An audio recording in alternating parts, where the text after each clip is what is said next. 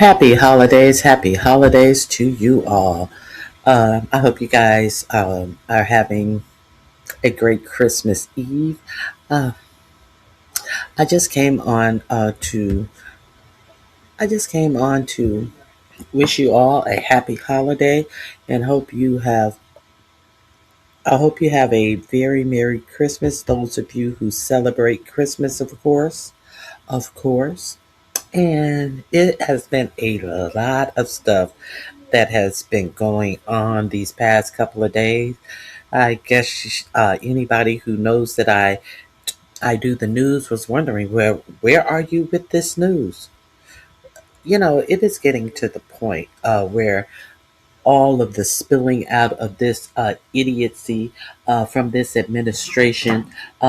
It does you no good to report on it one day because it's going to be the opposite the next day. Because while this administration and its bullshit is about to get us really into another war, and not just a regular war, a war with China. Stealing the oil that is supposed to be going to China and talking about he's going to keep the oil. I mean, and everybody's talking about the Epstein files, even though the lawlessness and the disgusting shit that has come out about these Epstein files and allegations of what 4547 was present for himself should be enough. But we still have people out here supporting this, excusing this, trying to rationalize all of this bullshit that they are keeping your mind off of. This man has totally ruined the reputation and the and stolen all of the wealth from our treasury. And if it's not already stolen, it will be stolen. He has totally took a wrecking ball to the whole United States of America, and what it was supposed to represent for all, but it never represented for most. The the vulgarity of this administration, letting you know that it doesn't give a fuck about regular people. It gives zero fucks about regular people. They are in here like kids set free on a swimming pool of Halloween candy, pushing their mega donors, their billionaire buddies, their family members in here to hoard up any idea, any amount of money, any government contracts, just welfare queens. But in the meanwhile, they're taking regular United States citizens whose tax dollars they are giving away to their friends and family like hard rock candy. They're taking you off of your health care insurance. They are cutting SNAP for the poor people in the United States. One second.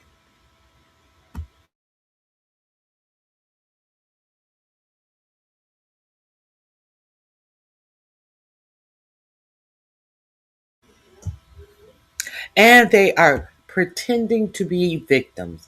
Now, all of a sudden, your vice president, like I've already told you, do not think that, hey, Rockwell, it's good to see you. Hey, Madison. Hey, Ron B. Oh, I didn't even say hello. I hope you guys have a happy holiday. Hey, T. Danielle. Hey, Foot Soldier. Hello, hello, hello. I hope you guys, I hope you guys have a happy holiday.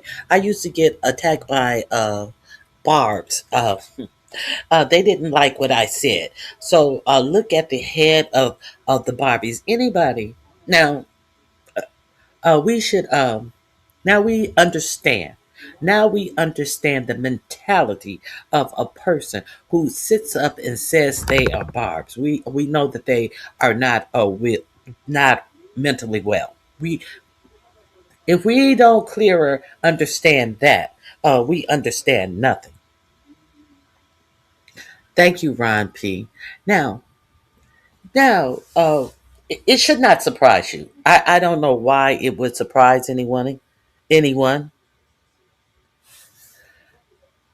I don't know why it would surprise anyone. This woman is married to a SA offender herself.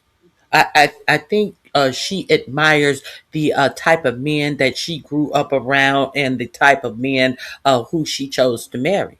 None of this should surprise you. Getting up there with absolutely nothing to say. If you guys didn't see this clown at Turning Points USA, Nicki Minaj. Oh my God! I just want to say we had the most beautiful, sexy looking president in the world. And wait for a pause, wait for a pause, wait for a pause, wait for a pause. And Gavin Newsom. Are you mad at Gavin Newsom because he wouldn't allow your SA offender husband to live in a community where your SA offender husband was not allowed? So he's new scum? He's the scum. But your husband was the one who didn't qualify to live in this neighborhood. So that Gavin Newsom is the scum. Oh, you thought that you could go aboard city codes and everything and take it straight to the governor, and he said, "Bitch, bye." I don't make those little tawdry rules that your husband cannot abide by. Okay, so then she gets up and I think that she's saying something so slick and we have our handsome president, the most handsome man in the world. Oh, now what are we doing here? And we have the assassin JD Vance, and then realize that she's talking to a woman who died by a bullet to the neck, and then she looks like, "Oops, did I say that?" And then when the fucking grifter Erica Kirk said, "Ooh, it's okay. I've heard everything. I've heard everything. It's okay." And then she looks at her like, "Oh, it was a whole shit show." Now, I've already told you about the shit show. She went to Turning Point USA. She's all up the butts of MAGA. So we've had people. We've had people on YouTube. She went to eat her buttery biscuits, buttery biscuit bites, buttery biscuit bites. I need to get my buttery biscuit bites. She went up there to Turning Points USA to get her buttery biscuits. Now, we have seen Byron Donalds. We have seen what is his name? Tim. Oh God, the one who looked like Reggie from the Fat Albers. Hey, the one who looks like Red. Yabba dabba dabba dabba. Tim. What is his name? Who pretended like he got married when he was running for president. Uh, married. Married a whole. Married a whole Karen with 13 and 9-year old children. Someone who it who many suspect has never been in a piece of coochie and surely would have fell in the cave of that piece of coochie that he married. But you have not seen her since these set up marriage photos. Look like they were married by the same person that a woman in the beef sector who says she drink pee. You remember her wedding photos where she had on a purple dress or some shit. These wedding pictures that they put out, this family photo. You ain't seen or heard of that bitch since he has dropped. What is his name? From Tim, fuck it. From North Carolina, South Carolina. Okay, he didn't get any buttery biscuit bites. He was on the campaign trail for 45, 37. What came of that? Absolutely nothing came of that. Then who else? Who else? Who else? All of these all of these soldiers who would go against their own people. Now, why do I say they will go against their own people? Nikki just trying to get her criminal husband a pardon. She see he's passing him out for little or nothing, so she's up there rimming the balls like she's rimming this buttery biscuit. Why are you mad? I'm mad because why did she have to bring black women into any of her coonery that she was doing up there? What did black women have to do with any of this? A bitch who sat up there and went to the UN and uh, expounded on a lie about Christian persecution in Nigeria, who goes up there and do a whole freaking speech at the UN, agreeing with 45, 47 about the lie that he's going to attack Nigeria if they don't stop persecuting Christians. And here she go. But she didn't open her motherfucking mouth about the Trinidadian man who was shot off a boat on this bogus we are fighting drug cartels and we are fighting narco terrorists. She ain't said a shit about him. The one who sits up and tells you she's not black, she's Trinidadian. So, what has she said about Trinidadians being under a war thumb, a illegal war thumb of this man? Not a goddamn word. Not a goddamn word. And no, nor is she going to say anything about it. Now, she bring in black women. Black women should stop making. I forget how she put it. We should stop making white women feel bad about their looks or something to that effect. Is it our fault? That these white women are going in, putting shit in their lips, like Caroline Livet lips look like they were fucking connected dots lips, so she had so many motherfucking fillers shot up in her lips. Is it our fault? Is that our fault? Is it our fault that she was sitting on stage with Erica Kirk, who had more hair weave in her head than black people? Is it our fault that what we do for ourselves, beauty wise, they try to mark? mock and ridicule, and then they go do the same thing, and we're supposed to act like we don't see that they are trying to emulate us at every turn. But you got this bitch sitting up there telling black women something, and that we should stop making white women feel bad. I'm gonna play it for you. Pufferfish lips. Yeah, so, and then the crew de gras. Now you have all of these right wings zealots up there fighting among themselves, from Benny Johnson to Tucker Carlson to Megyn Kelly, and then you have Vivek Rashwami come out there. It is the Indian man who came out there and said that you must defy hate wherever it come from. But Vivek didn't defy the hate speech that he said about black people. Vivek went in full on in of the motherfucking prejudice and the lies about black people. But now that Indian people are being dragged by his beloved Republican parties. Now you have to defy hate. Fuck you, Vivek. You divide. You want to talk about the hate that's going on in your party and try to ignore that you were a part of it. It's these people think that they have the right to hate on black people. They feel that is a right that they have.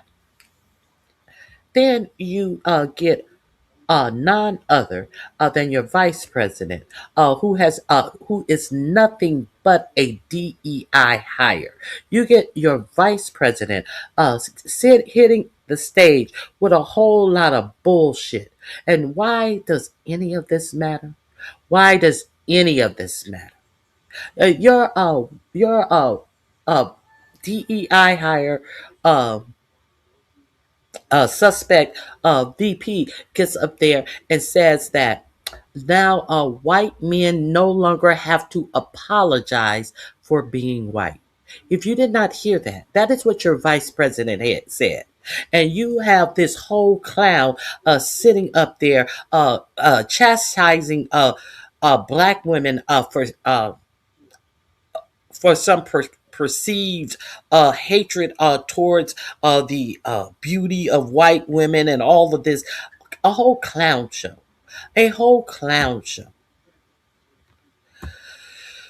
Okay. You have a whole raccoon sitting on the stage decrying what black women make white women feel. A whole lot of bullshit, for real.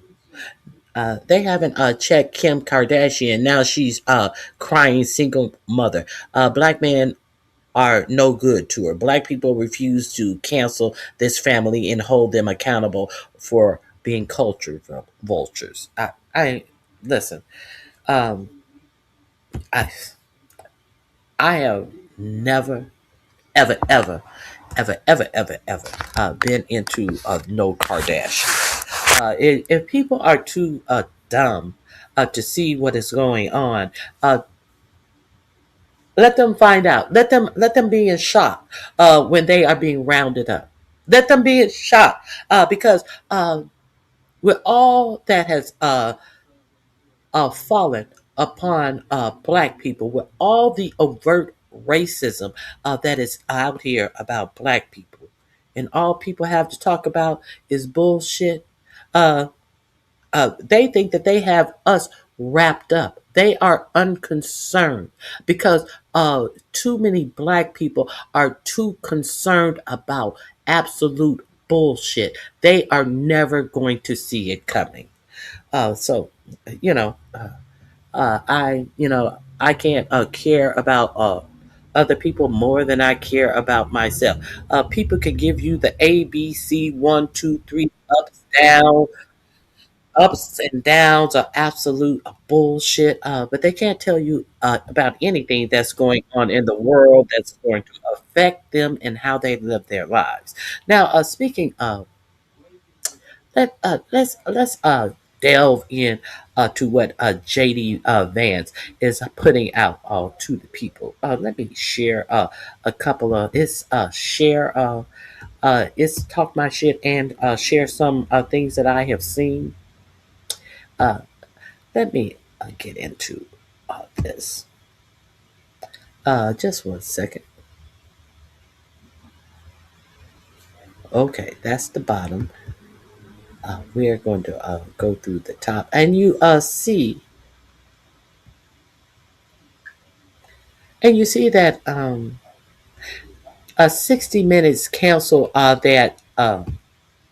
I told you when 60, the producer of 60 Minutes left CBS News that there was going to be a problem. 60 Minutes had a whole piece ready to show you about the Seacot prison where your president illegally sent people. Ronnie Q, why do you care about undocumented immigrants? Because if they do it to them, do you think will not do it to you? He already said that he wanted American prisoners to go there as well. So you don't think that they will do it to you? Do you don't think that they will make anything a crime, criminalize things that you are doing? How many innocent people of your color, of the black race, have been held in prisons for decades? So you don't think they would do it to you? The simple boldness of them sending them there when a judge said if the plane is in the air, turn the plane around, and these people still went there and was SA'd and beaten, and you don't think it matters to you? See, you have to understand.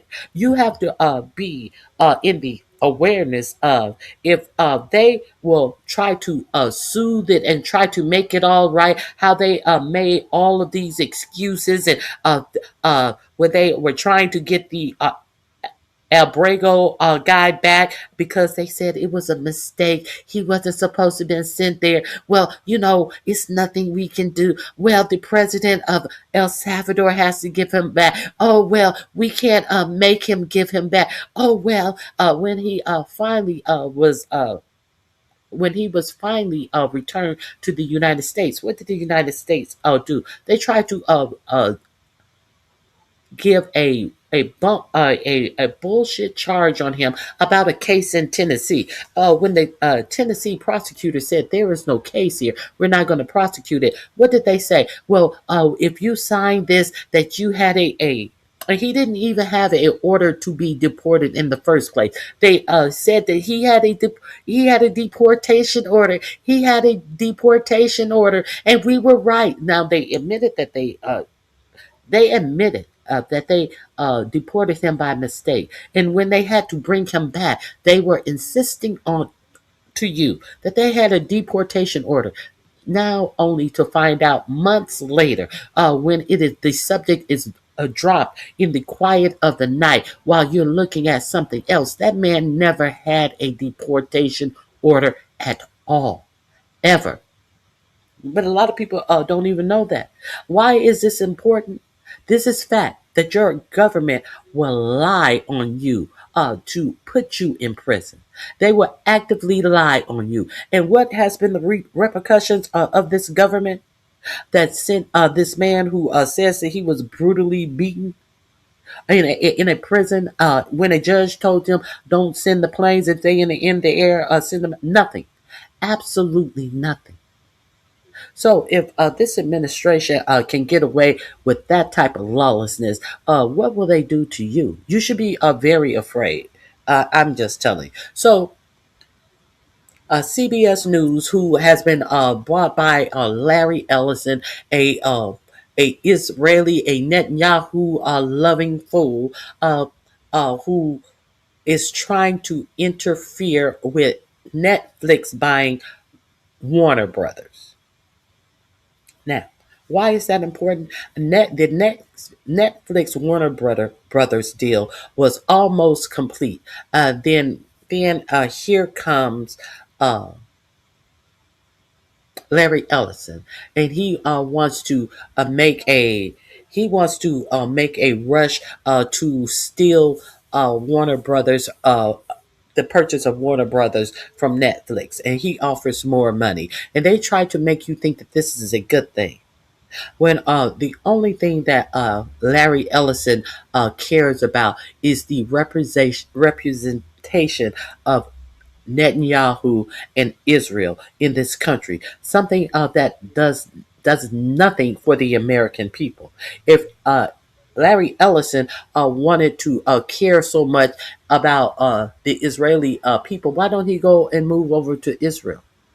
But no, he wants our country to bend the knee to the needs and the wants and the cries of victimhoods of Israeli people over here calling anything that you do or say that could be factual. You are anti-Semitic. So he wants to buy and he would control the largest swath of media in the country. Why is that dangerous?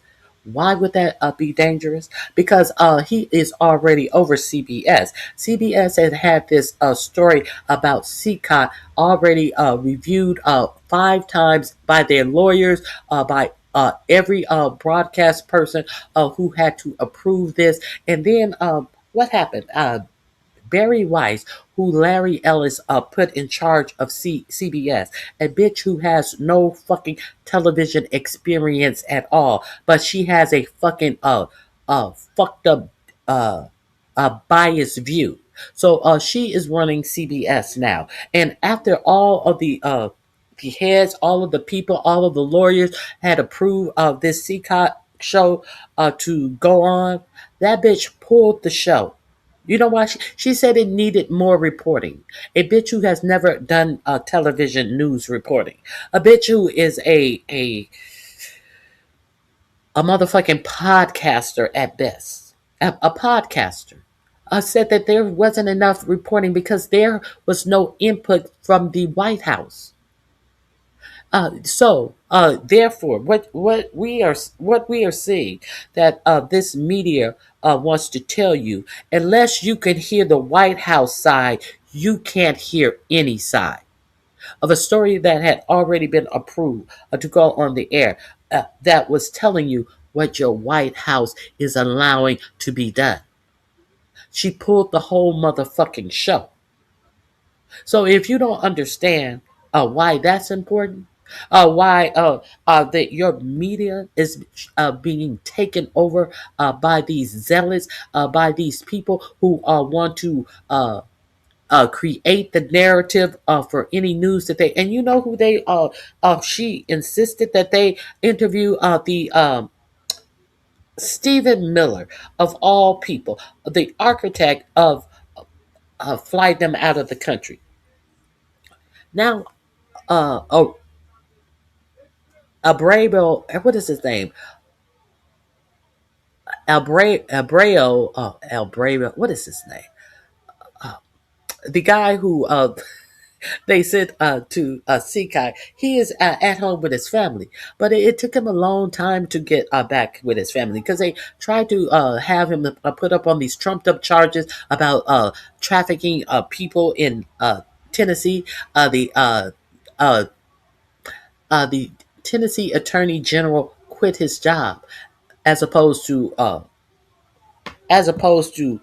bringing these false charges that your 45-47 administration wanted him to put. And then the next person said, no, there's problems with this. I don't see any charges. So then your administration said, well, we'll send him to Costa Rica and you sign this paper and we'll send you to Costa Rica where you can live out your days in Costa Rica. But they wanted to sign him. They wanted him to sign this something that said he was trafficking, and he said, "I'm not signing that." You know how they usually make these backroom deals and have you sign on to a lie to get to some freedom. You know that what your government is capable of. And he said, no, I'm not signing this. And then they said, well, you're still going to be deported, but we're going to deport you to somewhere in Africa. Uh, we're going to deport you to, oh, I forget where it was, somewhere in Africa. And that's what we're going to do to you. since you won't sign these papers. But a judge said, no, you're going to release him. That's what you're going to do. You're going to release him, and he's going to be able to go home to his family. And he finally got able to go home to his family. And when questioned about why are you sending him to Africa as opposed to Costa Rica, like you said, they said, well, we're unable to send him there because Costa Rica won't have him anymore. Now, Costa Rica uh, took it upon themselves to say, we said no such thing. So your government lied because this man wouldn't sign the paper about a lie that he was trafficking people in Tennessee, and then they threatened to send him to a country in Africa. This is this Trump administration, if you are unaware of it. And you think that, oh, it doesn't matter? If this administration with a headlight on it about this case is doing all of this, what are they doing when you are not paying attention? When you already think that black people deserves everything they get after building this fucking nation and the income of the wealth of this nation? What do you think that they will do to them when JD Vance has the audacity to stand up on a stage in front of these young people that they are trying to harness into the Republican Party? And what is the Republican Party at this point? They said that there is no Republican Party. There is a MAGA Party. So, what is this MAGA Party? This MAGA Party is what J.D. Vance would not criticize when one of the young Republicans came out talking about they had a Nazi streets. And uh, J.D. Vance actually condemned the person who put out the text thread. He said that he's going to warn his children about some sleaze bag who would put out the text messages. He had no problem with the context of the text messages, just like he has no problem with the context of the things that Nick Fuentes, who is a Holocaust denier, has to say. He gives a fuck about none of this. Now, how are you an administration who is so hell bent on anti-Semitism, but you say that there's room in the party for all types of thinking when it comes to Nick Fuentes and the shit that they support, because you want and you need their support. Now, why should you be concerned about this? Why should any of this matter to you? It may not matter to you. I'm telling you why it's concerning. It can or cannot matter to you on many for many of reasons. The disturbing part about this is they have over 2,000 of these Turning Point USA chapters in public schools. In public schools, they're indoctrinating your children into this bullshit, this racism above all. Why is it important? I think it's over 3,000 of these chapters that are in colleges. So they're trying to indoctrinate these young people. When Charlie Kirk got shot, they thought that it was over. Now you have all of these grifters coming in to take his place. And it's funny. One young man who was at the convention, Erica Kirk said herself, "You are just like Charlie. You're a grifter," and she misspoke. I misspoke. I mean, you have so much gift. No, I misspoke. It's supposed to be grit. I'm just so tired. I'm sorry. No, bitch. You said the most rational thing that came out of your mouth was the grifting of it all. All of these people are getting millions of dollars from all of these billionaires to indoctrinate your children, these young minds, real early into this bullshit that they're selling. That they should get out of high school, get married, start having a family. How the fuck is somebody going to get out of high school and get married and immediately start having children without a college education? They're telling these young kids that the thing that you need to do the most is to create white babies. Because that's the only thing that they care about is having more numbers of white children in the United States. That's the thing that's keeping them up at night. If you thought that immigration was the thing that is keeping this administration up at night, then can you tell me why are the people who are getting most of your tax dollars in government welfare are immigrants, white immigrants from other countries? Elon Musk, Peter Thiel. If they are so afraid of immigrants and immigrants are so dangerous, then why is this South African Peter Thiel and Elon Musk giving the keys to all the information of every American citizens? Aren't these immigrants? It is if we're going to they what is that the oh, excuse me. The guy who's over in oh, I'm sounding like somebody real gross. The guy who's over Nvidia, those Nvidia chips, are these not immigrants? And y'all really want to think that immigrants are the problem? As white supremacy is fucking taking over the United States of America, not American. Let me get into some of this BS that was played. Let me see. Let me see. It was just so much. Okay, where are we? Where are we? Where are we?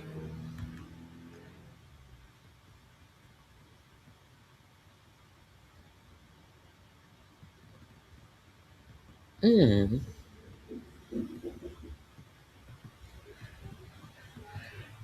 okay, let me see.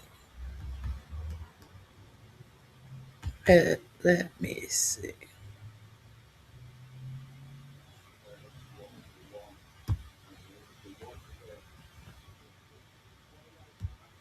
Let me share this with you.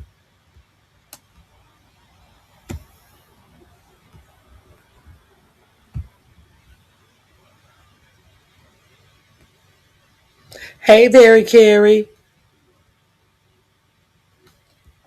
They are all lying because they got caught. Absolutely. Let me share some of this uh, turning point of BS with you guys. Where have you been, Rockwell? I miss you. I'm glad to see you back. Let me share some of this with you. If you guys have missed any of this, a turning point USA, a whole Klan rally, in my opinion.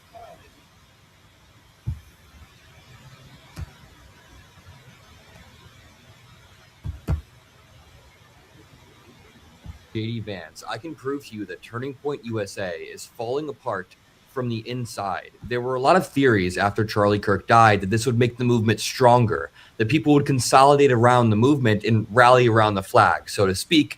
But this proves that, like, for whatever you want to say about Charlie, his executive leadership at Turning Point USA was holding together a coalition that is now crumbling at the seams. There were fights on the convention floor between far right groypers versus people who are still trying to preserve the old neocon party. There were fights on stage where Tucker Carlson was taking jabs at Ben Shapiro after Ben Shapiro took jabs at Tucker Carlson. It was an ideological battle and a clash, and even in the moments where there is not a direct conflict, it was still just so incredibly awkward. Let's start with this clip from today where Nicki Minaj and Erica Kirk are speaking. And Nicki Minaj, first of all, why is Nicki Minaj on the stage? I used to love her music. I still love her music. I don't know what the hell is happening here. But secondly, she uses possibly the worst phrasing ever and says that JD Vance is basically an assassin. And what she's trying to say, I think, is like, oh, this guy's a killer. He's good at what he does. But what she says, for young men. And for young men, don't be new scum. Yes, see, dear young men, you have amazing role models like our handsome, dashing president. No, a whole fucking a clown show, a whole fucking clown show of bullshit. And look at her with this audience. You hear that, audience? Erica Kirk. A whole fucking. And you have amazing role models like the assassin J.D. Vance, our vice president. And when I say that, And when I say that, oh, oh, I'm so, how silly of me. Oh, the whole charade was silly. And you are talking about great men, and we're going to get into some of the allegations in this Epstein file about a 13-year-old being sex aided by Jeffrey Epstein and her own uncle on a yacht in the Lake Michigan. We are also going to get into this same 13-year-old saying that her child was pulled out of her stomach in Lake Michigan and thrown over the edge. A 13-year-old who was being SA'd based upon her accounts that Pam Bimbo said that there were no other people to look at. Hold on. Based upon the account of the Pam Bondi, told you that there were no other people that Epstein were trafficking people to. And so there's nothing else to see. Cash Patel said that there was no one else. There's nothing else to see. Allegedly, it is being, no. It is in the Epstein files. It is being reported that in the Epstein files, it is that complaint. But these people are sitting up, enticing young minds to this indoctrination of the Republican Party. And let's not forget that Nicki Minaj, not only is her husband a SA offender, he is an offender of underage children, of people who were underage. If I'm not, yeah. And let's not forget who else is a SA in Nikki's orbit. Her brother. Her brother is serving time for SAing. And they have this bitch up here talking about alleged great men. That's the catalyst of what's really important about this. Look at the representation of this dumb black nigga bitch sitting up here talking shit so she can get her S8 child abusing husband a pardon. That's all this shit is about. Let's go. Trust me, there's nothing new under the sun that I have not heard, so you're fine. So now she's laughing, like, oh, don't be offended. There's nothing under the sun I haven't heard. It is also being reported that poor little Erica Kirk, everybody in this Trump world, everybody is mad about the person who is getting the most attention that I will not talk about. I've touched on Candace Owens. They all have equal hate for Candace Owens. You know, the Candace Owens who is saying that this Erica Kirk chick, she's not grieving like a regular widow. Now, when this airhead Nicki Minaj comes up here and says something about an assassin, you see her response and her big smile. Oh, there's nothing I haven't heard. Has that man body been in the ground 5 months yet? Has he been in the ground 3 or 4 months? And she's sitting up here laughing, unaffected. That means nothing. because I'm getting this money. This money is dropping in.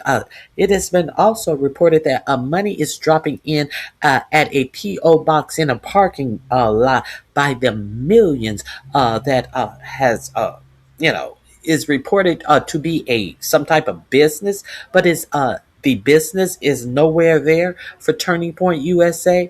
But who has control over that PO box where all of these millions of dollars are going to some elected official in Arizona. It is also being reported that Erica Kirk would tell you out of her mouth that she hasn't dated. She wasn't dating. She's never dated in New York City because she saw what her cousin had gone through. And then you find out that Erica Kirk was on one of the Bravo, what is it? Uh, Summer House shows actually dating someone. And you also find out curiously, she says that she doesn't drink. They show them out, they show them drinking. This bitch is a whole liar. We are not going to forget that her father has been scrubbed. I have I've heard that her father has been scrubbed from the internet, that her mother was some big defense contractors that who have ties to Israel. These are facts.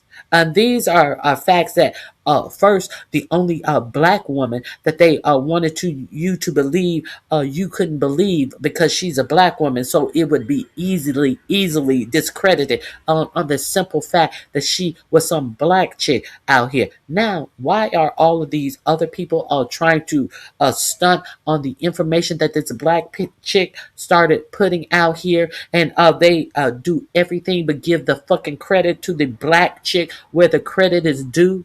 And everybody's reporting on this black chick's reports that have thus far proven to be factual. The things that she say that she knows for sure. So the things that she questions, she'll put some shit out there, but she says she can't really affirm this. Now, what she has affirmed about Erica Kirk is Erica Kirk was dating somebody weeks before she married Charlie Kirk. What she also is reporting is that shortly after Charlie Kirk was killed, that Erica Kirk then bought this person in to some high executive a spot in Turning Point USA. The woman, she's never dated before, but now all of a sudden, the motherfucker she was dating right before Charlie Kirk has a high position in Turning Point USA. We'll get to that, but all of this. Yes, we did. I love you. I love you. Do you really love her? If you love her so much, what did you say to Nick for when I mean to Charlie Kirk when he said that Nicki Minaj is no role model? What did you say since you love her? I love you. What I'm pretty. How many Nicki Minaj albums have you purchased with your money or with these millionaires' money, these billionaires' money? What song do you know of Nicki Minaj? I know none, and I am proud of it. What Nicki Minaj song do you know since you love her so much? The bullshit. And look at this dumb bitch. All she thinks she is saying so much with all the swinging of the hair and leaning and let me look in your eyes seriously, saying absolutely nothing but some dumb shit. A whole fucking airhead.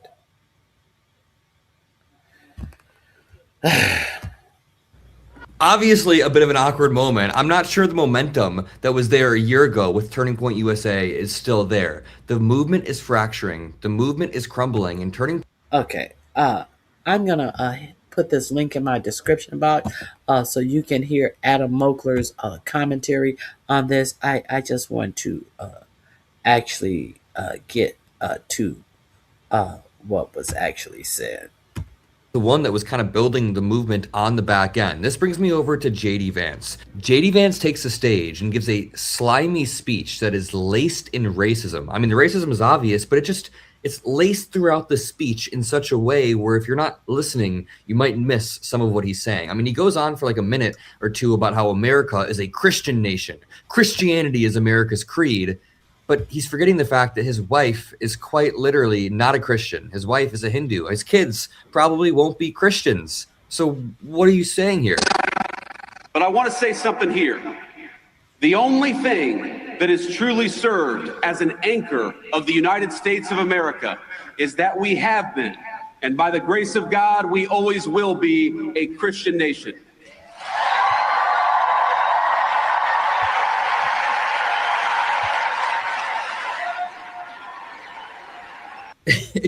The beauty of America is not that America is a Christian nation. It's not. The beauty of America is that America is a melting pot of any sort of religion, all under one umbrella.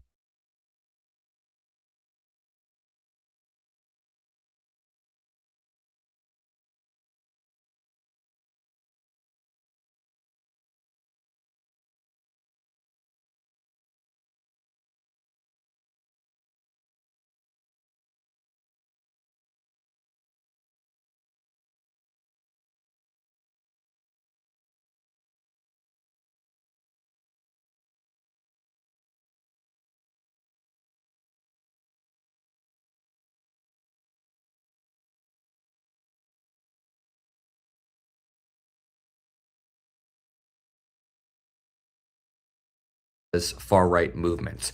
The only moral clarity that was given on stage was honestly from Vivek Ramaswamy, of all people, who now has every incentive to push back against the far-right racism because he's Indian, his kids are Indian, his wife is Indian. But one of the main reasons why this Nick Fuentes movement is spread so far and wide is because Donald Trump has obviously normalized and helped create this. But J.D. Vance in particular, he's a younger guy. Younger Republicans look up to him for moral clarity, and he is not giving any of that. He's not condemning any of this. When that young Republican group chat of like 20 to 30-year-olds came out a few months back, J.D. Vance didn't even condemn it. Didn't condemn it whatsoever. He even implied that the person who leaked it was a bad person. Now we have Vivek Ramaswamy.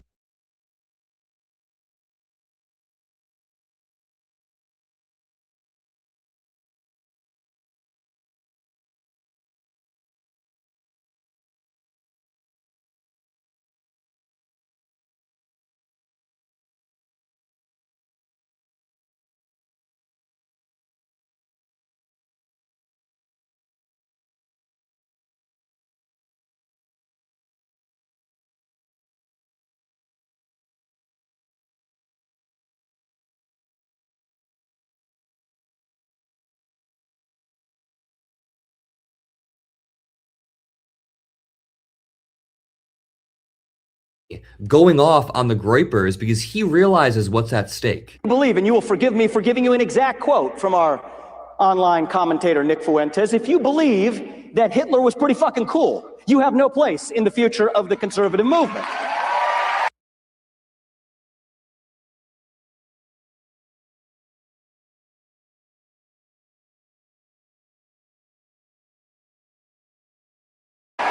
You can debate foreign aid to Israel all you want. That's fine. That's fair. But you have no place with that level of hatred. You can debate the right resolution of the Russia-Ukraine war, but if you believe Joseph Stalin is someone to look up to, you have no place in the future of the conservative movement.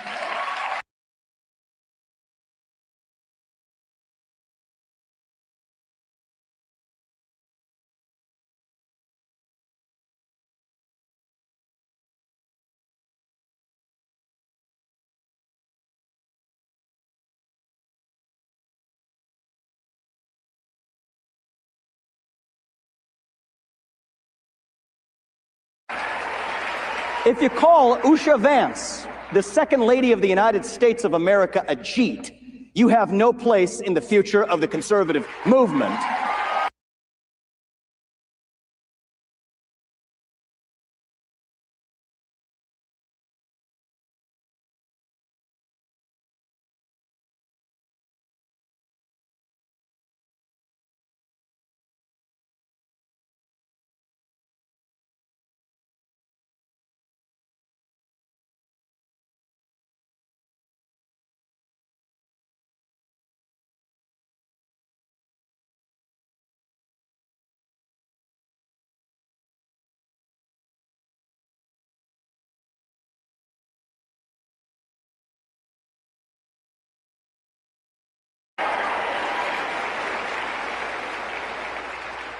And if you can't say those things without stuttering, then you have no place as a leader at any level in the conservative movement either. Certainly not in my state of Ohio.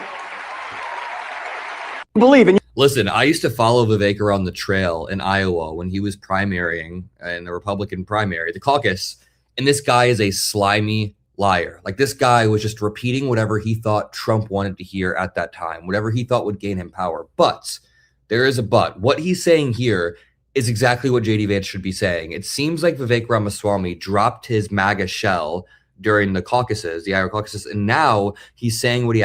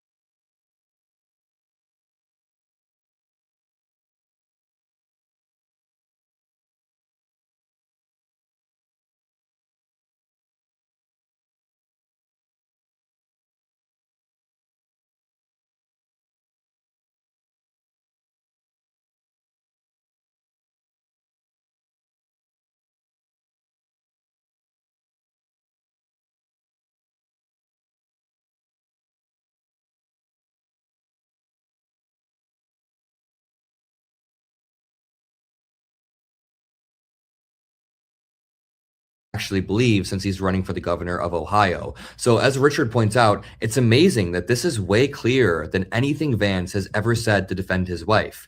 Like, what the who isn't the vice president, he's not even in any position of power, he's providing that clarity for the movements. Now, this is the most awkward, most viral moment perhaps, where Erica Kirk has a pretty bad gaffe.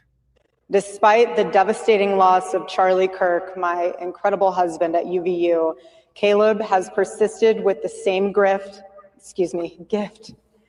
Grit. It has been a long day.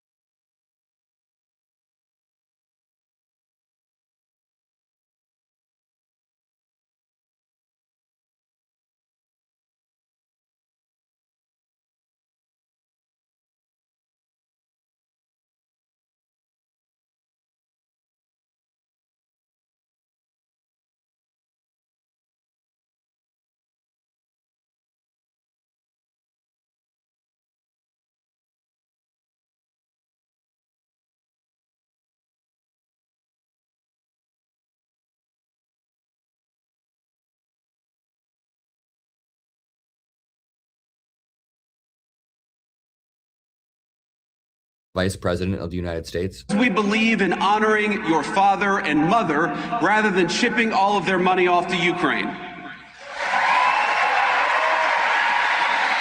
This is the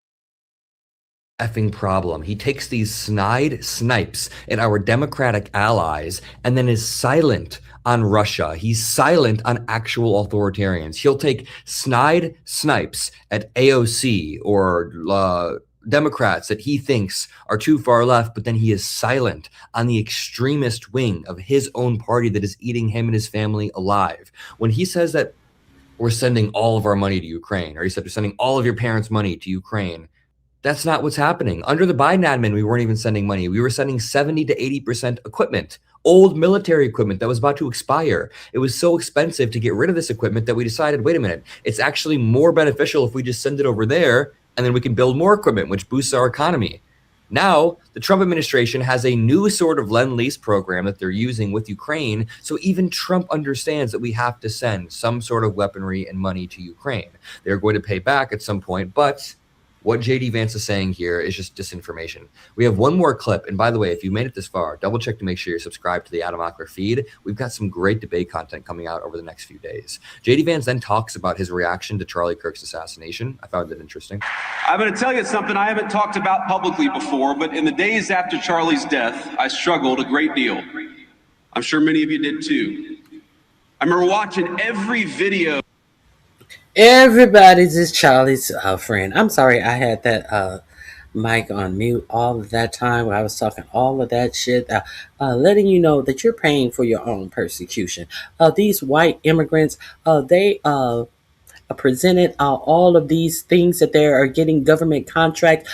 They're presenting all of this stuff to make sure you're safe. Who's going to be safe, especially in this coming year, as these people who were fired by this white immigrant for absolutely no reason under the guise of waste, fraud, and abuse. Once all of their unemployment insurance is out and they have no jobs, where AI has already taken up to 15% of white collar jobs. Who is going to be safe then? What happens when people are suffering? What happens when people are in need? Crime rises. And who is this crime going to rise against? It's going to rise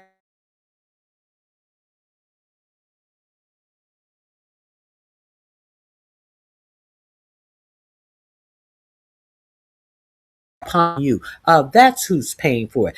Because Christine Nome, Pete Keckbreath,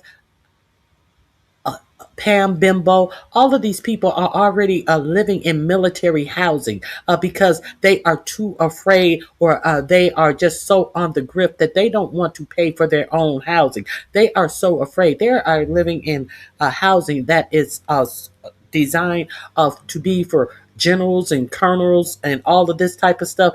They have their funky asses laying up in government assisted housing.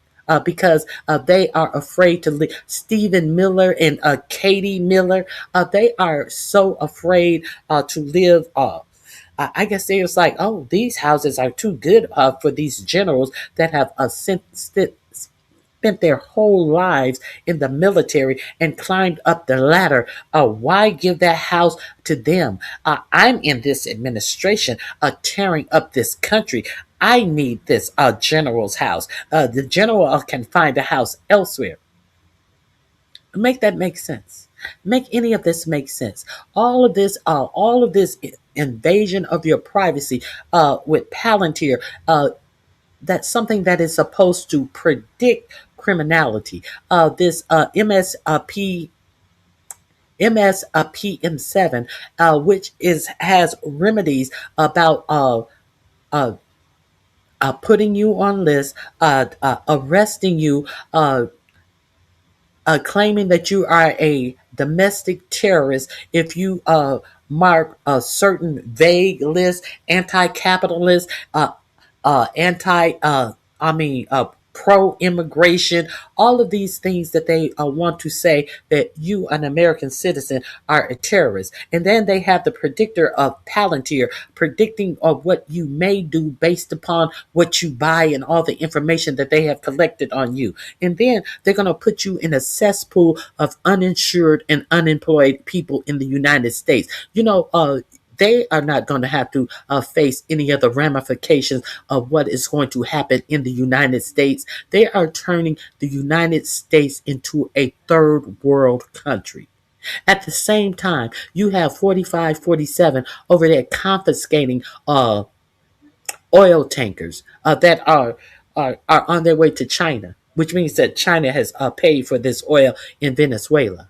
And 45, 47 saying he's going to keep this oil that China has paid Venezuela for.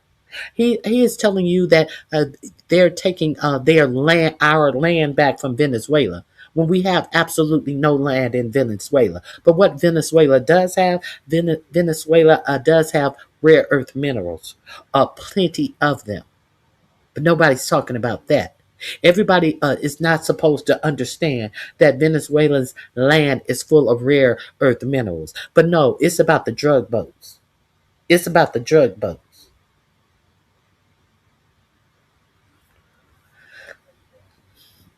No, it's about billionaires getting filthy rich. 4547 says he has already talked with oil companies about what they're going to do with the oil in Venezuela. Isn't that putting the cart before the horse? Uh, isn't Russia on the side of Venezuela? You know, Vladimir Putin's 45, 47's good buddy, that he will be able to stop the Ukraine war on the first day, and hasn't been able to stop it. You don't even hear 45, 47 talk about stopping the war. You don't. Last we heard, as 45, 47 had our troops on their hands and knees rolling out the red carpet for Vladimir Putin, was that they were going to have a trilateral talk, and that has never happened. And you have heard nothing else about making peace with Ukraine. The last thing we heard that they put up a 26-point plan that was wholly and completely giving Russia everything that they wanted. And who is Jared Kushner and Steve Witkoff? You know, these ones who are about to break ground in Palestine and make some big tech company, tech country, a big tech city. Who's going to benefit from this technology city? The people who are already billionaires. So these are the plans for Palestine. Well, I don't know what the plan are for Ukraine, but I do know that it has not been widely reported that there was a charter plane that flew from Russia over to Venezuela, and no one knows what was on that charter plane. I do know that it is reported that Russia is on Venezuelan side in this takeover of Venezuela. So who knows what was on that plane? But for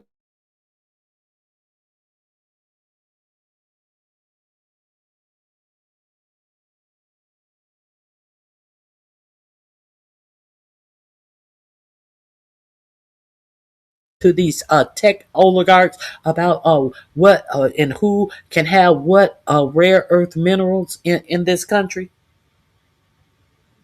a whole armed robbery, just going in and raising a colonizer, raising a whole nother sovereign country. Someone who it's just amazing that this person is even back in office. Someone who should be sitting in a jail cell. It's just amazing. So not only is he turning this country into a third world country, he is actually putting a target on the backs of America. And if you think that these people to go to war for this, it ain't nothing off of them. It's absolutely nothing off of them. But what is it for you? I'm just asking. Of the assassination, looking for clues, trying to understand what happened. I try to hide my friend and that terrible bullet hitting him, but I would try to look around. I stayed up all night for many nights in a row, researching every conspiracy theory, going down every rabbit hole.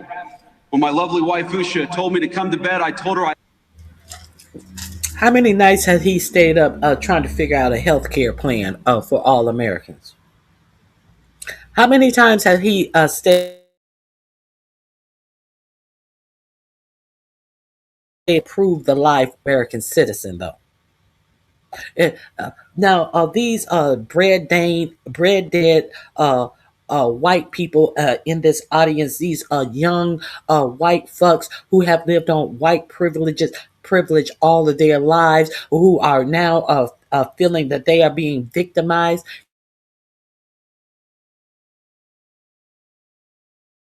Black people, you're being victimized by millionaires and billionaires and these people that you continue to put into office or to blow smoke up your ass to make it seem like you have been victimized against. Let's continue. I owed it to Charlie to try to uncover every stone, and so that's what I tried to do. I remember I was consumed by this fear that Charlie's death wouldn't just deprive a family of their husband or of a good father, but that it would deny our movement of a great unifier of people and a great doer of great deeds. I don't know about the great doer of great deeds parts, but as I touched on earlier in the video, Charlie Kirk seemed to have the type of glue, the structure necessary to keep everybody from infighting, to stop everybody from infighting, saying, guys, we all got to work together and fall in line. Erica Kirk doesn't seem to have the same leadership capacity or pull where she can hit everyone up and be like, hey, we're going to be on message this event. We have one message and it's attacking the Democrats. So now Turning Point USA as America Fest 2025 has been an infighting civil war the entire time. I'm going to leave it there. If you want more coverage of the conservative civil war, let me know in the comment section below. We're going to be making some great videos over the next few days. So be there, be square. I love you all. Peace out. All Donald Trump ever wanted. Hold on. Let me get to the next because it didn't do show the most egregious comment from JD Vance. Let me find that.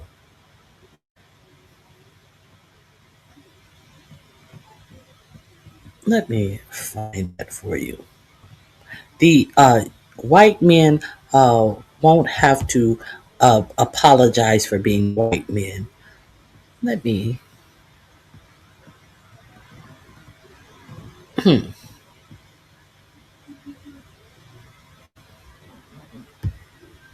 So Trump, as you all know, he's been,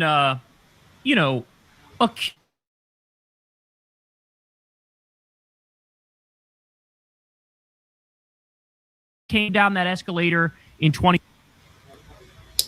Kyle Kalinske show Secular Talk. This will be the second clip in my description box. 2015 and gave that speech. He what did he say? He described Mexican immigrants as rapists and criminals, and said, I assume some are good people. Some. So he flipped it. Usually it's like, oh yeah, most are good people, but a handful are rapists and criminals. He flipped it. They're rapists, they're criminals, some are good people. The implication being like, well, obviously most of them are criminals. So from that moment on, it was just like, holy shit. I mean, it's sort of crazy watching him do his thing. But we've now gotten to a point where there is no more subtlety, man. There's no more subtlety. He's not even bothering to try to hide his racism anymore. It's so front and center. It's so obnoxious that there is only one conclusion. So let me show you guys this. Ready? The Trump administration expanded its travel ban. So he's doing a new travel ban, ready? To include Palestinians and citizens of 5 additional countries: Burkina Faso, Mali, Niger,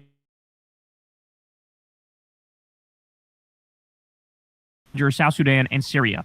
An additional 15 countries are also facing partial restrictions: Angola, Antigua, Barbuda, Benin, Cote d'Ivoire, which is the Ivory Coast, Dominica, Gabon, Gambia, Malawi, Mauritania, Nigeria, Senegal, Tanzania, Tonga, Zambia, and Zimbabwe. What you notice about all of these countries? Burkina Faso doesn't want to come. You invited the the new ruler of Burkina Faso to your inauguration, and he gave you his ass to kiss. Uh, Thank you, Eugene. Please hit the like button. I would appreciate that. Let's get into more of this. All countries, because they don't want you over here. They only want to take their millionaire mining companies over to these African nations and fucking uh, steal every every bit of riches that will further enrich them as white immigrants to the United States. And Burkina Faso was the country that threw France out of the country, and they also threw Air France out of their country. They don't want you there no way. They are building up their country. And the first way that they are building up their country is their agriculture, because they understand that they have to feed their country. Does your president understand that about his own country while he's making these declarations of people who are unworthy to come to the United States? But he has absolutely nothing for your farmers, as he's giving away $40 billion to Argentina because they're buddies with someone that uh, what is his name? The uh, the Treasury Secretary Scott Bessent has a friend who invested a whole lot of money in Argentina and lost a whole lot of money. So now $40 billion of your tax dollar has gone to Argentina, but he has given the farmers who are unable to sell their corn and their soybeans. How much he gave them? He gave them $12 billion, enough to pay the people they owe. Who do they owe? The billionaires, because all of these farming companies have consolidated. So everybody is buying all of their products, their seeds, their fertilizer from one company. So it is not making the farmers okay. These billionaires more money. Let's continue. But he don't want them to come to. He don't want them to come over here to America. Well, I know for sure Burkina Faso president don't give a fuck about you, and you know about you too. What do all of these countries have in common? Let me think about it. That's a tough one. It's literally all black and brown countries. Like, you would think, just for optics reasons, they might throw in one country that's not black or brown just to be like, yeah, here. I'm blanking on one right now, but think of a relatively small country that's not black or brown, right? Just for optics reasons. Oh, yeah, we're putting partial restrictions on, I don't know, fucking New Zealand or some shit. Sorry, New Zealand. I had to come up with somebody to throw under the bus. I mean, you would think they do it. No, they don't. They didn't. Why? Because now it's just fucking mask off. In fact, I'm sure you guys remember this. They made a big deal and a big announcement not that long ago about we're now going to allow in the country the true refugees who need the help, the white South African Afrikaners. So you got these like fat, white, landowning South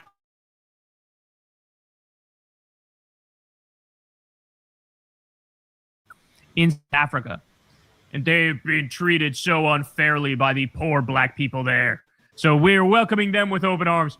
Like, this is what they actually did. And in fact, Stephen Miller was bragging about this on TV the other day. Like, yeah, we're more than happy to welcome the immigrants who are white South Africans. So, like, can you hit us with a little bit of plausible deniability in this bitch? And this is the problem, is like, they don't realize racist people don't even like to think of themselves as racist. This is where they're miscalculating. They're so out over their skis, and they're so pandering to their base, that 35% that hasn't fucking left them yet, that they don't realize, bro, every normie in the country is done with you.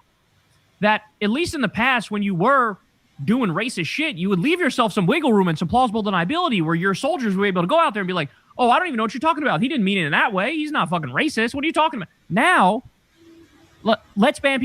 I believe the full number of countries that are facing either full or partial bans, it's 39 countries. Every single one is black or brown. Every single one. And this shouldn't be all that surprising from the guy who brought you the fucking birther conspiracy. He was a prominent birther. He would go on TV all the time and say Obama was a Kenyan Muslim and that he shouldn't be president and he couldn't be president, even when the fucking birth certificate came out, the long form one, because the short form one wasn't enough for the right wing. Then Obama released the long form one. He goes, "Dad, something's up, something smells fishy with this." So go over there and check out Kyle Kalinske. The link is in my description box. Just a observation about the overt racism. If you have not caught on, this administration is not trying to hide this anymore. It is the second link entitled Racism. Literally had even Bill O'Reilly was telling Trump, like, could you fucking calm down? You're wrong about this. There's an announcement in a Hawaiian newspaper about Obama's birth when he was born. What, did they fake that too? Did they break into the fucking archives and backdate some shit from the date he was born in Hawaii? Like, are you kidding me? That's who this is. The Central Park 5 guy. Remember that? He took out a full-page ad calling for the death penalty for 5 black and Latino teenagers accused of raping a white woman in Central Park. And they were exonerated due to DNA evidence. They didn't do it. But he was leading the charge to fucking execute them. And he has not taken it back, and he still is acting as if these men are guilty. Black and brown teens. I mean, this is insane. This is insane, but this is the guy that we're talking about. This is the guy that we're talking about. So, but again, like I said, they're not even bothering to hide it anymore. People forget too, but like, there was, I believe it was in the 1970s, the U.S. government sued Trump and his dad for refusing to rent apartments to black people in predominantly white buildings. So they would mark the applications with a C, which stood for colored, and would block them from being able to rent there. And the case was settled with an acknowledgement of non-compliance with the Fair Housing Act. So I don't know if they had to pay out for anything, but they were caught red-handed doing housing discrimination, like not allowing in black people, like segregating in fucking New York City, right? This redlining. That's called redlining in the 1970s. But everyone should pull themselves up by their bootstraps. There is racism against white people. What black person or corporation is preventing white people to bank, to have housing, to have medical care? What black corporations are doing this? Now everybody is racist towards white people when these people don't even know what racism is. You have to be in a power position to deny a group of people something, which black people are not. How many times do you hear this bullshit about black people being racist? Black people don't have the power to deny you any thing that you need to live a decent life. However, white people and white corporations do. But you want to blame it on black people and black racism.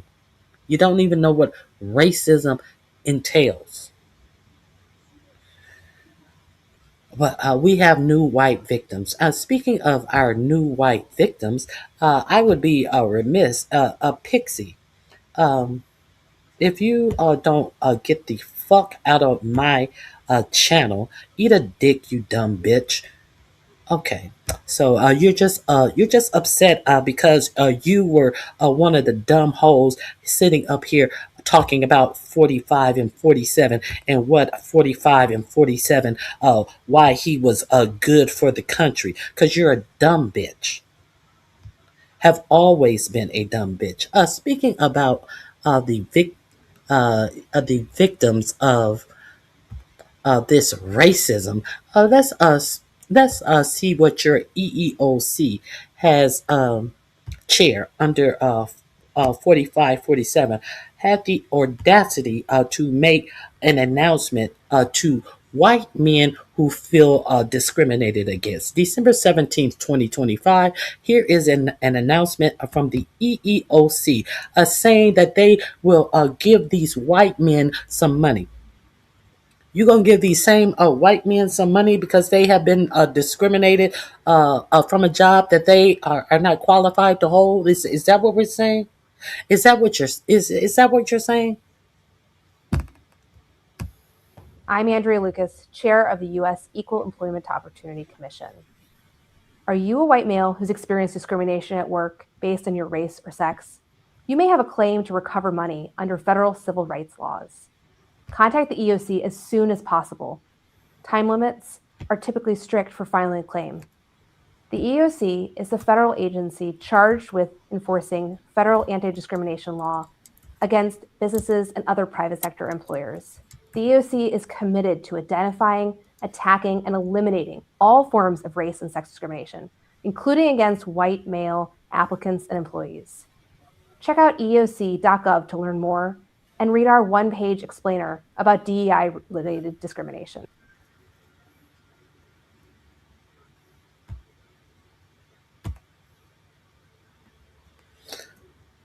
Okay. Let me go back a little bit. Let me let you understand exactly. I'm sure you've heard the video of the head of the EEOC urging. Let me share with you exactly why it is important to understand what they are doing with this bullshit. This is the Defiant Lawyers Network. This is also going to be under the link under EEOC. Please go check out his channel. Let's hear him break this down. I'm sure you've heard the video of the head of the EEOC urging white men to file employment discrimination lawsuits with the EEOC. Now, if that surprises you, that tells me you have not watched my videos on Project 2025. In fact, one video I did on Project 2025 back in July of 2024, over a year ago, I specifically warned blacks this would happen. And I'm gonna play an excerpt in just a moment. Nevertheless, this directive is very problematic for a few reasons. First, it will result in white men receiving a form of reparations. Yes, although we've not received reparations, they will receive a form of reparations. And here's how that will work. Pursuant to 42 USC section 2000E-2, which codifies Title VII of the Civil Rights Act of 64, all employment discrimination complaints or lawsuits must be filed first with the EEOC. Then the EEOC must conduct an investigation. After the investigation, the EEOC must first try to resolve the matter, and that will likely result in them pressuring the defendant, the employer, to stop hiring blacks, or to fire more blacks, or to pay huge fines and penalties, or a combination of all three. The EEOC will likely share some of that money it recovers with those white men, which essentially, again, is a form of reparations. And this will incentivize more white men to bring many more of these claims. Now, if the negotiations don't work, then the EEOC can then sue the defendant in a friendly court and continue the pressure campaign to force the corporation to stop hiring blacks, or to start firing more blacks, or to pay huge penalties and fines. Basically, this is weaponizing the EEOC, and it'll drive up more black unemployment. All right? Why are they doing this? Simple. To protect and preserve white male dominance, white male hegemony. And oh, by the way, have I said that they have spelled this out in Project 2025? Of course I did, because it can't be said enough. So yes, I knew this was coming. And here's the excerpt that I promised you. They're actually going to be using the DOJ to wage this bogus fight against reverse discrimination. That's what they're doing out in the private world. So you can just look for the Department of Justice to become an agency that's going to file a whole lot of lawsuits against a lot of corporations alleging reverse discrimination. In other words, that whites are being discriminated against. I'm sure you've heard the video of the head of the EEOC urging white men to file employment discrimination. So, if you want to be able to repeat some content off YouTube verbatim, it would have that behooves of you to look at content about things that are going to adversely affect you and how you live your lives. That's all I'm saying.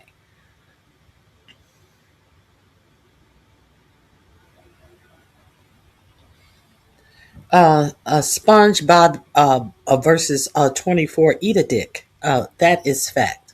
That is fact. Nobody is trying to fire blacks based on race. Stop spread. Blacks unemployment is twice that of black male unemployment is twice that of white male unemployment. Are you kidding me? Are you kidding me? Why are whites trying to pretend like they are victims of racism? Uh, Now, I wonder are these tech corporations going to be sued by the EEOC by these white people?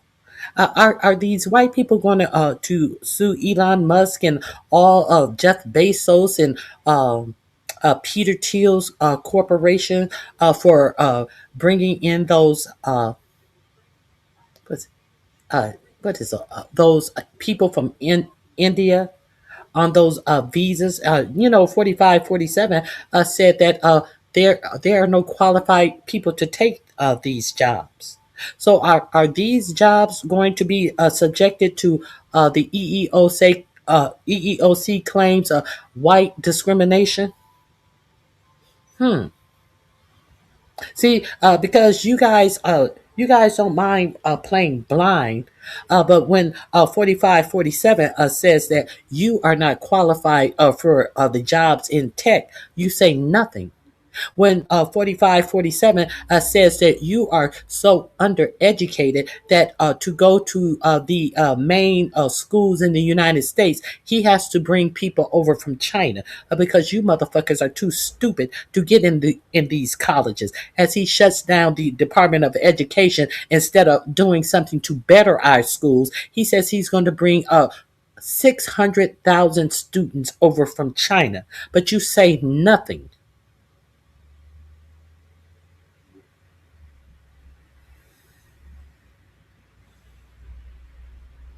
No, our unemployment rate.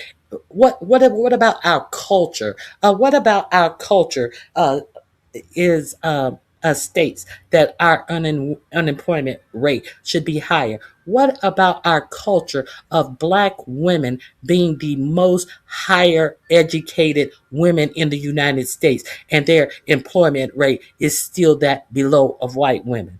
What about our culture says that? What about our culture says that? What about our culture of saying black women are the highest educated of people in the United States?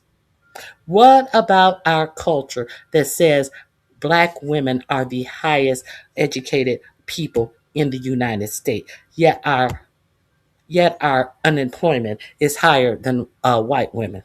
Answer that question. Since this is about our culture, that is our culture. I'm waiting.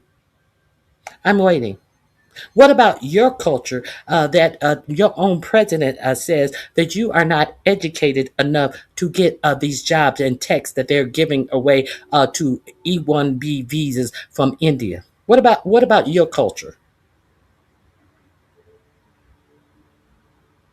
Yes, that's my favorite word, Kelly Cook. I'm glad you are there to notice it. But what about your culture that says that you are too undereducated to get a job? Hmm? I'm waiting. Nothing? Nothing. Oh, you have nothing. That's our culture. So I don't care what you want to think that our culture is. Bitch, I know our culture.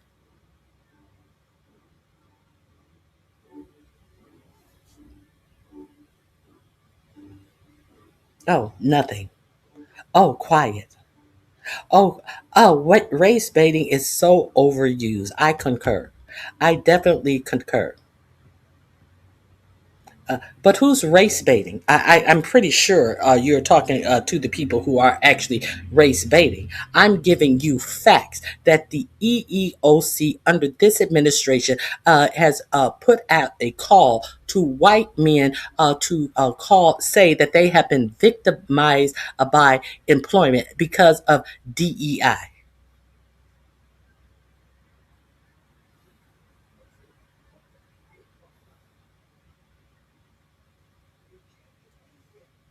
Okay. So you notice how quiet they got when they decided to try to talk about our culture as if we don't know our culture when they don't know their own culture, when they ignore their own trailer park meth smoking culture. What about your culture? Uh, if it's about our culture is so bad, why do you guys always try to steal everything about our culture? It's if our culture is so bad.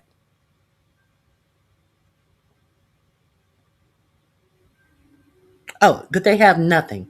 They have nothing when they understand that black women are more educated than any male, female in the United States. But they want to talk about our unemployment is because our culture. Mm, imagine that.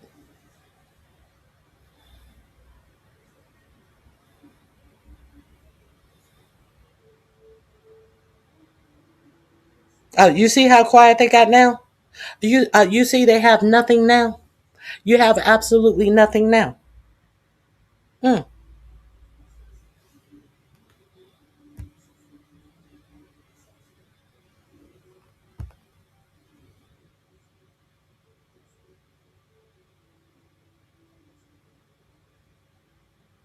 okay, let's continue.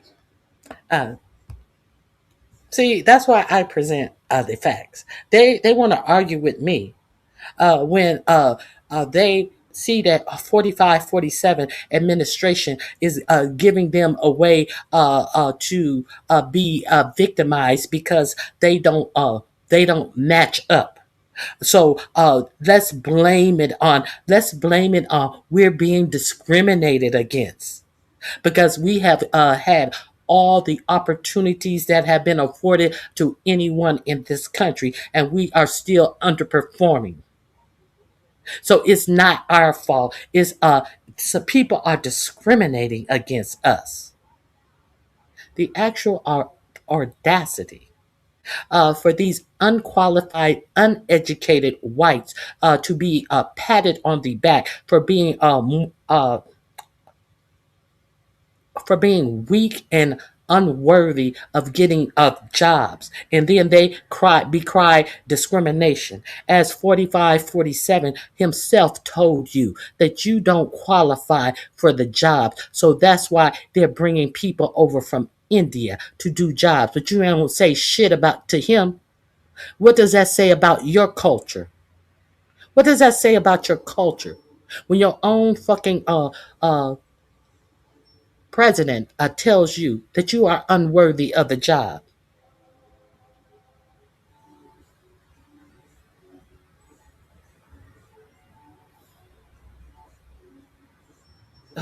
Who cares that you love your black friends? And what? Well, what does you loving your black friends have to do with what I'm talking about? Nothing. Absolutely nothing. Let's continue. All of this, what you're not going to do. You're not going to talk propaganda in here. That's what you're not going to do. So if you cannot stay on topic, do not type in my chat.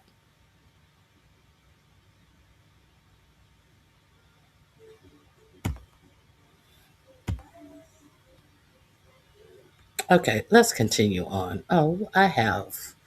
Let's talk about Nikki. Let's uh let's talk about Nikki, why don't we?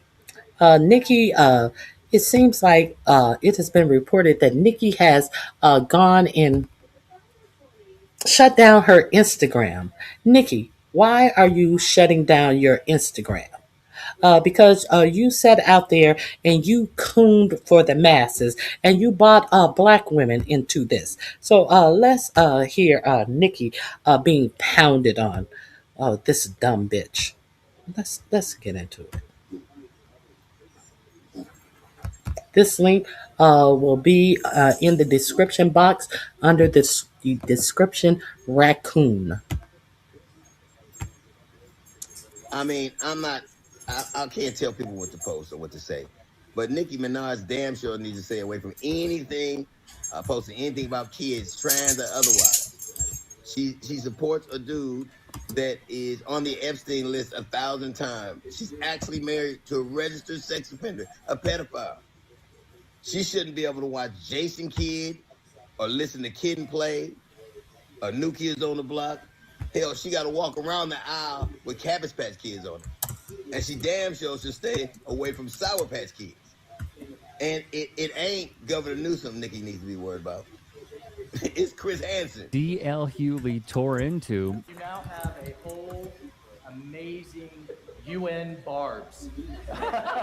We're now in the United Nations barbs. In Nigeria, Christians are being targeted, driven from their homes, and killed. Churches have been burned. Families have been torn apart, and entire communities live in fear constantly, simply because of how they pray. I would like to thank President Trump for prioritizing this issue and for his leadership on the global stage. Barbs, I know you're somewhere listening. I love you so very much. This isn't about taking sides. This is about standing up in the face of injustice. The one and only Nicki Minaj. Nicki Minaj being a Trump supporter is probably one of the less shocking things I have heard this year. And that's simply because if you've been paying attention, I feel like the cracks really started to show in 2020 when she made those comments about the COVID virus and about her cousin. I can't even repeat what she said about her cousin, but you just had to be there. In 2022 or 2023, the Barbs linked up with known white supremacist Ben Shapiro to diss Megan Thee Stallion together. Then on top of that, I don't really remember her saying anything about Kamala Harris last year during her entire campaign. Look, it's been coming. This has been approaching. If you were to ask my opinion on if I think she's being serious or not, I would tell you that I honestly feel she is 50% dead serious and also 50% grifting. This is giving grift. And I'm sure a lot of y'all who have been in online political spaces, you'd agree with me because we can spot grifts a mile away. It has that sense of desperation, trying to get as much of attention as possible. Like it's the tweet after tweet, the retweets, heavy interaction with right-wing political figures. Like we've seen this before. Candace Owens did it. Jeffree Star's doing it. Charlie Kirk was the master of this. I can just tell like her heart is not in it, but her pockets are in it. Good vid here from the new Classic 2020 on TikTok. Tweeting things like this. I wear this as a badge of honor that I am blocked by her. I am so glad to be blocked by her. Like, this is what she's tweeting now. Heroes, the good guys, God bless America. Let's move. What? Let's go. We got to have fun. We got fun to have. What? My sheep knoweth my voice. You know what? Maybe this is a tweet. My sheep knoweth my voice. It is not. It is not a flex to have a follower of sheep's. It is not. Where is that a flex? To have sheep following your voice as you run them off of a cliff. We have seen that over in this in the beef sector of YouTube.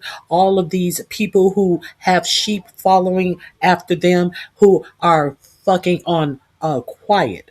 after 45, 47 got in office, as they told all of their sheep why it would benefit them to have 45, 47 in office, and all of the great things that 45 and 47 would do for the economy, and now they say nothing. Now there are first they leave YouTube, and then they are totally quiet. They're back to talking about bullshit to you that will not affect you and how you live your life. But when it came time to talk about something that would affect you and how you live your life, they try to pretend as if they were some above you common black folks, and how much 45, 47 would do for them and the economy. And now they're back to dumb shit because they were dumb all along. Now they have nothing to say. Now you don't hear them waxing poetically about the grandness of 45, 47. No, they're hiding their fur coated tongues when it comes to 45, 47. Now that he's turning America into a third world country. They have nothing. They had nothing when they were talking all of that dumb shit. But they had sheep following behind them. Now all of these well-educated people, they are caught up in the minutia of bullshit.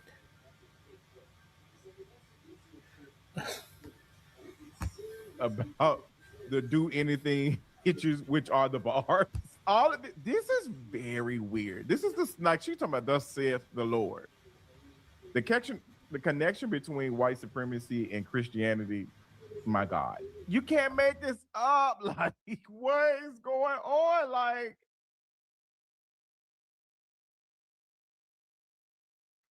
this is not normal behavior. Like, this is not normal behavior for a 40-year-old. Like, this is what she is tweeting. No, it is not.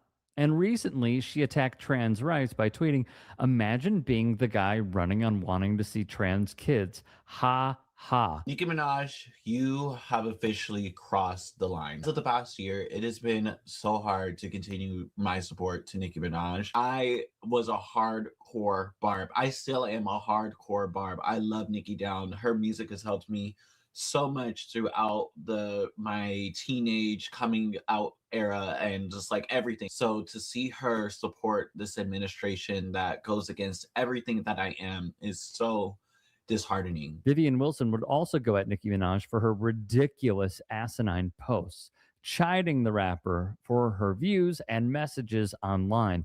Shout out to Wilson, by the way, for using her platform how one absolutely should. So let's break it down. And Nicki Minaj had plenty to say in the past couple of days about Gavin Newsom and trans children, and literally nothing to say about the $500,000 judgment against her that's threatening to sell her house. Nicki started with a little razzle-dazzle against Gavin Newsom and trans kids, saying, "Imagine being a guy running on wanting to see trans kids, haha." Not even a trans adult would run on that. Normal adults wake up and think they want to see healthy, safe, happy kids. Gav out. And then after seemingly clicking through some pictures of Gavin Newsom and feeling a tingling in her loins, she posted this. Gavin is the cute boy who got everything handed to him because of how cute and sexy and hot and smoking he was. Ooh, look at him. Sitting there in his suit with the sneakers on. He thinks he's Tom Cruise. Only difference is his next mission is impossible. He should get another leading role. Then after Gavin Newsom posted an anti-Trump video featuring the Nicki Minaj diss track Hiss by Megan Thee Stallion, Nicki had even more to say. "I hate Gavin's new salt and pepper shake front. I mean lace front. Rip it off." And then more of this nonsense. And then some fan AI generated photos. "Barbs, let's play nice today." And then because she simply cannot take her own advice and sit on her own hands, she added this. "Wanting to see more? Trans kids Newsom, gruesome, haha. Fire victims, nah. Hollywood, nah. Swatting calls to homes with innocent children, nah. Gavin wants one thing, trans kids Newsom. This one made me laugh really loud. LMFAO. Gotta admit I'm funny." Says who? All of this random, unprovoked anti-Gavin Newsom tweeting and pro-JD Vance tweeting has a lot of people speculating if Nicki Minaj was perhaps paid off by the Trump administration in order to get ahead of the 2028 presidential election, and perhaps she was paid off to the tune of $500,000 that she needs in order to not sell her house. What I find rather ironic of Nicki Minaj's, let's say, ill-timed attacks is this. Her husband, Kenneth Petty, had pleaded guilty to failing to register as a sex offender in the state of California. Rolling Stone printed in 2023, Petty took a plea deal the year prior, admitting that he failed to register as a sex offender after he moved to the state with Nicki Minaj following their marriage in 2019. Petty was convicted for the attempted R word in 1994, serving over 4 years in prison. The suit was filed in the U.S. District Court in Eastern New York. The outlet published this revelation. The suit alleges that Nicki Minaj directly and indirectly intimidated, harassed, and threatened the person named to recant her legitimate claim that defendant Petty R-worded her. The next paragraph, Petty would serve 4.5 years in prison after pleading guilty to attempted R-word, which occurred when she was 16. The suit details the 94 R-word as well as nearly 2 decades later, Petty and Nicki Minaj's alleged attempts to have her recant the R-word charge. The desired recantation was spurred in part by Petty's arrest for failing to register as a sex offender when moving to the state, a condition of his 94 conviction. So I must ask, one Nicki Minaj, who is in her 40s, tweeting about a family member's swollen testicles and providing cover for her significant other, who is a sex offender. Why are you talking about trans people so much, Nikki? Are you begging to be in with the Trump family? Are you begging to be in with the Trump admin? I must say,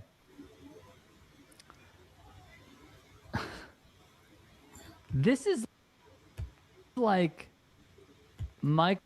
I must say that this is like she needs a pardon from her SA offending husband, and this is something that Gavin Newsom cannot give her. That's what I will say, and that is my opinion on it. Now, way back when, let's go to the way back when show that even Wendy Williams, while she still had her show. Let's see what Wendy said years ago about this stupid heifer. Feud with Nicki Minaj. During Tuesday's Wendy Williams show, the host slammed Nicki for marrying Kenneth Petty, who recently was indicted for failing to register as a sex offender in California. Wendy brought up Nicki at the end of her show, saying she didn't have enough time to do a deep dive on the subject. Well, apparently, the way the show is going today, we did not have enough time to get to Nicki Minaj's brother. But let me tell you something, Nicki. That's going to be my first story tomorrow, and I'm going to lead with this. You should have never married him. Because now you've ruined everything about what your brand could be. Again, you're never going to stand a chance when you're with a man who pulls a knife at rape point. You know, and you're never going to stay a molester. This is also in the link to this is also in my description box under the title Raccoon. Registered sex offender who wasn't even, you're never going to stand a chance with John Q. Public, because there's only one thing worse than touching children and pulling knives, and that's murder. By the way, he did go to jail for manslaughter. TMZ first reported that Petty was arrested by U.S. Marshals last week on an indictment for failing to register as a sex offender. Per court documents obtained by Access Hollywood, Petty pleaded not guilty and was released on a $100,000 bond with a trial date set for April 28. Petty is required to submit to electronic monitoring, and his travel was restricted to Southern California. According to court docs, Petty's criminal history includes a 1996 conviction of attempted rape in the first degree. He was 16 at the time and served almost 4 years in a New York state prison for the crime. He also served another 7 years in New York for manslaughter and was released in 2013. Nicki defended her husband when the news first broke in 2018 in a now-deleted tweet reading, "He was 15, she was 16, in a relationship, but go off, internet. Y'all can't ruin my life. Y'all can't even run y'all own life. Thank you, boo." Wendy came back to the subject on Wednesday's show, pivoting her topic to be not so much about Nikki. Here's the thing. We're still going to talk, but there's a bigger picture than Nikki and her husband as a sex offender and her brother in jail for offending. The bigger picture is, what do we do about our kids? The host then brought on Billy Stanton, who she called a crime expert, to explain how the registry of sex offenders works. Well, it may vary from state to state, but in general, when you're a convicted sex offender, you file with the state, you give them your name, your address, a DNA sample, your fingerprints, all that good stuff so law enforcement could track you. Now, if you move, it's incumbent upon you to notify your new place of residence, the law enforcement, what you are, who you are, so then they could track you too. Is there jail time if you don't register?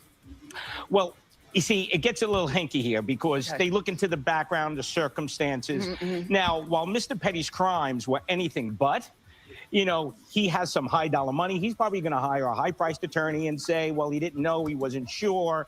So my guess is he's not going to do any real hard time. Wendy has previously been critical of Nicki's marriage to Petty. The rapper responded on Queen Radio last November for comments Wendy made about Petty's criminal history, saying, "It's not about doing your job. There are people who report the news and there are people who do it with an evil intent in their heart. Viciousness. And I pray for you because I know you're hurting and I know you must be sick and humiliated. I didn't know that in our society you have to be plagued by your past. I didn't know that people can't turn over a new leaf. I didn't know that your viciousness and evilness was this deep-rooted." Okay, that is the bullshit of it all. Now, I talked about her neighbors wanting her out. I mistook her neighbors wanting her out because that is a true fact. So her pedophile, what is it? Her SA husband didn't register as a sex offender. Let me correct the record. Now, let me share this with you about her neighbors and their the neighborhood where he didn't register as a offender. Let me share. This is also in Raccoon under the title Raccoon. Nicki Minaj's neighbors are banding together to try to get the rap superstar and her convicted felon husband, Kenneth Zoo Petty, out of their ritzy community. This link is in the description box.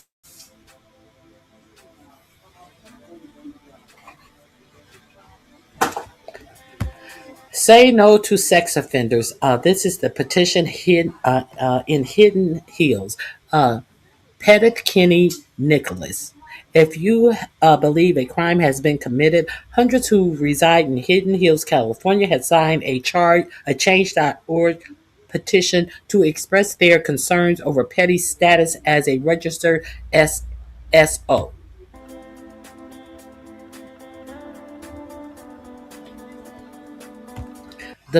The plea began circulating online back in December of 2022 after the super bass artist reportedly purchased a $19.5 million estate in the upscale neighborhood.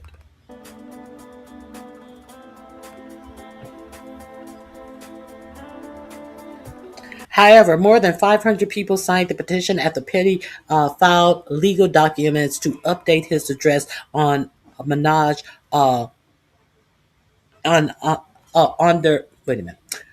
filed legal documents to update his address on the Megan's Law website, according to TMZ.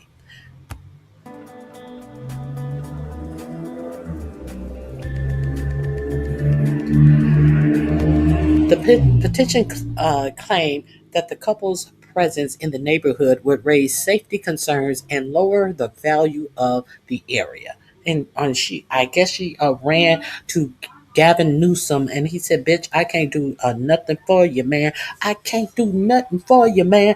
I can't do nothing for you, man."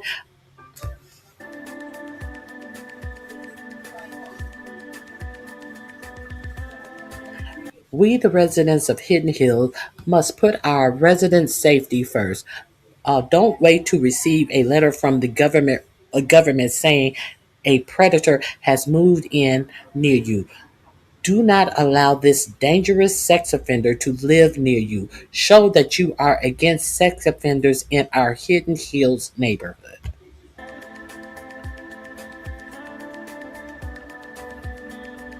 And I quote,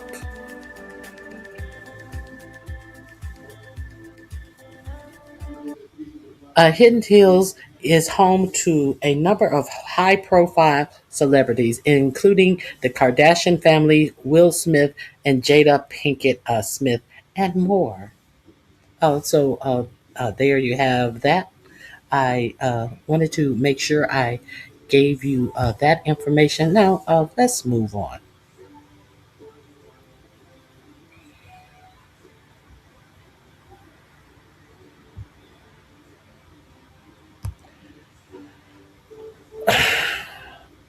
I love this episode. The Barbs was mad at Wendy and she stood on business. I've never liked her as well. Every time you say raccoon, it makes me laugh. I don't know why. She is the pure raccoon. It's not funny. It's very sad, actually. A whole raccoon out here. Okay, so let's continue. Good for the neighbors wanting to keep their children safe. I concur. Okay, so let me. I have some more things that I wanted to share with you. Um, let's. If y'all haven't seen Reese Colbert drag Nicki Minaj, we are about to see Reese Colbert drug her by her skull. Let's get into Reese Colbert's drag of Nicki Minaj, shall we? I, I, I, I must show you guys this. Let me find Reese Colbert. Oh my God, it was just everything. Let me find. Hold on one second. Hold on one second.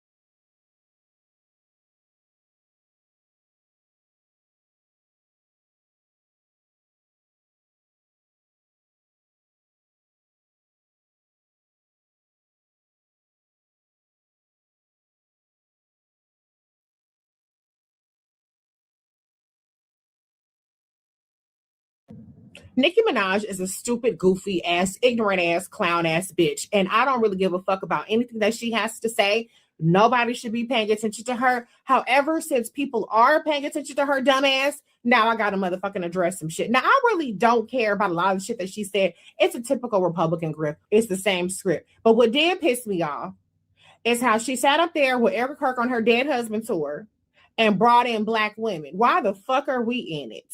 For her to sit up there and say, well, if black women didn't feel good about themselves, then why would they turn around and try to make a white woman feel bad for herself because she looks good? Bitch, what?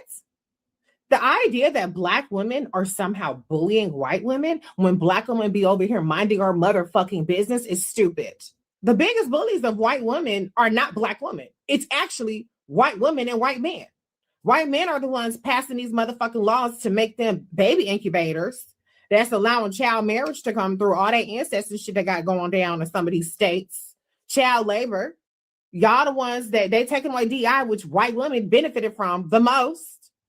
So why the fuck are black women in it? If you go to any discussion that black women are having about black beauty, don't involve white women. If you go pick up a fucking Essence magazine, Epic magazine, Jet magazine, whatever the fuck, we over here mind our black ass business, talking about our hair, our face, card never declining, and the things that worry us.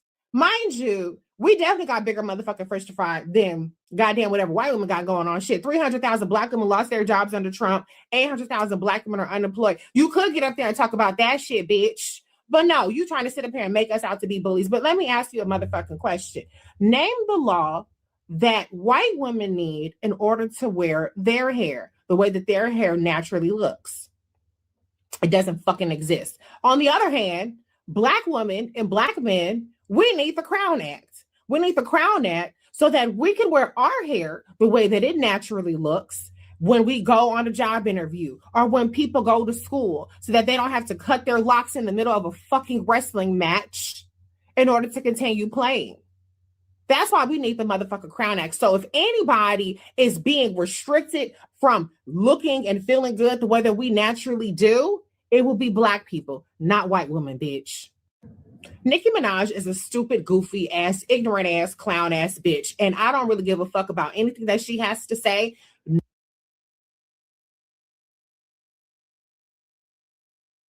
Of course, this will appear under the title Raccoon in my description box. What is his name? Her co-host's name. Let me see if I can find them discussing this on their actual show. Clay somebody, and let me see.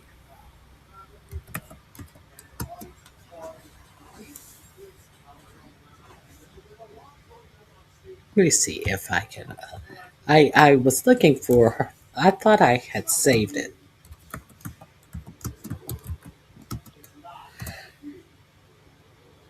Oh, here it is.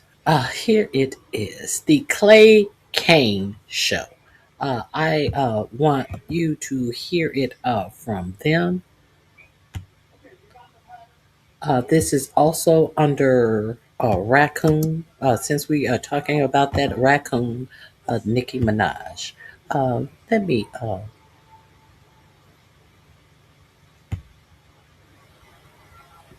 Let me play this for you.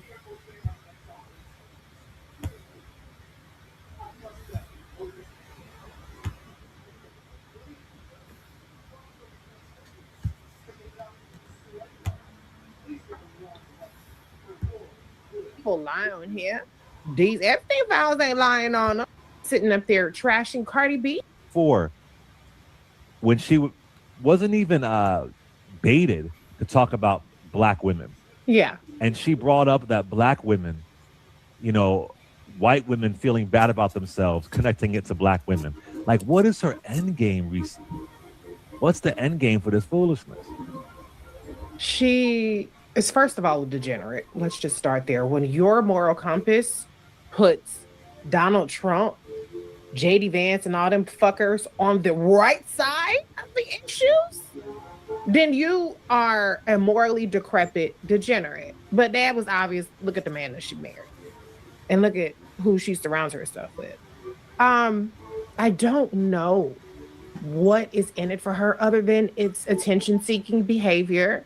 She has spent most of this year crashing out, attacking, tormenting, sicking her equally demented fans on Black women like Megan Thee Stallion.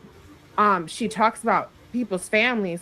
She was sitting up there trashing Cardi B's children. She is a fucking loser. She has severe issues. I don't even want to say mental issues because I don't think that's even fair to people who have mental issues. Right. To say that. Right. She has character issues. She's chosen. Character is what you choose to do. Who you choose to be. Mental issues, okay, you can't always help that. But you choose your character. And her character's fucked up. It's gross. So the idea that Donald Trump is a victim. Donald Trump, if you already brought up the exonerated five, calling for their death and standing on it over and over and over again to this motherfucking day. This man has been held civilly liable for defamation of a person that he was held civilly liable for sexually assaulting. That's the character. That's the nature of this person. A person who, but for being reelected for some fucked up reason in this country, was under indictment and for 90 charges, already convicted of 35, which related to his lies. Again, the biggest fucking liar to ever hold the fucking White House is the person that you say people lie on him. These Epstein files ain't lying on them. Everybody lying on Donald Trump. Bitch, please. So it's disgusting to me because she, who's always been a fucked up bully. I was done with her ass when she was on American Idol with Mariah. And she was bullying Mariah. That's how long I've been off Nikki did. Fuck her. But she's a big bully. And like most bullies, they find a way to, as they are tormenting people, as they are wreaking havoc, make themselves out to be the victim. Somehow she is a fucking victimized white man who's had to apologize for being whatever the fuck all this time. And now she feels free because she's surrounded by a bunch of unhinged batshit detached from reality dumb motherfuckers too. The only thing is they know that she's the bitch and they are entertaining. Erica Kirk, bitch, you are a circus for her. You are a circus for all these white folks. Just like you were a circus with them wigs and shit and all the Barbie and all that bullshit, Roman's Revenge, bitch. And the you were a chicken circus wing thing. necklace. Remember that chicken wing necklace? Chicken wing necklace, child. Yeah. Mm-hmm. And I'm not, look, team wig, whatever. I'm just saying you're a clown, bitch. You're a clown ass bitch, and you're the fucking monkey dancing on stage for the white folks at Turning Point USA. And they're all fucking laughing at you. You served your purpose. Now scurry along, ho. So she should be embarrassed, but her actions for all these years have shown a person who has, I'm not gonna say mental, character issues. This is who she is, and that's all that she has left to offer. And that is sad. That is sad that a person who, I don't want to say she has talent, but the bar isn't very high. Okay, in terms I of think getting she can rap. I mean, you know, she, it's questionable what she wrote She ain't Lauryn versus Hill. somebody else. Well, what she wrote versus ghostwritten, whatever, I don't know. But my whole point is that she could have just stuck to rap. You know, she had I feel like it was this year or maybe it was last year. She had a sold out tour, arena tour. So, bitch, you could do other things, and you all the things that you could choose to do, you choose to be trafficking in anti-black rhetoric. You choose to be transphobic. You choose to be homophobic. You choose to be fake Christian, and you choose to align yourself with people who are so depraved that a once prestigious news institution had to be taken over by a sycophant fucking idiot to block factual reporting on their depravity. We're talking about Barry Weiss that I talked about earlier, a sycophant that has been taken over a news agency. That's who you're with. So fuck her forever. It's been fuck her for me. But you cannot, and I'm saying this more and more these days, you cannot gaslight people to ignore reality. You know, yes, you can play on people's racism and all that kind of shit, but the reality that we're all experiencing, you can't gaslight people away from that shit. Let me just say this to Nicki Minaj. I interviewed her once, by the way, many years ago, backstage at the Roseland. Yeah, she was doing a show with the Roots. They were doing a joint show together many years ago. Nicki Minaj, you know, Turning Point USA and that audience, that crowd, they don't love your artistry. They don't love your rapping skills. They don't love your lyrics. You're just useful to them. You're disposable to them. Mm-hmm. That's what you are. And we've all seen how the story ends. When they get tired of you, when they dismiss you, I doubt Erica Kirk can name one Nicki Minaj song. Me too. Outside of Starships, if that. I doubt nobody in that audience supports your music the way people outside of that audience supports you. Yeah. And I would be remiss. I'm not going to be remiss because I have said the same exact thing about that raccoon Snoop Dogg, Rick Ross, total raccoons. Ice Cube having the nerve to act as if 45, 47 is the only person he could take his agenda to be heard, but he couldn't enunciate anything about this agenda when talking about the agenda, only that he could take it to 45, 47. Ice Cube as well. He couldn't expound on this alleged agenda, but he couldn't take it to Harris. Him as well. Let me tell you something. The black dollar put all of these people on.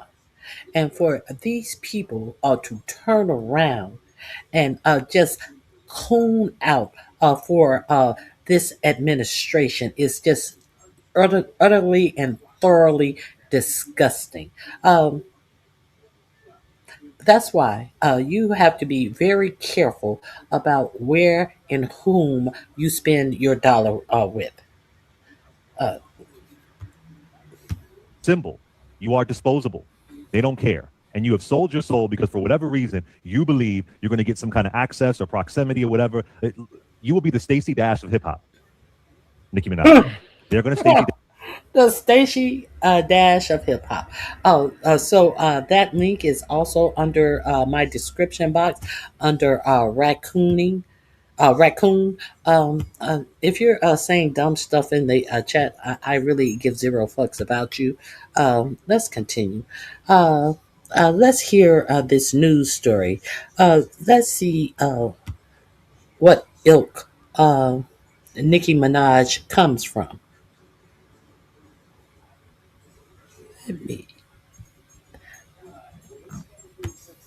Let's see what Nicki is made of. This is under the description raccoon as well. 5 o'clock, the brother of rap star Nicki Minaj convicted of sexually assaulting a young girl inside his home on Long Island. That verdict coming down late this afternoon. Eyewitness News reporter Kristen Thorne first alerting us on Twitter and on ABC7 NY app. She joins us now live in Mineola with the decision that stunned the defense.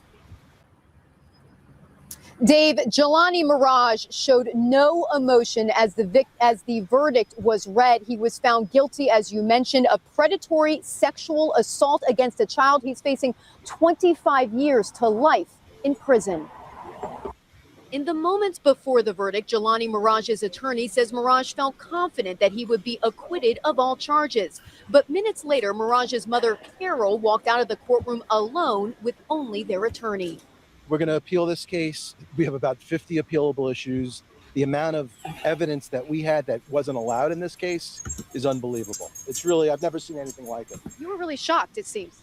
I am shocked. Prosecutors say Mirage in 2015 repeatedly had sex with his then 11-year-old stepdaughter. They say he threatened the girl if she didn't comply. The defense said it was all made up, a scheme to extort $25 million from Mirage's famous sister, Nicki Minaj. Attorney David Schwartz says Mirage was stunned when the verdict was read. He whispered a few things to me, and I told him it's going to be okay in the end. Jurors say they had some questions at first about whether Mirage really was guilty, but ultimately they say the decision to convict him wasn't hard. What was listening to the testimony. It was hard. What made it hard? Listening to the witnesses and what they were bringing up, it was not easy to listen to. Another factor that may have played a role in the jury's decision was the fact that Miraj's DNA was found on the victim's pajamas. The defense argued that that DNA was placed there by the victim's mother as part of this elaborate scheme to get money out of the family. Schwartz says Nicki Minaj supported her brother throughout the trial. So, if she's already married to him, she's already in the family. She doesn't already have access to the money. She has to go to those measures to benefit from being married to Nicki Minaj's brother, and Nicki allegedly supported him all the way. So this is the ilk of which Nicki comes from.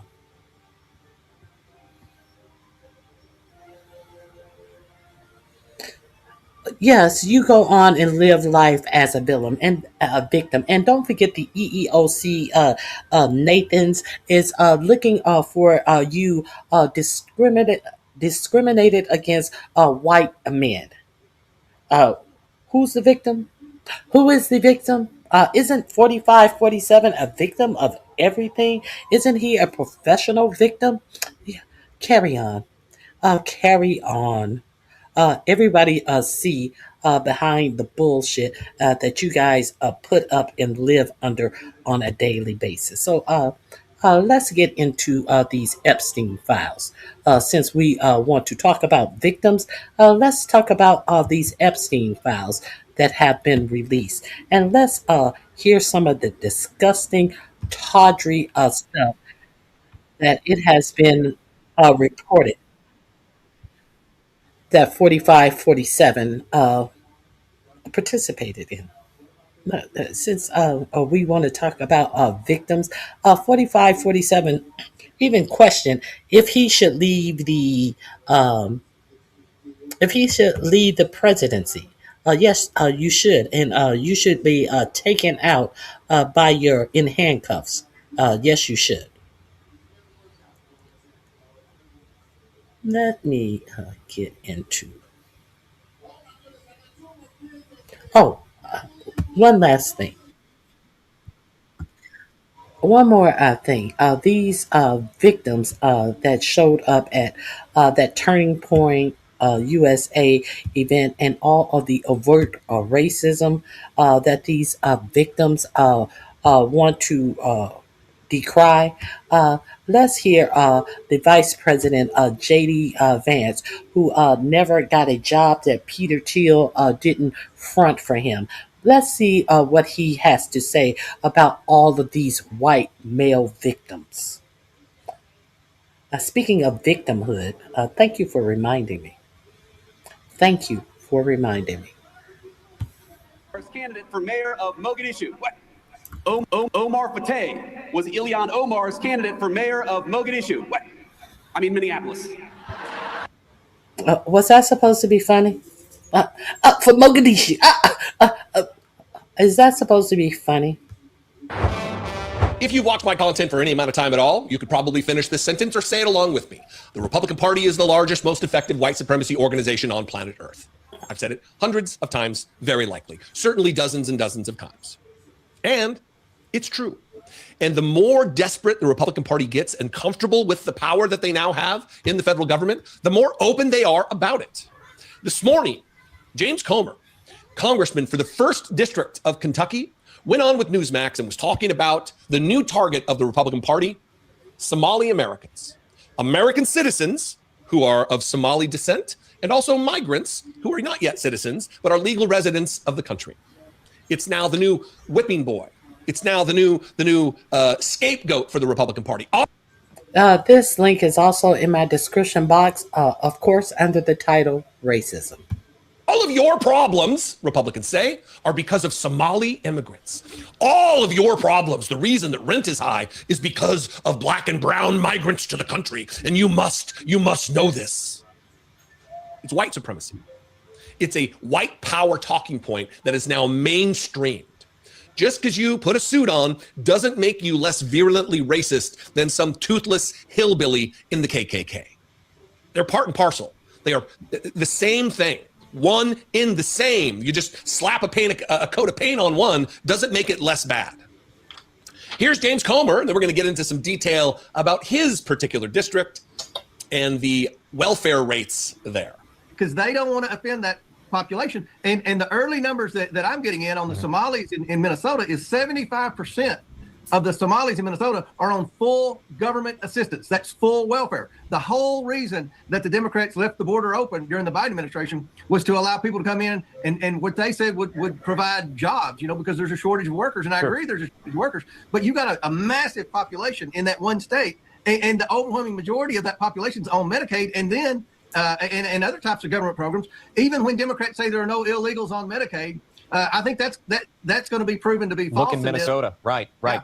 Chairman. Okay, first of all, those figures, just based on his wiggle room language, his weasel language, his uncertain language, those figures are lies. And what's interesting about this is it's another thing. It's just like Ronald Reagan. He had a campaign event, I think, in Hollywood, Mississippi, where he talked about welfare queens and really just put a nail in the coffin, just solidified the Southern strategy in the 80s.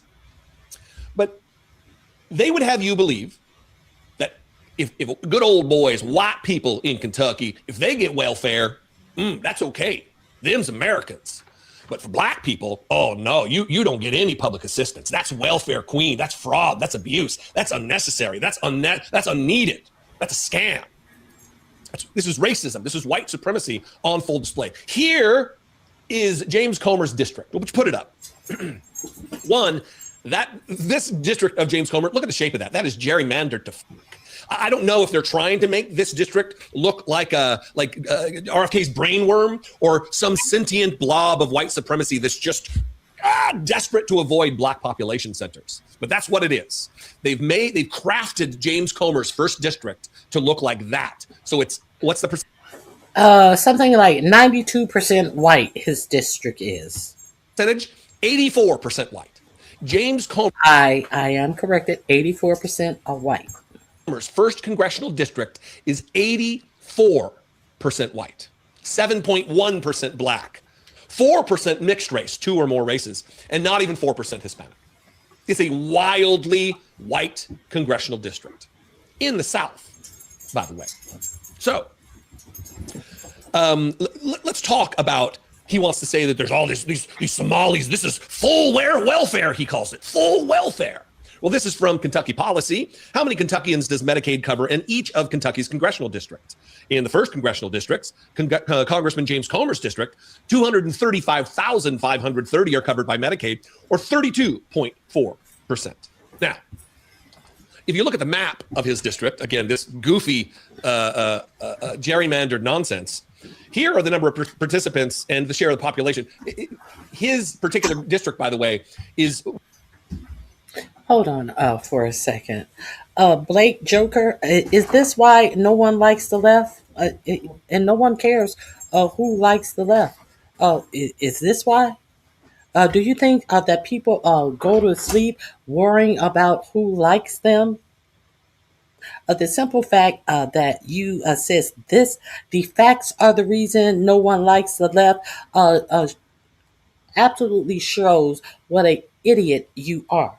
Because you cannot talk on the facts that are given to you right now. You can just get mad and think that someone cares about the ilks of you liking them. When we see what the right likes. And you think that we care that no one likes the left? And is everyone with common sense considered to be the left? So anyone who talks about this administration, like this administration wants to put everyone on a terrorist, domestic terrorist watch list, and those who don't like it, we don't give a fuck what you like. Nobody gives a fuck what you like. We give a fuck about the actual facts, bitch. Way over the average of people living in poverty. But he's not whining about that here because his district is nearly 90% white. 235,530% under 19 who are covered by Medicaid. 38.4% of people under the age of 19. Percent 19 to 64, 51% of those age 19 to 64 covered by, and percent ages 65 and older, 10.2%. Not a problem because they're white, though, in the mind of James Comer. But if you're black and on welfare, you're lazy and you need to get a job and you're leeching off the system. This is by design for the Republican Party. It's so much by design that the Vice President of the United States is also doing this new attack, the new thing. It's not Haitians in Ohio, remember? They're eating the pets. They're eating the dogs and the cats of the people that live there, said Donald Trump and got elected for it. J.D. Vance is also... And he got that from this fat fuck who never saw a free dollar, a free job from Peter Thiel, a campaign supported by Peter Thiel's money. Peter Thiel, who is actually a gay gentleman. But everybody is supposed to pretend like they see they don't see anything wrong about this. Now a devout Christian man sucking the peen of Peter Thiel to all the way up to the vice presidency. This motherfucking charlatan of Peter Thiel, who is next in power of the United States. But now all of a sudden, all of these Christian white people have absolutely nothing to say about gays. Isn't that part of your religion? Is it only trans that is against the Christian religion that you guys want? You guys won't open your mouths against gays. Isn't that a staple of the Christian religion as well? Let's continue. So now attacking Somalis in Minnesota, saying that the mayor of Mogadishu, Minnesota, a little Freudian slip. Remember this from this weekend at America Fest? The racist Charlie Kirk's racist outfit having a racist convention, America Fest. Remember this. Now, the Democrats are already talking about 2028, and it looks like they're going to nominate a California liberal who's presided. A California liberal who's presided over rolling blackouts, open borders, and unchecked violent gangs. Okay, so now we are to believe that J.D. Vance is supposed to be the next in line. Erica Kirk already came out in this Turning Point USA convention and said that she's putting her support behind J.D. Vance in 2028. So if that's so, who will the Republicans be putting the nomination in the hands of?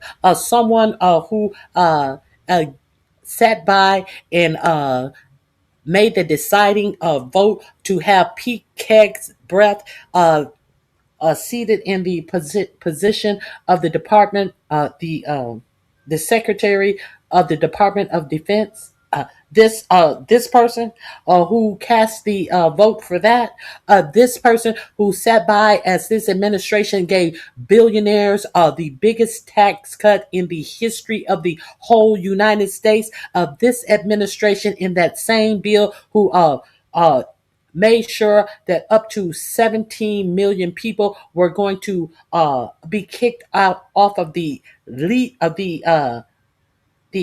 health care for poor people, Medicaid. This person who sat by and let be passed in that big bill, billions of dollars are cut to SNAP to feed the poor.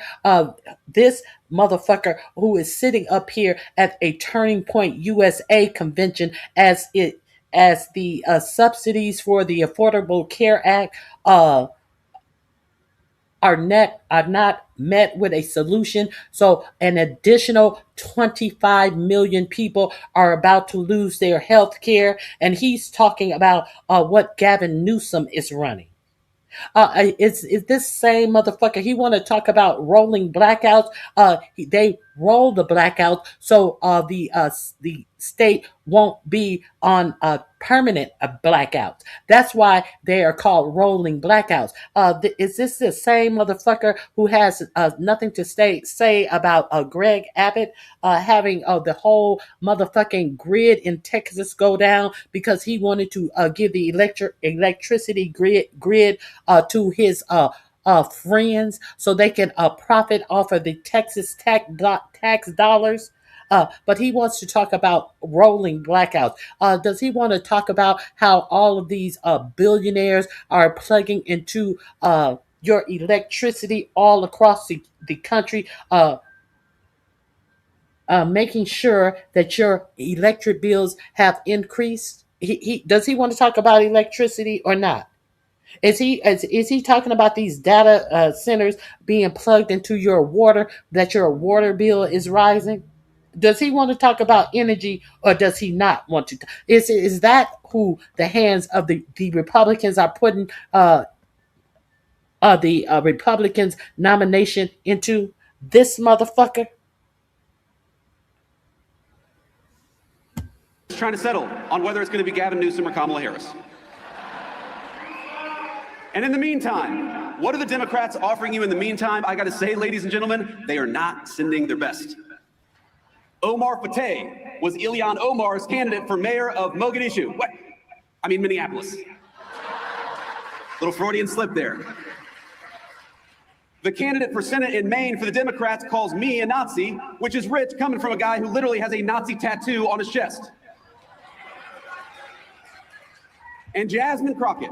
So you have a problem with Nazi tattoos on the chest of people, but you have nothing to say about that Christian nationalist tattoo on Pete Kegsbreth's chest. That is a white nationalist tattoo.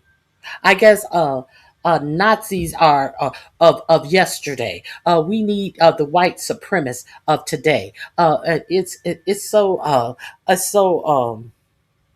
that is so old and ragged. Nazi tattoos. We are into the new white supremacists of our day, and we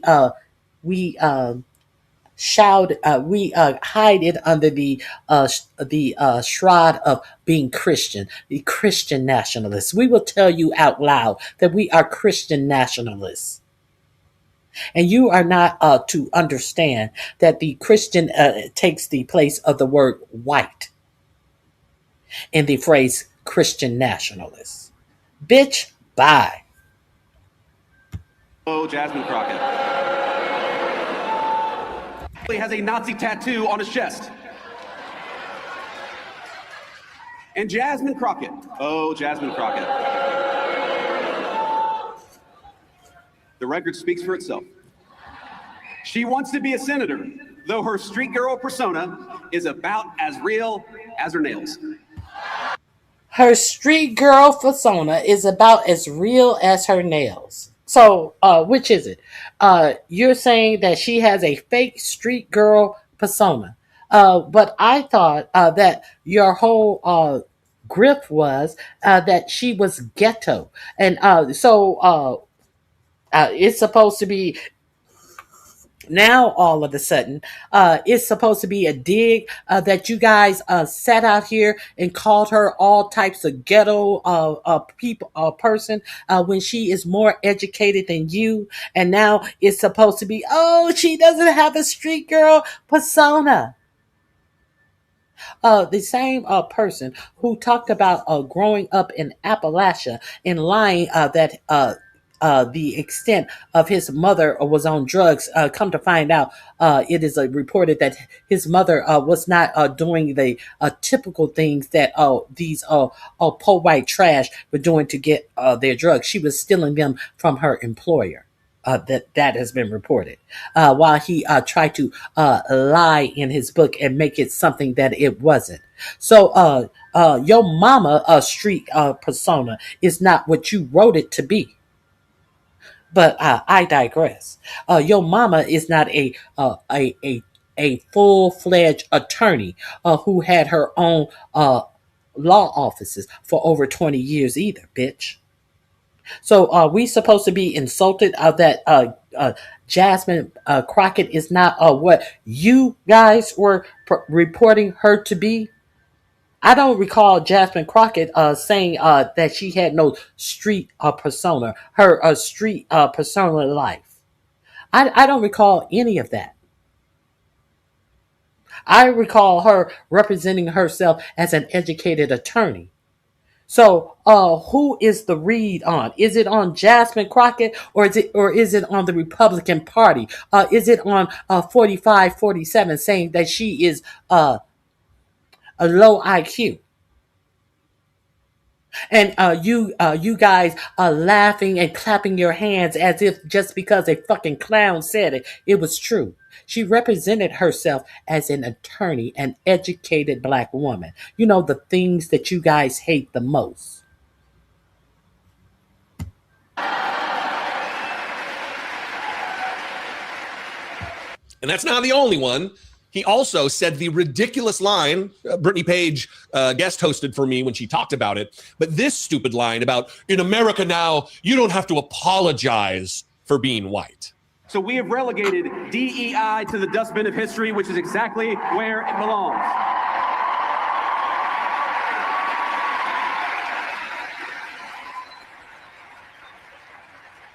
In the United States of America, you don't have to apologize for being white anymore.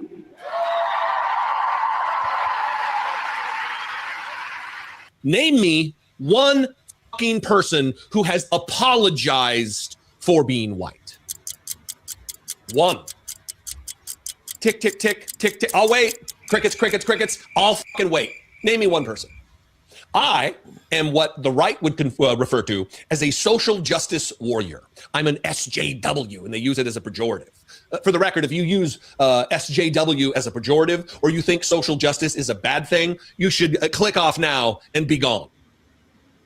It is not. We should all be working toward a more just country relative to racial justice, relative to social justice. But even me, SJW extraordinaire, a guy who promotes the idea and tries to advance the policy of reparations for the descendants of slaves in this country. Even me, I don't apologize for being white. I don't feel guilty about slavery because I didn't have anything to do with it. Do I feel bad? Do I feel horrible that I live in a country that put a mass of people through rape and murder and torture and suppression of rights and oppression under color of law? Yeah, I feel bad about it. But feeling bad that something happened doesn't make me feel guilty about it for the color of my skin, for the tint, the hue that I happen to reflect light, whatever frequency that is. I feel horrible about the Holocaust, but I don't feel guilty about it because I didn't have anything to do with it. These people create a false boogeyman. They're so afraid of everything that isn't even a threat. They want you to believe that people are apologizing for being. It's the same thing with the Merry Christmas bullshit. We can finally say Merry Christmas again. Obama stopped us from saying Merry Christmas. Yet we've got, I just played a video a week or two ago of Obama saying Merry Christmas like 30 dozen times. It's not an issue for the Republican Party in order to whip up the racist base. Remember the fake Happy Holidays and the war on Christmas shit? As Fox News now is touting out Happy Holidays all over their programming, and they say nothing. It was the war on Christmas because Barack Hussein Obama had us saying Happy Holidays. Now the war on Christmas is over. When Barack Obama is a Christian, a practicing Christian, they wanted you to believe that he was a Muslim. And let's not get into all the Islamophobia of this administration and of this party. In a country where that was developed so you could practice any religion you want to. And they are trying to scare you with they are trying to scare you about anti-Semitism as they stand up proud and tall in their Islamophobism.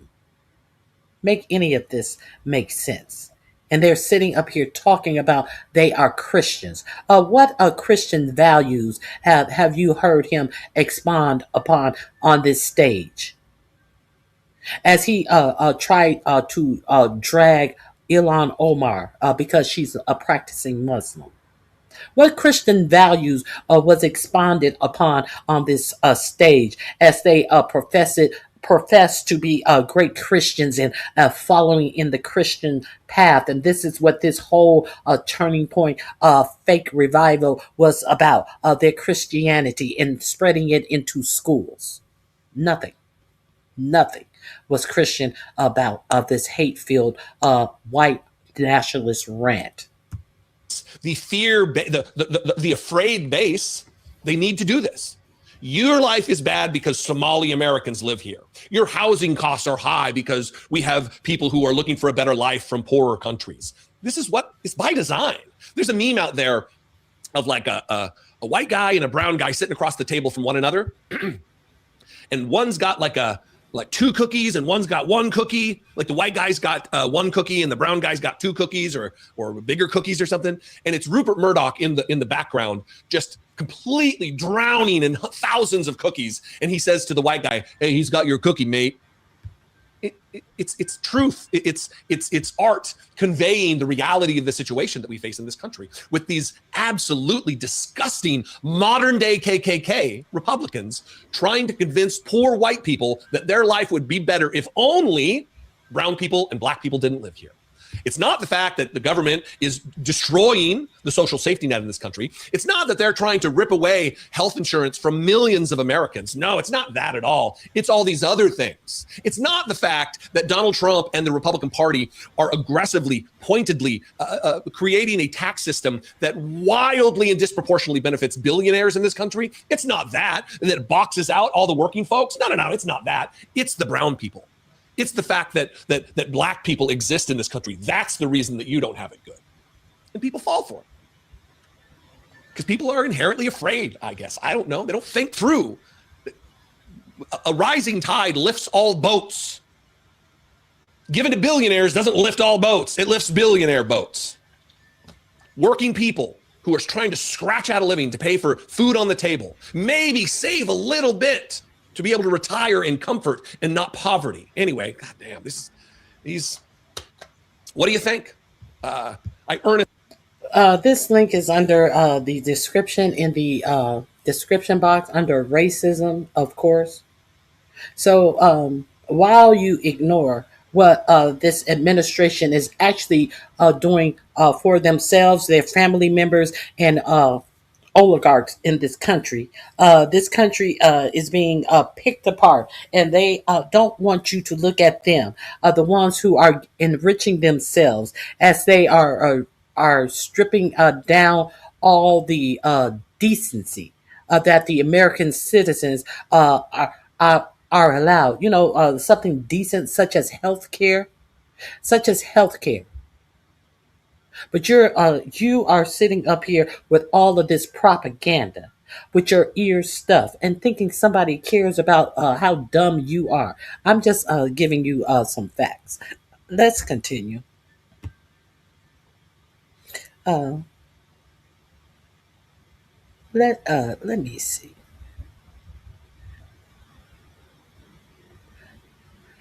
Now, all of you who were breaking a short time ago, all of you who were clutching your pearls behind Donald Trump defying an order to not put the National Guards in Washington, D.C., and then a Afghan who the Trump administration gave the right to stay in the United States of America, shot two National Guard troops who he already knew were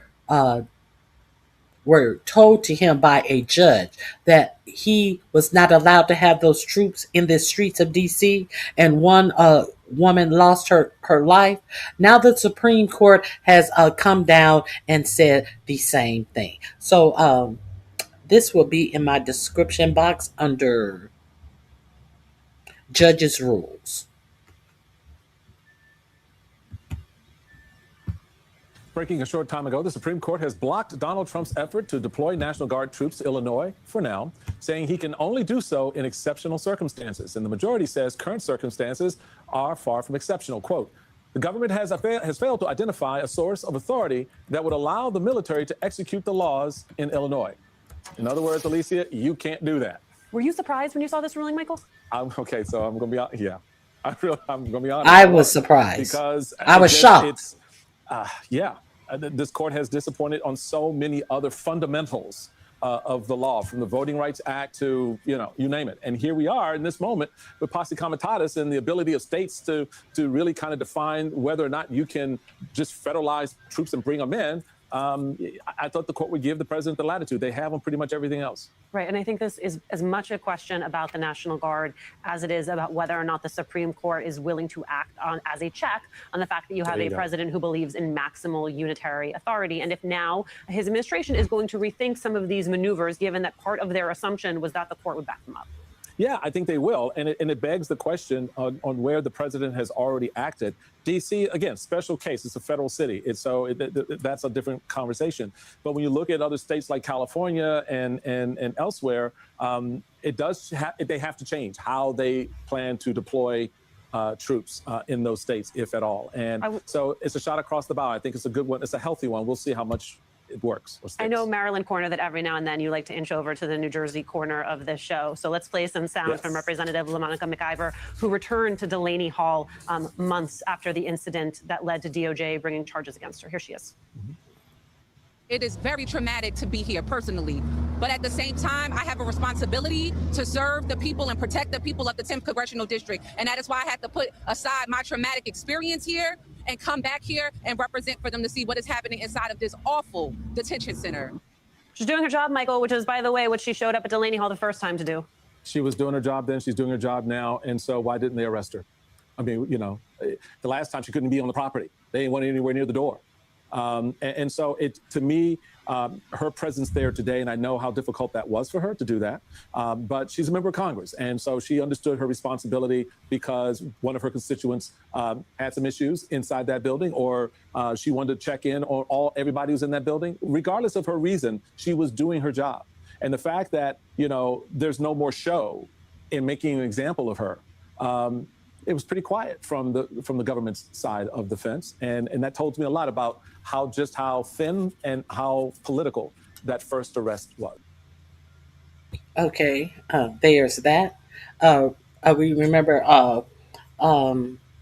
Christine Noem's buddy came out and lied about the conditions and about what was going on and why the mayor of Newark was arrested, as well as this congresswoman, and it was total lies. The same Trish McIver, whose husband was awarded a emergency contract that was supposed to be bidded on by many people, and they just handed the contract, over 260 some billion contract, to McIver's husband, who just established a business in a post office in Delaware 2 days prior to being awarded this 60 some $1 million from the Department of Homeland Security. McIver is the spokesperson for Kristi Noem, who comes out all hoarse and telling all of these lies about what your eyes see ISIS doing, and she comes out and tell you your eyes didn't see what they thought they saw. They saw this lie that she tells. This is your administration. This is where your tax dollars are going. But you have no problem with any of all of that. Because, it's black and brown people. Why would you? Let's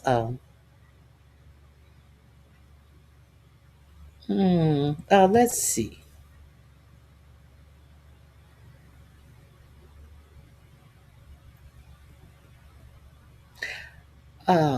What do I want to...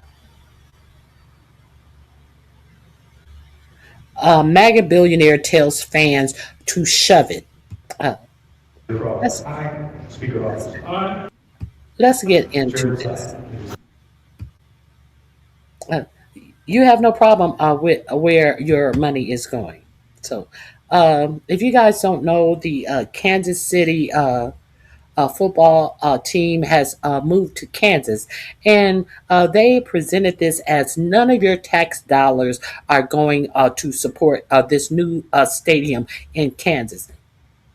Now, Kansas is jumping up and down and telling you why it is so good that the Chiefs Stadium will be in Kansas. So, what I want to know is how many of you regular people is this going to affect? How many of you regular people who live in Kansas in this economy are excited that you are going to be able to buy $400 to $600 seats in the nosebleed section of this stadium? How many of you people in Kansas are going to be buying these tickets? How does it affect you and how you live your life? It well, at least they're not using your tax dollars to build this stadium. This the owners who are worth oh, how many billions? I think over $26 billion the owners are worth, and this is like a $2 or $3 billion stadium that they are building. But they tell you none of your tax dollars are going to build this stadium.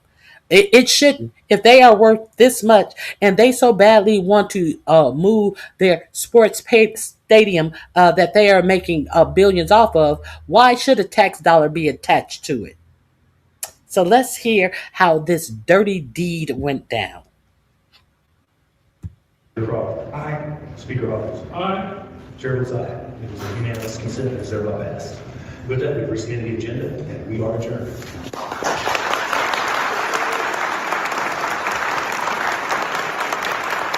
And just like that, it looks like the end of an era for one of the most storied stadiums in America. The Chiefs announcing they will move from Kansas City, Missouri, just across state lines to play in Kansas starting in 2031. Arrowhead is famed for its electric atmosphere, 3 Super Bowl winning teams there. The Chiefs are moving to the state of Kansas, though some, like the President of the United States of America, always thought the Chiefs were in the state. We are turning Kansas into a national center for sports and entertainment. We are making Kansas a tourist destination for the region, for the nation, and for the world. The economic impact of all of this is massive. The new stadium will be in Wyandotte County. It will be a world-class facility. The envy. We're making Kansas into an entertainment center. There's no place like home. There's no place like home. There's no place like home. Everybody is going to want to be going to where? Kansas. Okay, I believe that. Of professional sports. It will be surrounded by an entertainment district to beat all entertainment districts, hotels and restaurants and bars and more. Game day will be all day. And there's more, a lot more. The Chiefs will establish a new team headquarters and a brand new practice facility in Olathe, Kansas. Governor Laura Kelly hyped it up, but really, we are big dreamers, and my family and I have devoted our lives to making big dreams come true. The state of Kansas came to us and told us about their big dream. It's a You're big dreamers with big billions. So who's paying for this? state-of-the-art stadium, a world-class training facility, a new team headquarters, and a vibrant mixed-use development. It's a public-private partnership whose primary beneficiaries are the citizens of the greater Kansas City area. It's a big dream, and today is a major step in making it a reality. Don't get me wrong, we have a lot of work to do. We should focus on this man, CEO and chairman of the Kansas City Chiefs, Clark Hunt. Plus, this is going to be amazing, right? This is already a top shelf experience at Arrowhead, but you're going to have better traffic experience. You're going to have a better tailgating experience. You're going to have a better seat, better view. And there's just going to be amazing things happening in Kansas. And the other person to congratulate is the Kansas taxpayer to pull this off without raising a single tax, not a penny raised in new tax. It's all built on growth. So congratulations all around. Thank you guys for celebrating with us. God bless you. God bless the great state of Kansas. Senator Ty Masterson. Of course, the team brings a lot of excitement, and you got to love the economic potential for our state and the region. But what also makes this opportunity unique is that Star Bonds ensure that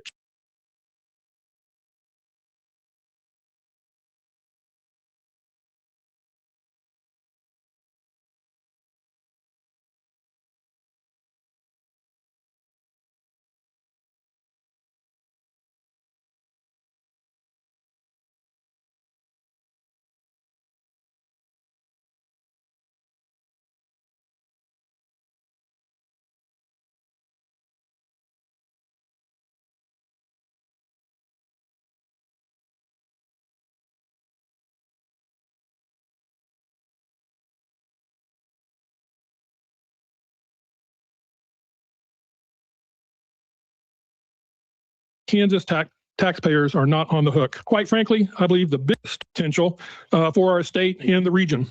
But what also makes this opportunity unique is that STAR bonds ensure that Kansas taxpayers are not on the hook. Quite frankly, I believe the biggest economic win for our state and the region.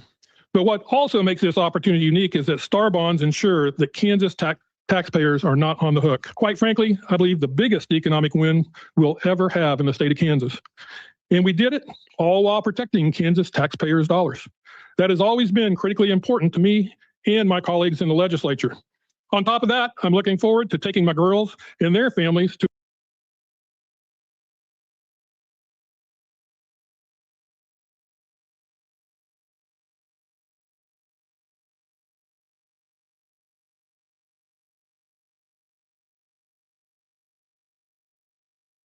a Chiefs game right here in Kansas. And Rep Daniel Hawkins, because they are in on it. What exactly do I mean? While those politicians tell you they are protecting your hard-earned dollars that you surrender during tax season, Eben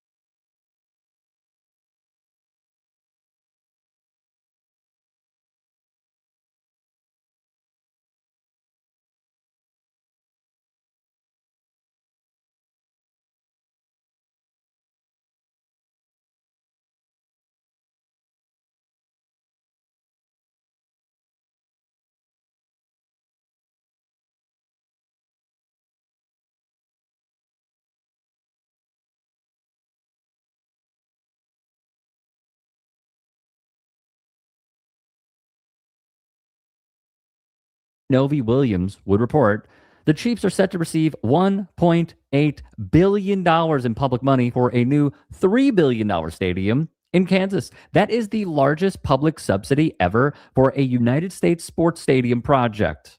More coming for practice facility too. Well, isn't that great? Front Office Sports would also report that 70% of this is publicly funded. For the record, that number has been floated at 60% by the governor. Nonetheless, do you know how much the Hunt family is worth? $25 billion per fortune. $25 billion, guys. Now take this into consideration. Why does a family worth $25 billion, a MAGA family, need to take $1.8 billion from public money? But I see no comments about the left in here now. Where are all the comments about the left? They are going to turn this into some big entertainment center.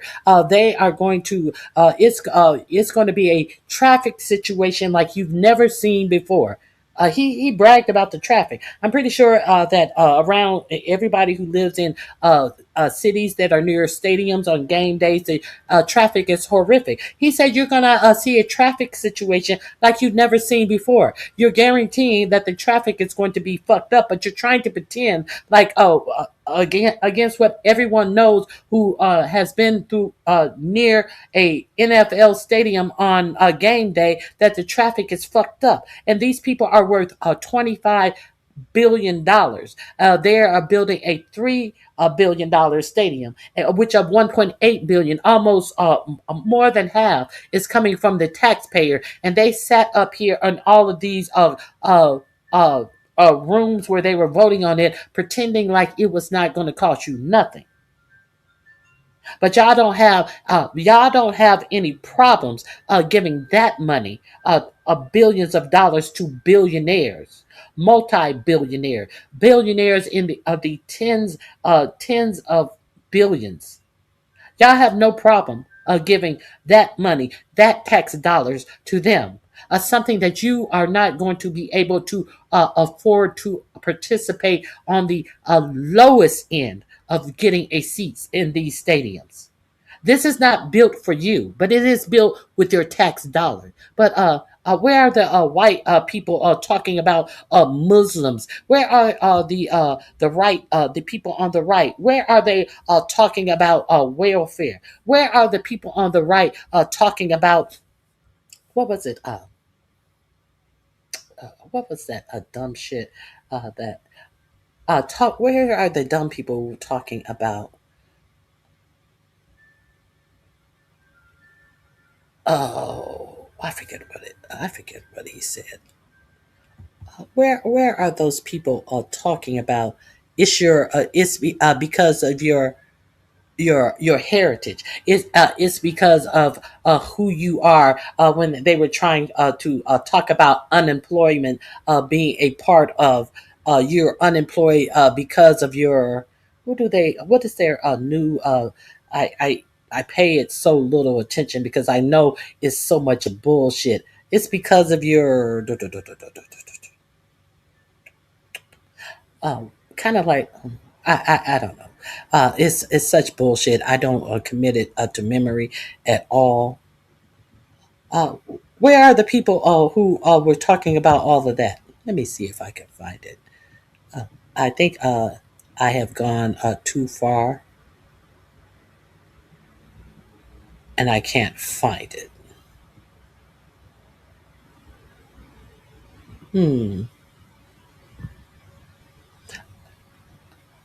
Where are the people who's talking about it's because of your culture? So, what is the culture of these non-white?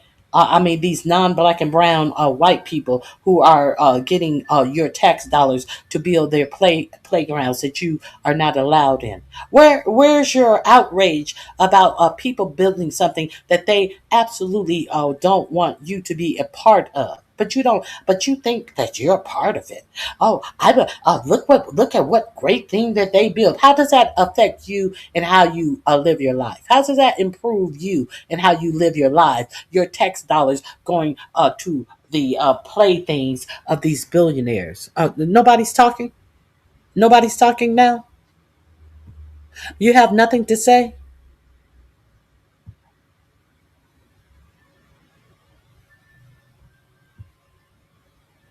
Exactly, Rockwell. So, look. You can hear a rat piss on cotton now. You can hear a rat piss on cotton now. Let's wind this up.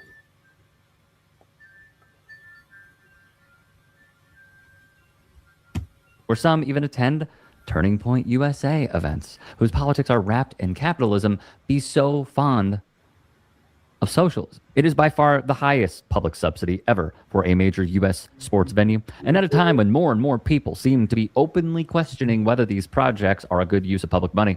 That said, despite pushback from economists, think tanks, politicians, and, as happened with a prior Chief Stadium proposal, voters, money keeps flowing to multi-billion-dollar franchises. This comes after Missouri voters rejected a plan to extend the sales tax to fund a new Kansas City Royal Stadium and $800 million worth of renovations to Arrowhead.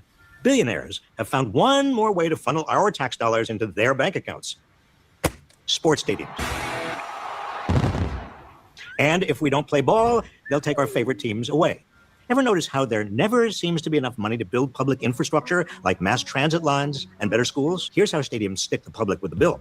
Step number 1, billionaire buys a sports team. Step number 2, billionaire pressures local government. Since 1990, franchises in major North American sports leagues have intercepted upwards of $30 billion worth of taxpayer funds from state and local governments to build stadiums. As a University of Chicago economist aptly put it, if you want to inject money into the local economy, it would be better to drop it from a helicopter than invest it in a new ballpark.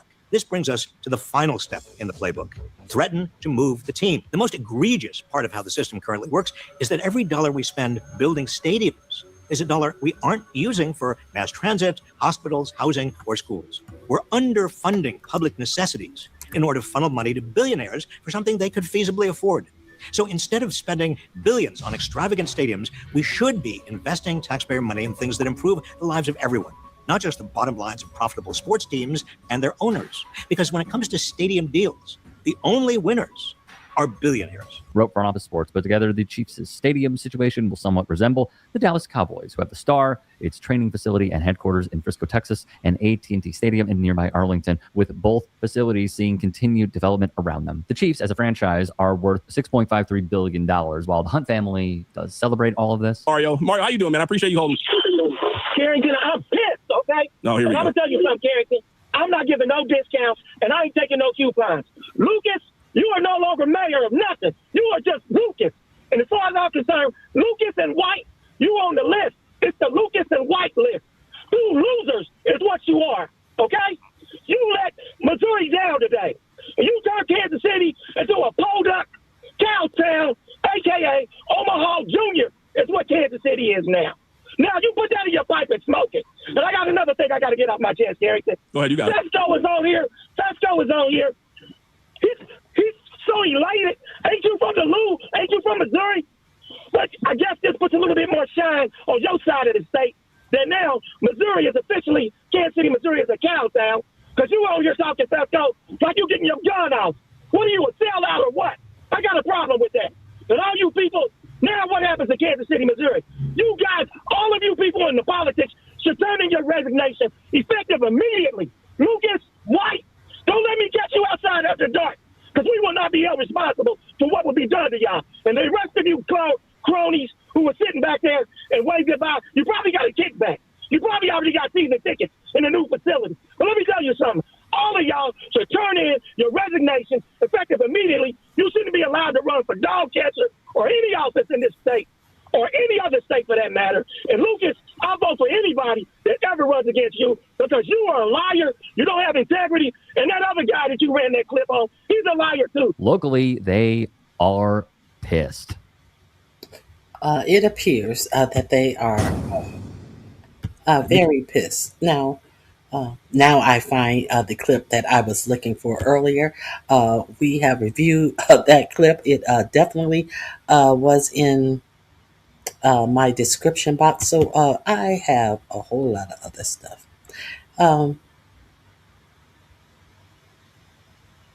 If you don't remember when the United States struck Iran, it was after the insistent upon the United States to do that strike. Benjamin Netanyahu was the one who struck Iran first, and then 45-47 was told or it was suggested that they strike Iran too. Now, remember that 45-47 said that they had obliterated all of the nuclear war material in that strike upon Iran. If that is so, and he was also told to be wrong by one of the generals. He wasn't told to be wrong. He basically said, we're not sure yet. Of course, they had not obliterated all of the nuclear arsenal that Iran had. And let's not forget that 45-47 was the one who took Iran out of that agreement that Barack Hussein Obama had initiated, where they could not enrich any uranium for weapons. And then they wanted to pretend like they had been enriching uranium for weapons without any UN people going in there to verify. We took his word, kind of like these Venezuelan boats, who he is so concerned that is bringing drugs to the United States. Drugs that he has now declared to be weapons of mass destruction. And we are to believe that without going to Congress to get an okay, that he is striking these boats in Venezuela. Now it seems like Netanyahu wants another go around with Iran. So will we be bought into this Iran thing as well? If you don't know, let's look into this. All right, y'all, welcome to the show. Hope everybody out there is having a great day, and I hope you're ready. Pucker your booty hole, because it's about to get wacky up in this bitch. So in just a second, I told you. I freaking told you, and now it's absolutely coming to pass. But Netanyahu is apparently prodding Trump to restart the Iran war. So we'll talk about that. That's some wild stuff. We'll also get to Jared Kushner and his plot to build a $112 billion tech utopia on top of the rubble in Gaza and on top of the skeletons of dead civilians in Gaza. Real gross stuff. Then we'll get to the Texas GOP is creating a secret list of trans Americans. That's absolutely terrifying given the nature of this fascist regime. Nothing good can come of that. Nothing good. So we'll talk about that. Okay, so let's get to the war on Iran. This link is in the description box under War in Iran. I think it starts here. To get to it. So let's start with something unfortunately quite serious here. So Reuters is reporting Netanyahu plans to brief Trump on possible new Iran strikes, NBC News reports. U.S. President Trump is said to be briefed by Israel's Prime Minister Benjamin Netanyahu that any expansion of Iran's ballistic missile program poses a threat that could necessitate swift action, NBC News reported on Saturday. Israeli officials are concerned that Iran is reconstituting nuclear enrichment sites the U.S. bombed in June and are preparing to brief Trump for options on attacking the missile program again. NBC. But your president told you that all of the uranium in missiles that they had was obliterated. Remember that? Report added. So here's the thing, y'all. Iran would be fucking mental to not start building nukes. They would be mental to not start building nukes. Why? They were just fucking attacked. They were attacked in an illegal and offensive manner by both Israel and the U.S. And so what is it that, you guys want Iran to do? Just be sitting ducks? Just like, lay in a chalk outline of themselves and say, please go ahead, have your way with us, Israel and America? Of course they're not going to do that. Now, by the way, we told you this attack didn't work in the first place. The idea that it was going to get rid of their nuclear missile program was a fantasy. In fact, we know it didn't do that. They said that immediately afterwards, right? So they did the attack. It was like a weird sort of virtue signal attack from Trump, where he was like, look at me, I'm Mr. Tough Guy, bro. I took out your nuclear sites. It appeared like Israel wanted the regime change war. Trump was willing to give them missile strikes. But then Trump backed out at the last minute and said, we're done here. He claimed victory, even though, again, we know that the missiles weren't destroyed. Trump pretended like they were. He pretended like the nuclear program was completely cooked. And so now here we are. All Trump and Netanyahu did is they gave Iran an incentive to actually get nuclear weapons. And so look, the best case scenario would honestly be, nobody else will tell you this, but I'll tell you the truth. The best case scenario would be if Iran comes out and goes, hey, guess what, guys? We got the nukes. We got the nukes. There's nothing you can do about it. And so now you can't attack us because if you do, we'll nuke you. Right? And that's maybe one of the only ways to avoid what Netanyahu is hell-bent on doing, which is regime change. Netanyahu was always all in for regime change in Iran. And so they thought they were getting that with the last round of attacks that Trump did. But of course, they didn't follow through. Well, now, and here it is, I told you, what we saw was just the beginning. If you thought this was over, you don't know anything about geopolitics. No, that was just the beginning. And now Netanyahu wants to see it through to fruition. He wants to see full-on regime change in Iran. He's going to use the nuclear angle as, the argument to make the case, which, by the way, again, you guys are admitting that, well, of course, the last attacks didn't work. Well, yeah, that's what all of your critics said, and you guys fucking lied and denied it and said it did work. Now you're acknowledging it didn't work, and you're also acknowledging Iran would be crazy not to get a nuclear weapon now. So I don't know what kind of timeline we're working on here, but I guarantee you the Iranian regime, as soon as they got attacked, the very first thing they thought was, okay, fire up the actual nuclear program, because before they weren't trying to get a nuke, but now that you showed them they need it for deterrence, and so of course they're going to try to see that through, right? But again, that's not a reason to attack them. They literally want it for deterrence. They literally want it for self-defense. Look, they weren't born yesterday, and what they saw is Saddam Hussein did not have weapons of mass destruction. He was toppled. Gaddafi gave up his weapons of mass destruction, and then he was toppled, right? North Korea does have weapons of mass destruction. They're not toppled. The lesson is very clear. If you have the nukes, then you're safe from Western aggression. So they should be working on those nukes. But again, here you have Netanyahu. Who's actually calling the shots here, by the way? Who's actually calling the shots? And Donald Trump very likely may grant him exactly what the hell he wants, which is super disturbing, especially because, as I've warned you guys, there's blackmail on Trump. He can be coerced into doing anything Israel wants him to do. Why do I say that? Because Jeffrey Epstein had connections to Mossad. Jeffrey Epstein had endless blackmail on Donald Trump. And so those tapes are probably sitting in a vault in Tel Aviv.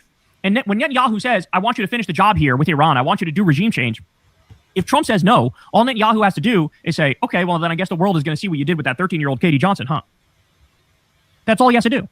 And you might say, Kyle, that sounds conspiratorial. That doesn't sound right. Well, here's the bottom line. We read the Epstein emails that came out not that long ago, 23,000 emails. Trump was mentioned 1,600 times. One of those times was Jeffrey Epstein in 2011 emailing with somebody saying, oh, Trump's at my house right now. with one of the victims, and he's been there for hours.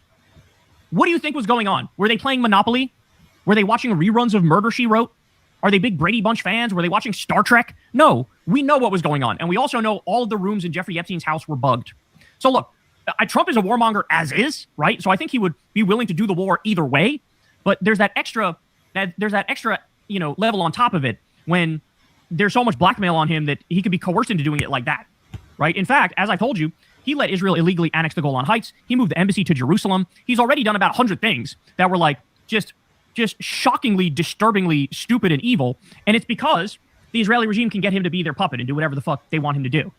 And it's because of that blackmail. So now it's also the carrot or the stick too, right? So you have Miriam Adelson giving him hundreds of millions of dollars to do Israel's bidding. So you have that. You have the Israel lobby giving him a tremendous amount of money to do their bidding. So like, if you're Trump, hundreds of millions of dollars and you get viewed as a hero and you do the regime change, or, you don't do the regime change and you stand up to them, they release blackmail tapes on you, and then they destroy your reputation. Which one would you pick if you're Trump? We all know.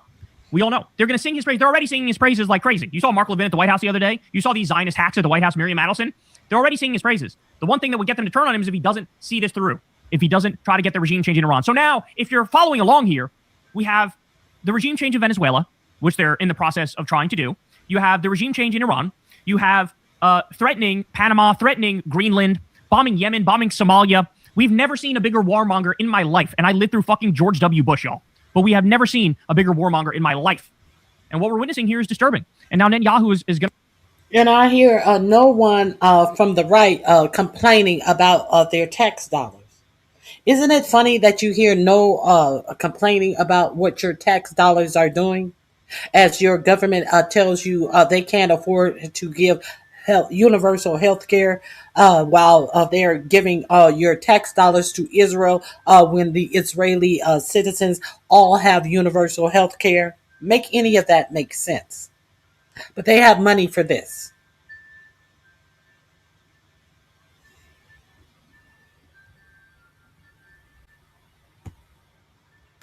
I go to Trump and say, all right, it's time, big guy. Enough beating around the bush, enough messing around. Let's finish this. Let's do what I want you to do, which is take out the regime in Tehran. And who cares about the consequences? Who cares about how much money it'll cost? Who cares about how many people will die? We are demanding you do this. And we spend hundreds of millions of dollars for you to do it. And if you don't do it, we got some tapes we want to show the world. So that's where we are, man. While we're on the topic, I'll show you this. Support for U.S. financial support for Israel. Oppose, 62%. Support, just 20% support. And again, this is one of the most conservative pollsters in the country, Atlas Intel. And they're saying only 20% support, financial support for Israel. Wow. That number has collapsed. The support for Israel in this country has absolutely collapsed. And it couldn't have happened soon enough. I also have this one for you. Israel just approved 19 new settlements in the occupied West Bank. Ladies and gentlemen, one of the quid pro quos that we got from Miriam Adelson, the Zionist billionaire, who gave Trump over $100 million just this campaign season alone. One of the quid pro quos was, you need to allow Israel to fully annex the West Bank. And that's exactly what we're witnessing here. Building 19 new settlements, they're going for it. They're going for it. In the same way that they're stealing Gaza, in the same way that they're finishing the genocide and the ethnic cleansing, and they're going to try to build a city there and take it. Now they're doing it in the West Bank, and then they're also going to do it in more regions because they're trying to create greater Israel. They're working on creating greater Israel. It's happening right in front of our eyes. And Trump is going to support them every single step of the way. And he's going to do that because he's insanely corrupt. He's taken so much money from them, and they also have immense blackmail on him. So as predicted, as I warned you, this was never over. If you really thought that it was over after that last round of bombings, boy, oh boy, are you mistaken. Basically, the only thing that could actually prevent an attempt at regime change in Iran is if Iran announces they have the nuke, and they actually do. Right? That's the only way you can stop it. Anything short of that, they'll come hell or high water. They will make sure they try to ruin that country and put a puppet government in before Trump's time is up in the White House. Hey, y'all, do me a favor and like and subscribe. It helps out big time. Okay, let's get to this big plan that they have for Israel. All right, y'all. So, we are being led by absolute demons. I don't know how else to say it. So look at this. This is from the Daily Beast. Trump's son-in-law, Jared Kushner, pitches $112 billion tech utopia on Gaza rubble. Jared Kushner has been showing a 32-page PowerPoint presentation to nearby countries. I literally don't have the words. I don't have the vocabulary to explain to you guys properly how flat-out evil this is. So we just witnessed a live-stream genocide and ethnic cleansing. We saw schools get bombed and hospitals get bombed and World Central Kitchen workers get bombed and UN buildings get bombed and a siege be placed on over 2 million civilians. So many people died. an entire region of the world just wiped off the. This is nothing new. I talked about this sometime over a year and a half ago. Jared Kushner's a bloody plan that he had about Palestine being a great waterfront property, and we should just get rid of all of them. And he said, and he was speaking at Harvard, and they said, well, what should you do? You can take them out to the desert somewhere. He didn't give a fuck what you did with the Palestinian people. Just get rid of them, because I see waterfront property. A whole slumlord who owns a whole lot of apartments across the United States that are in disrepair with rats and roaches running around and ceilings falling down. Jared Kushner. Map, quite literally. I mean, the videos are post-apocalyptic. We just watched that, and now we have the son-in-law of the U.S. president is going, oh, let's build like this new futuristic AI city on top of the bodies of the dead babies. I mean, how do you even react to that? Tell me how this is different from the Third Reich. I want to know how this is different from the Third Reich. So, like, Hitler takes over, fucking, systematically murders millions of people, wants to build this, like, for their time, futuristic city. How is this any different? How is this any different? I fail to see how it's different. This is like the Fourth Reich. They're trying to build the Fourth Reich. All right, here we go. Ivanka Trump's husband is trying to get Middle Eastern leaders to invest in his vision of a high-tech paradise built on the ruins of Gaza. Jared Kushner and Middle East envoy Steve Witkoff, both of whom, by the way, have massively profited off of the White House. They've made hundreds of millions, or in Jared's case, billions of dollars off of the White House. They've concocted a 32-slide, sensitive but unclassified PowerPoint presentation titled Project Sunrise, building a new and unified Gaza, which paints a vision of a sparkling metropolis built on the war-torn ruins of the Gaza Strip, the Wall Street Journal first reported on Friday. Look, this is from the slideshow. Project Sunrise, building a new and unified Gaza. And look, you can see the way the buildings look. You see the way the water looks. They're trying to say, oh, look at this.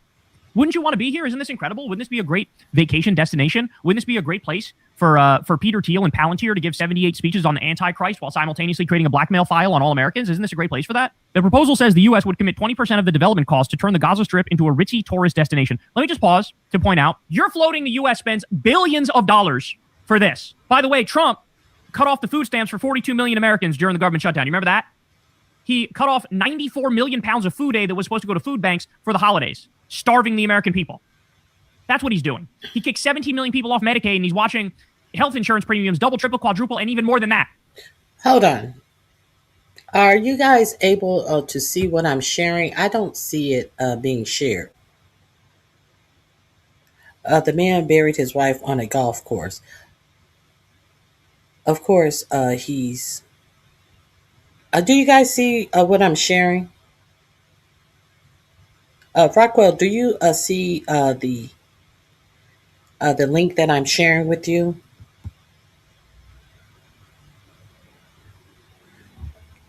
Why don't you talk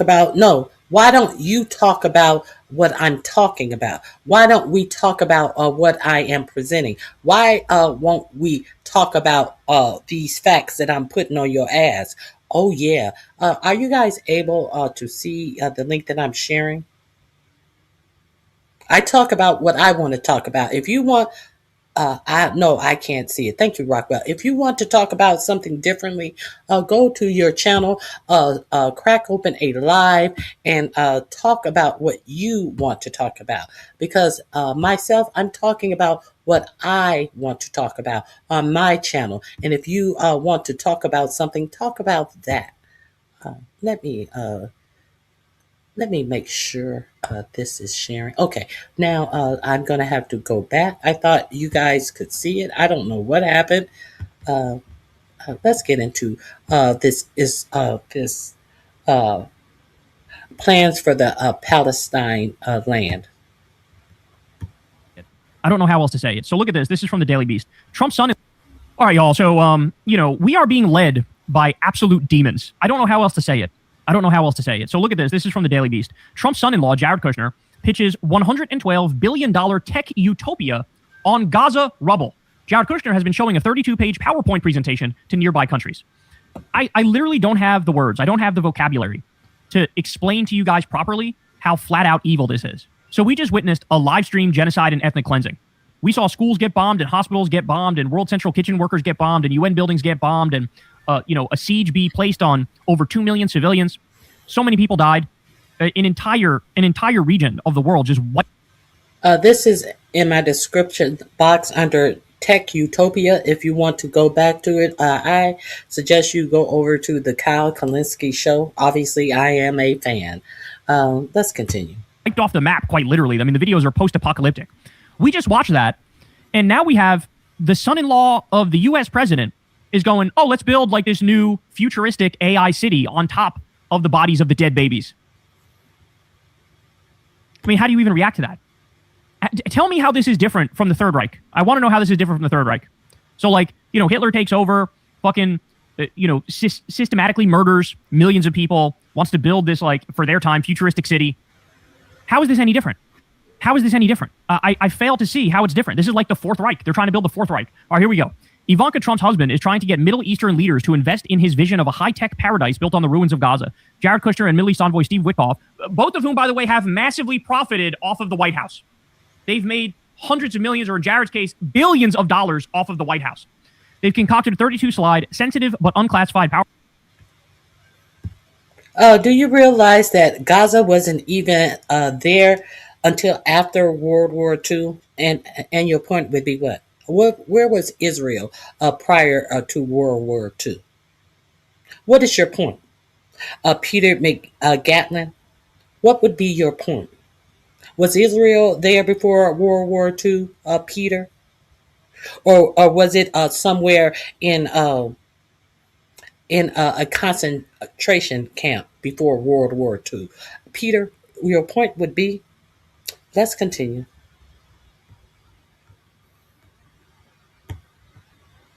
PowerPoint presentation titled Project Sunrise, Building a New and Unified Gaza, which paints a vision of a sparkling metropolis built on the war-torn ruins of the Gaza Strip, the Wall Street Journal first reported on Friday. Look, this is from the slideshow. Project Sunrise, Building a New and Unified Gaza. And look, you can see the way the buildings look. You see the way the water looks. They're trying to say, oh, look at this. Wouldn't you want to be here? Isn't this incredible? Wouldn't this be a great vacation destination? Wouldn't this be a great place for Peter Thiel and Palantir to give 78 speeches on the Antichrist while simultaneously creating a blackmail file on all Americans? Isn't this a great place for that? The proposal says the U.S. would commit 20% of the development costs to turn the Gaza Strip into a ritzy tourist destination. Let me just pause to point out, you're floating the U.S. spends billions of dollars for this. By the way, Trump cut off the food stamps for 42 million Americans during the government shutdown. You remember that? Yeah, I remember that. But they have billions of dollars for this. How is that going to improve your way of life? And these billions of dollars are going to come from his personal pocket, or is that going to come from your tax dollars? Let's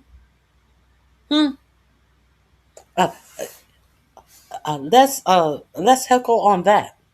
Let's heckle on the facts of what I'm talking about. I'm not getting off topic. This is my topic. I am not being diverted from what I'm talking about. I'm talking about this. He cut off 94 million pounds of food aid that was supposed to go to food banks for the holidays, starving the American people.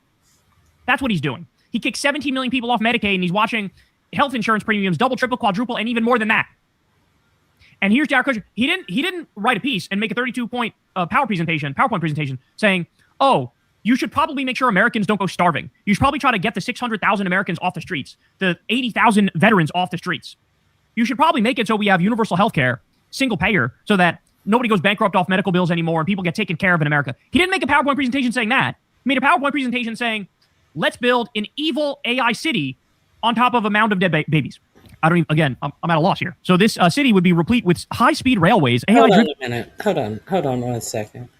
The moon rules do not come in my chat lying. Do not come in my chat lying. I give me a timestamp where I ever said anything like that. Give me a video and a timestamp. Oh, you're not going to be able to, because you have been banned for saying some bullshit lie and trying to equate that to something that was said on my channel. don't come in my channel with lies and propaganda, because you can't handle what is actually going on, and where your fucking tax dollars is going, and it's not to do anything but continue the downfall of America. And power grids and beachside luxury resorts. The plan would cost $112.1 billion over 10 years, with the U.S. promising to support nearly $60 billion in grants and guarantees on debt for all the contemplated work streams in that time period.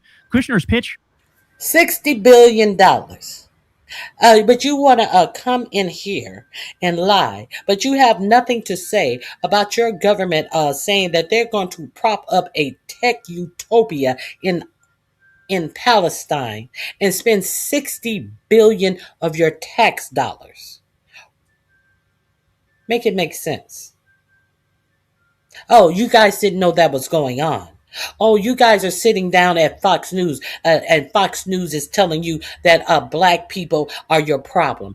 You guys are sitting down and watching Fox News let you tell that undocumented immigrants are your problem.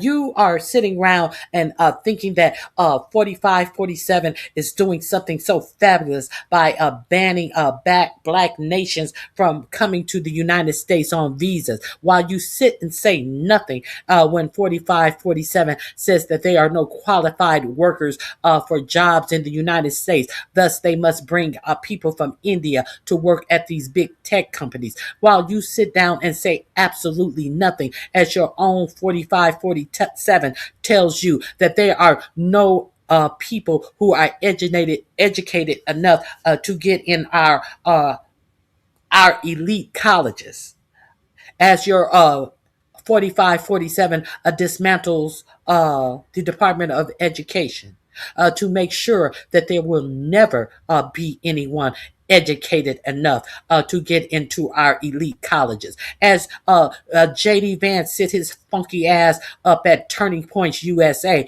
who's telling you to be the best you can be, graduate from high school and get married and start having a family. As if higher education is something you shouldn't attain to. Oh, you shouldn't. You don't have to attain to it because we're going to tell the EEOC to tell you to write a claim that you have been discriminated against when you are following the fucking babblings of motherfuckers who tell you don't get educated enough to do what? Pull yourself up by your bootstraps. But you're victims. And you're following this fucking dumb shit that's being put out here. And this is what they are indoctrinating your children with. These Turning Point USAs in high schools, in colleges. Don't worry about going to college. Just find you a woman and have some white babies. That's why do you think that 4547 said he's going to give every baby that is born in 2026 and throughout the remainder of his pregnancy $1,000, because he know y'all white trash and y'all think that $1,000 will give you a whole house full of meth to smoke up. That's why. The fuck is $1,000? But you won't be able to spend it. It's going to be in some fun where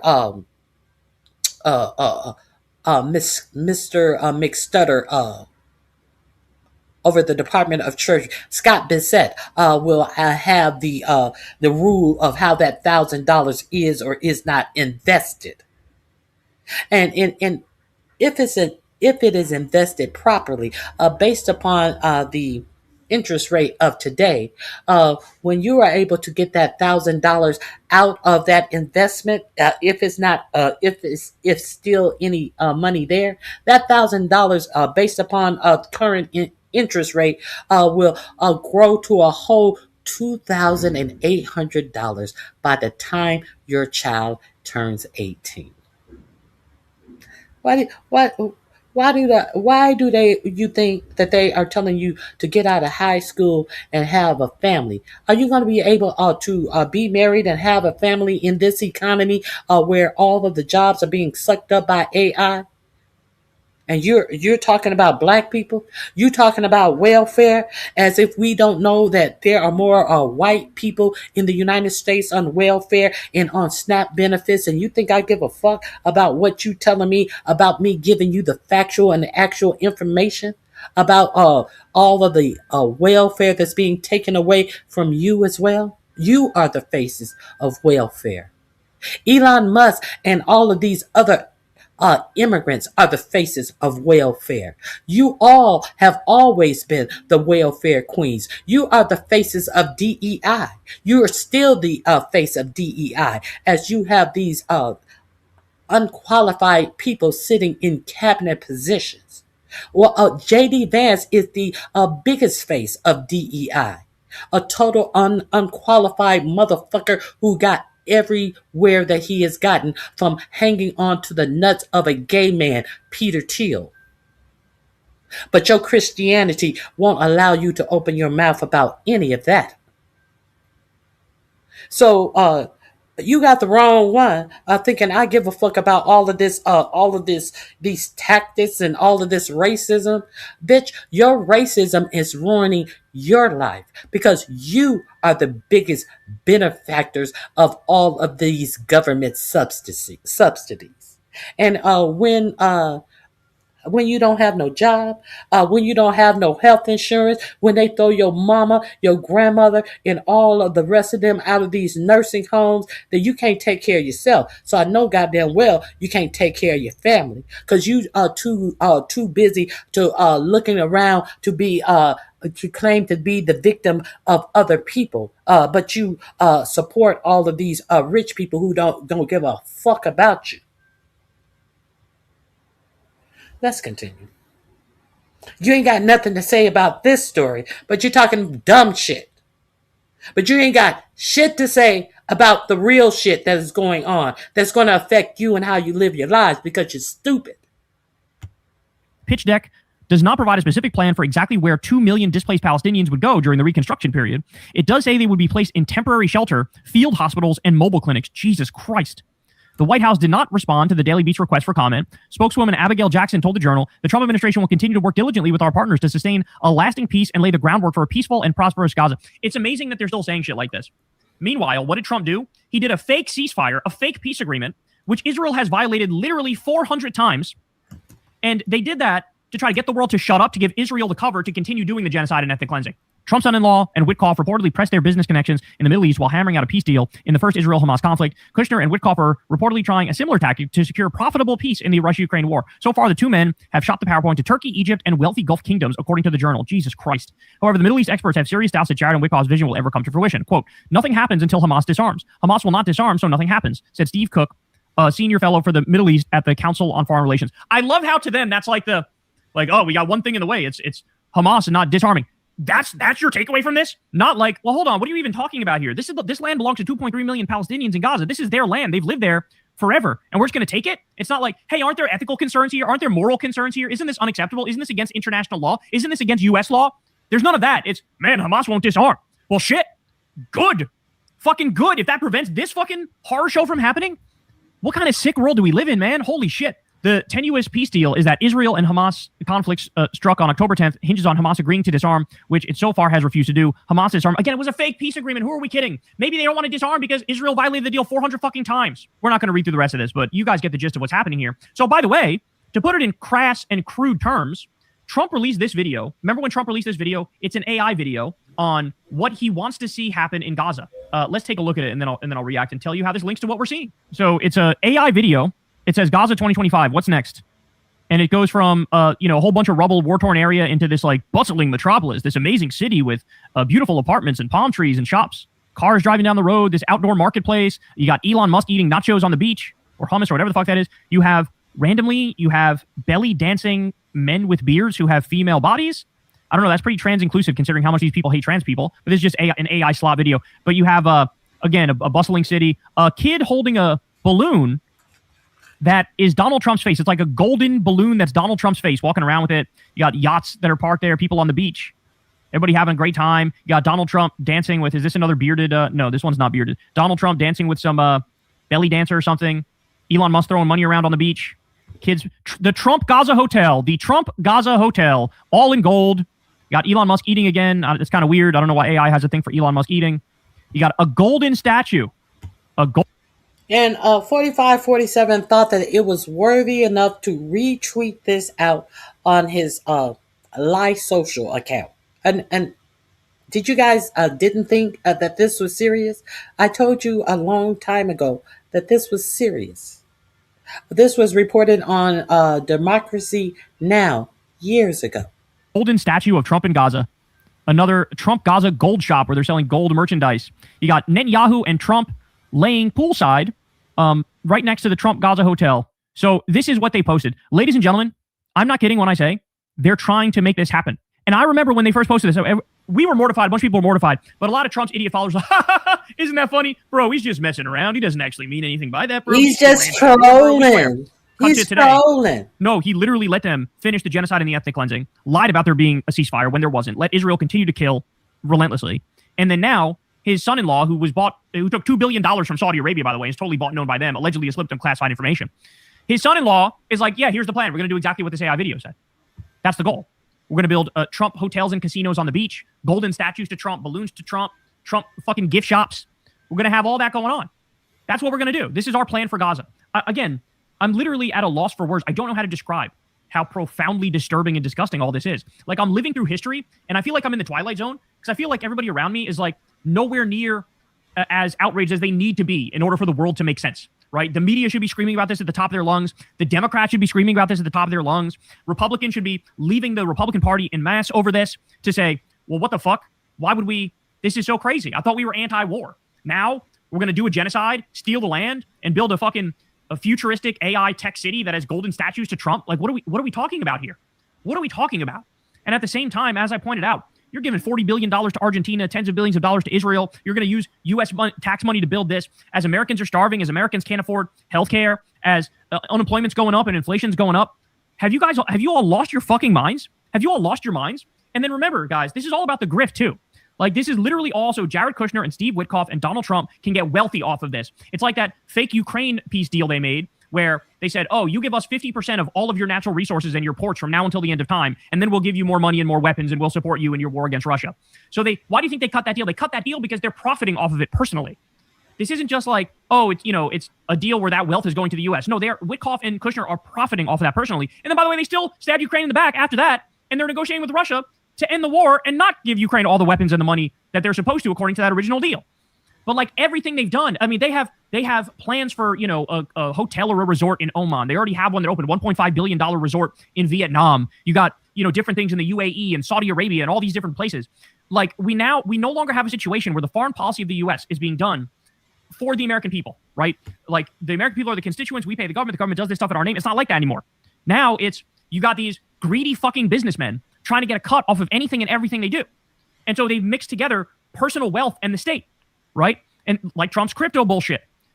He's made billions of dollars while in the White House off the White House. He's got a crypto exchange. He's got a crypto coin. He's got a fucking shit coin. He scammed his own supporters. All this stuff is wildly illegal. And now, this is worse than anybody could have imagined. This is now, they're trying to create the fucking Fourth Reich. And by the way, if it's a futuristic tech city, what does that actually mean? What that means is they want Palantir headquartered there. They want fucking, all these shitty ass AI companies stationed there. And what are those AI companies doing now? They're building the data centers and fucking jacking up electricity prices all across the United States. They've already risen by 13%. Over 30% of the entry-level jobs are now gone because of ChatGPT. So it's already stealing your jobs. Those data centers are polluting the shit out of all these communities where people are, going to the hospital with breathing problems and all sorts of stuff like that. This is what they want. They want to build this futuristic city. For Peter Thiel and Elon Musk and assholes like that run it. And they're going to continue to loot the treasury and plunder our wealth right after they steal all of Gaza's land, all of the Palestinians' land. That's what this is. There's no other way to describe it. I have been tracking all of this information. I've shown you all of Peter Thiel's private cities that are governed by people who live there. They go by no governance. If you didn't know, it's because you haven't been paying attention. I have been trying to bring attention to all of this for well over a year. But if you wake up one day and you're surprised, that's on you. That's really on you. If you have not fortified yourself, your home, your survival, that's on you. Because I've been telling you years ago that you should fortify your safety, your personal safety, your home, your water, your eating. If you didn't know, this country is being torn apart, but you don't see it yet. I don't see what you're saying because the people who are going to lose their health insurance will lose it on January 1st, and the people who the up to 25 billion on January 1st, they will start feeling it shortly thereafter. Especially the ones who are on regular prescription medication. So the ones who are going to lose it because of that tax cut, another 17 million people, they will start feeling that after the midterm elections. So who's going to feel it first? These billionaires who have an escape plan of a tech utopia. This link is under a tech utopia. I don't know what to tell you. I've been giving you the information. But everybody's sitting up acting as if everything is all well. All well. Everybody is trying to sit up and act as they are victimized by DEI, while they don't recognize the DEI in this administration. A bunch of buffoons and sycophants in this administration. As Congress sit up here, as the Supreme Court sit up here, and nobody has drafted. Well, I think one woman has draft a resolution to have 45, 47 impeached. This whole administration needs to be impeached, in my opinion. There's no other way to describe it. So this should be just a total wake-up call to everybody that we are dealing with genuine evil. You know, I feel naive for ever thinking. I used to believe the standard liberal line of like, we're all roughly the same, but, you know, we're all trying our best. And things that happen in people's lives sort of shape them one way or another. But we generally all mean well. That's not true. It's just not. Some people are just like broken. They are broken. They are vapid. They are empty. They are immoral. They are unethical. They are evil. They're evil. This is evil. There's no other word for it but evil. What we're talking about here is evil. All of these people need to go to prison. Fucking forever. The fact that they even floated this idea should put them front and center at the next Nuremberg tribunal, and they should be fucking locked up, and the key should be thrown away. Steve Witkoff, Jared Kushner, Donald Trump, all these fucking disgusting freaks. I've never seen a more disgusting thing than this. Literally, as Palestinians this very moment are still starving to death and still freezing to death in fucking wet tents, barely getting by, right? Hanging on by a thread to life, as they're on their own land, displaced on their own land, their lives ruined, having no idea what's going to happen in the future, if they'll even survive. As that's going on, you got these assholes crafting multi-billion-dollar plans to build a shitty fucking AI city, the Fourth Reich, on top of their dead relatives. What is there to say about this? What is there to say about this? Hey, y'all, do me a favor and if you sit up here and see it being done to them, and you don't think it's going to be done to you, you do not think that it will be done to you. As they take everything, people are talking about, well, when AI takes over, they're going to have to give us a universal pay. Are you kidding? Are you kidding? If they're taking jobs away from you, they don't want to pay you to do the job in the first place. So you think they're going to pay you to not do a job, to not have a job, the jobs that they have taken away from you? And you think they're just going to give you a universal pay to sit around and be okay? Is that what we're trying to pretend is going to happen? Let me enlarge this. This is the best thing that I could see that would happen in this administration. Where is it? Article 2 of the Executive Branch, Section 4, Impeachment. The President, Vice President, and all civil officers of the United States shall be removed from office on impeachment for and conviction of treason, bribery, and other high crimes and misdemeanors. Forget about that article. Is it Article 22 or Article 25 that would just take the president? This whole administration needs to be dragged out of office and convicted of crimes. Oh, okay. So let's let me go on to some other things. We need to talk about what's in these files. Now, this DOJ is trying to cover up what they are putting out in these files, and some guy had discovered a way to absolutely just take out the redactions. Your Department of the Department of Justice is so inept as they sit up and try to lie and hide things. Now, the order of redaction states that you cannot redact anything based upon someone's political affiliations. You cannot redact things based upon harming the reputation of someone or anything. This is exactly what this administration has been doing. They said that there were no more people in the Epstein files. Come to find out, there were 10 names that were talked about in the investigation. 10 more names that were talked about that this administration decided they would redact. But there was one clever guy who said, let me see if I can unredact this information. And sure enough, that's exactly what he did. So let's get into this.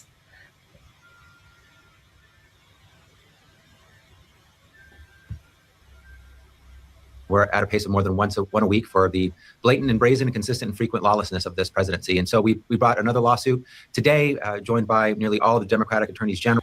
That's not the one I want. I will come back to that lawsuit. I want to get into these Epstein files. Let's get into the Epstein files.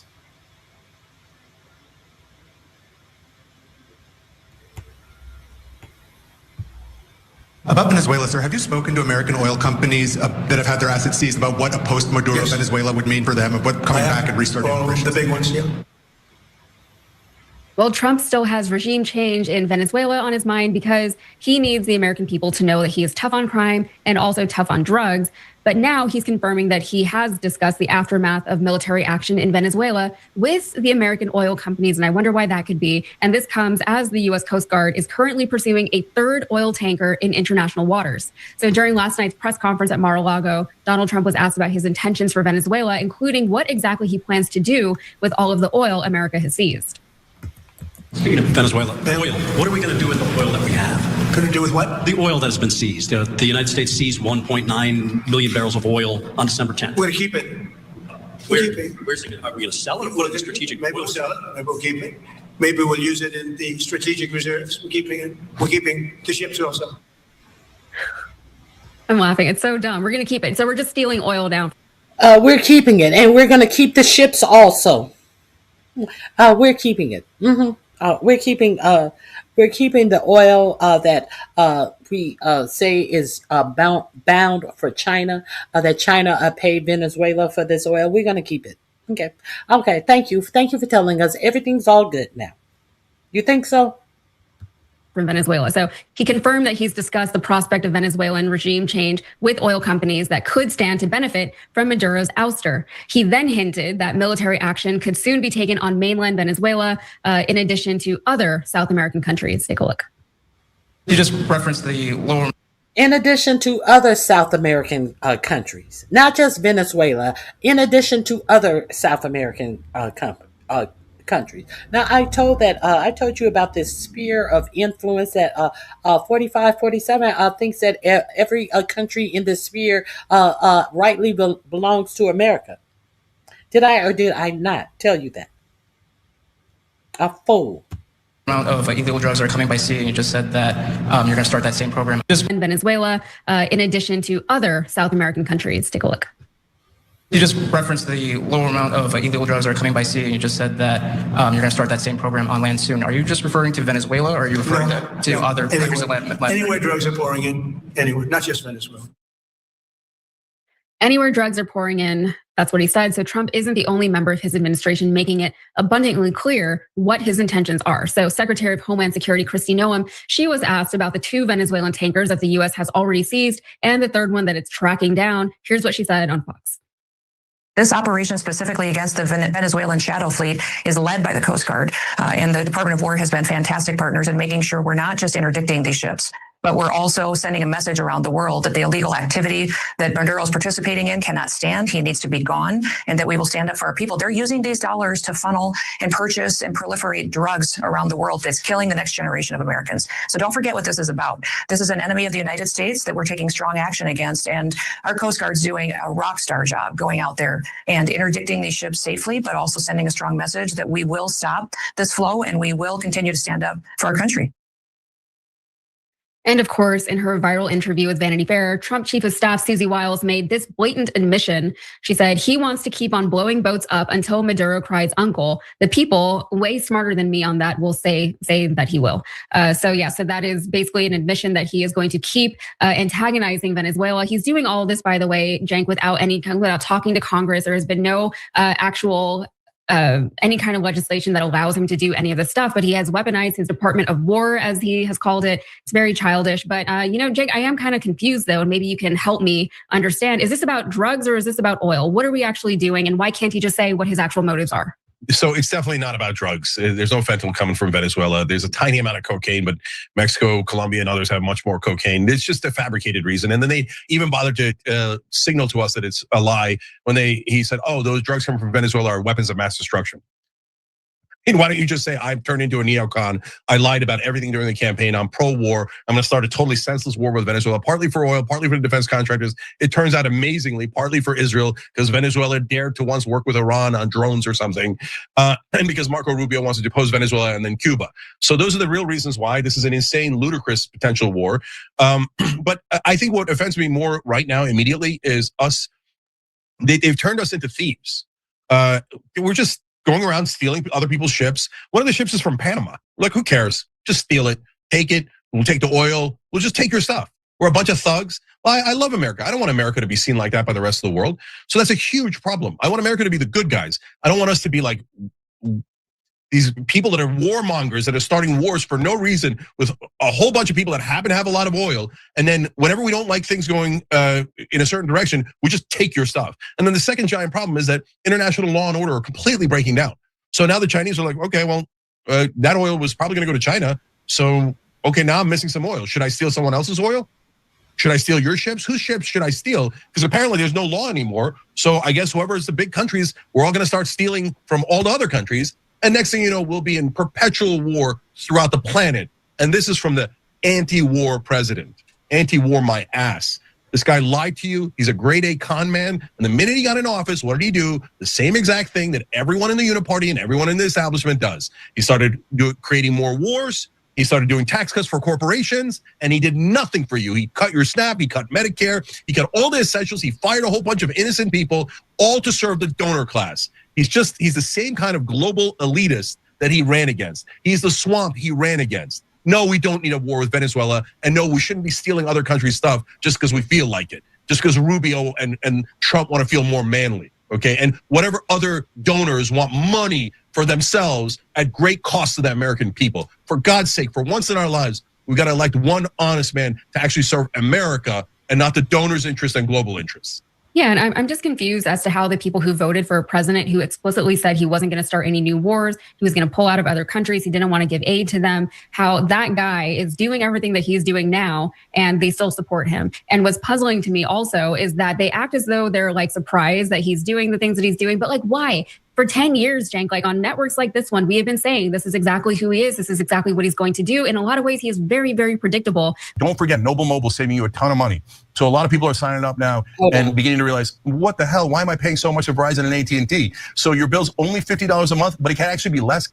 /switch. All right, we'll be right back. But these people they're like blinded by their love for him. They say that we have Trump derangement syndrome. They have something else entirely, right? They look at him like a cult leader. And so they just don't see him the way that the rest of us do. And, how many times have we been wrong about the things that he said he was going to do? And then he did it, So if we can call it out, then it's out there. There's enough information there that some people are able to pick up on it. So it's obvious. But now he's building a fleet of battleships, for God's sakes. Like, he's going to plate them all in gold, probably, because he said he has a very aesthetic eye. And so he knows what needs to happen with battleships.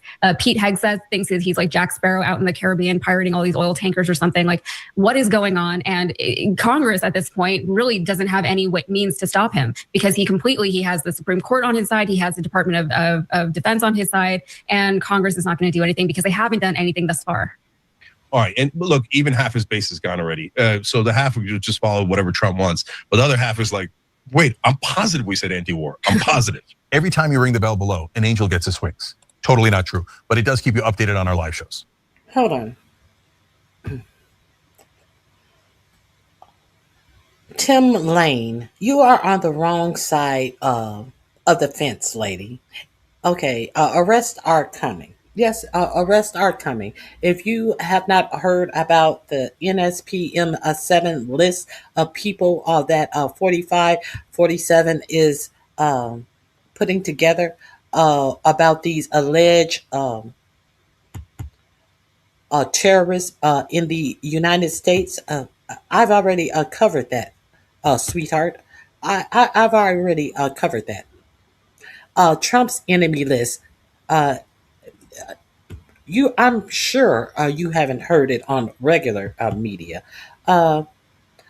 Readers here know about the FBI's new enemies list, a product of Trump's NSPM 7 policy that commenced the most aggressive program of domestic spying since 9/11. Reader of the New York Times and the Washington Post, maybe you don't know about that because they are not covering this story. In September, 4547 signed the the National Security Directive, giving marching orders to some 250,000 federal law enforcement officers and intelligence analysts to target anti-American activities as they defined it. Let me share this with you. Who are you telling? Who are you telling? Let me share this with you because you act like I don't know what I'm talking about, and you don't know what you're talking about. In September, Donald Trump signed the National Security Directive, giving marching orders to some 250,000 federal law enforcement officers and intelligence analysts to target anti-American activity as they defined it. Then last week, the Justice Department, directed by the FBI, to compile a list of Americans whose activities may constitute domestic terrorism, in quotation, may constitute domestic terrorism. To compile a list of Americans whose activities may constitute domestic terrorism, according to a memo I published this weekend. Do you want to see the memo he published? Go over to Ken Klippenstein, Substack. Ken Klippenstein was the first one who told you, who I read, and I also warned you months ago. I think it was in either February or March, that Israeli and United States planes were flying on the border of Iran. And while the United States lied to you and told you that they were just doing some missions with the Israelis plane, teaching them how to refuel in the air, what happened months later? Israel struck Iran, and then the United States struck Iran. I told you about it. Why did I tell you about it? Because I read it here. I told you about many things that has happened. This NSPM 7, you don't hear the for-profit media telling you shit about it, but they are knee-deep in this NSPM 7 memorandum. It's not an executive order. The one news outlet that did report on it called it an executive order. No, it's not. It's a national security directive. That is different from an executive order. An executive order can be thrown out and taken down. This is a directive of national security. Okay, talking about domestic terrorism. Okay, I published this weekend. The administration also released last week its national security strategy that prioritizes defense of the homeland over every other challenge facing America. So let's because y'all dumb, y'all think everyone's dumb. I don't know. Let's get into this. Where is this? Where was I? Where am I? The Justice Department memo I published has elicited outrage across the political spectrum, but hardly any major news outlet can bother to even write about it. And how law enforcement is now targeting speech and the basic activities that constitute American civil life. This is not an object lesson in everything that's wrong with corporate media. It's particularly incredible for a story so creepy it seems to write itself. A blacklist, a cash reward system for public cooperators, and a supercharged FBI lineup where anyone and everyone can tattle on their neighbors for anti-American thoughts and activities. You didn't know about that? Let me see. Did I miss anything? No. Okay. Leveraging the existing FBI capabilities to identify tips that will dismantle domestic terrorist organizations and activities. Within 30 days of the issuance of the guidance, the FBI, with the assistance of its counter-terrorism division, operational and technology division, and Criminal Justice Information Service National Threat to Operations Center shall establish recommendations to better publicize the FBI's tip line for submitting tips related to domestic terrorism. When individuals witness threats or acts of violence and domestic terrorism, they should be aware that they can quickly report such activities to a central tip line within the FBI. The FBI shall respond appropriately to such tip and use the information to better investigate domestic terrorism. The FBI is also directed within 30 days of the issuance of this guidance and consistent with applicable law to review and update the capabilities of its digital media pipeline. Tip line in compliance with the FBI policy and statutory obligations so that witnesses and citizen journalists can send media of suspected acts of domestic terrorism to law enforcement online.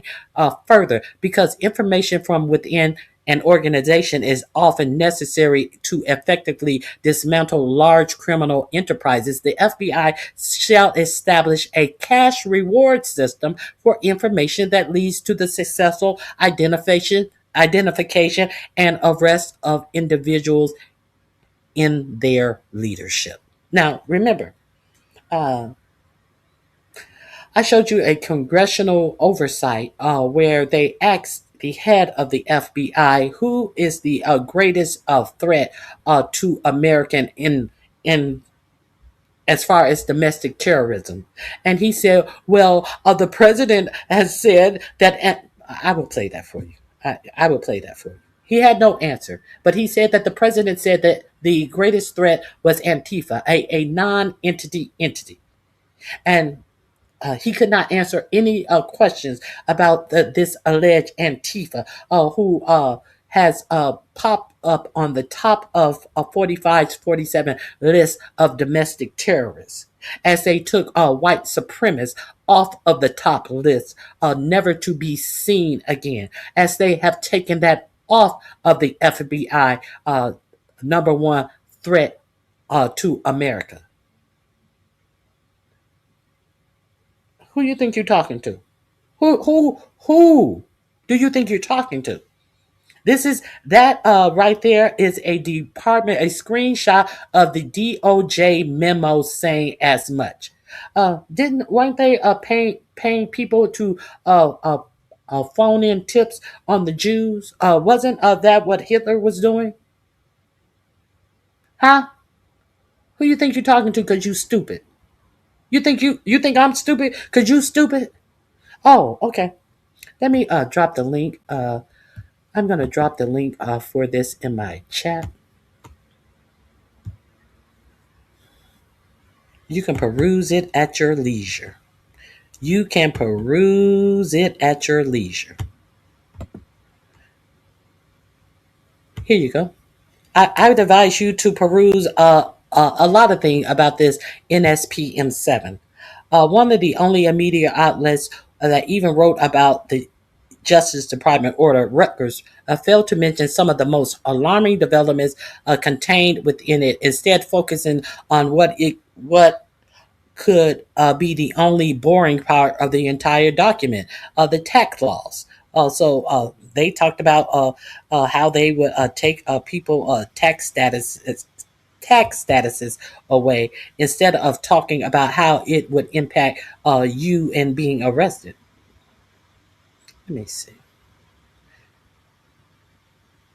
Let me see. Okay, here it is. Okay. Okay. Let's see. Bondi orders U.S. law enforcement to investigate extremist groups. That is what Rutgers wrote about it, and talked about the tax investigations that the FBI were doing. Memo targets Antifa and similar groups. Who is Antifa? Who is Antifa? FBI to develop strategies to disrupt criminal networks. DOJ calls for prosecuting extremist group for tax crimes. Again, literally every one of these bullet points describe what the Trump administration has been doing for months. Not what's new or news, but it gets worse.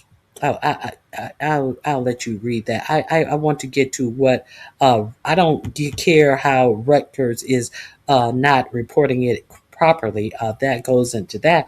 I want to tell you what this MSPM means for you.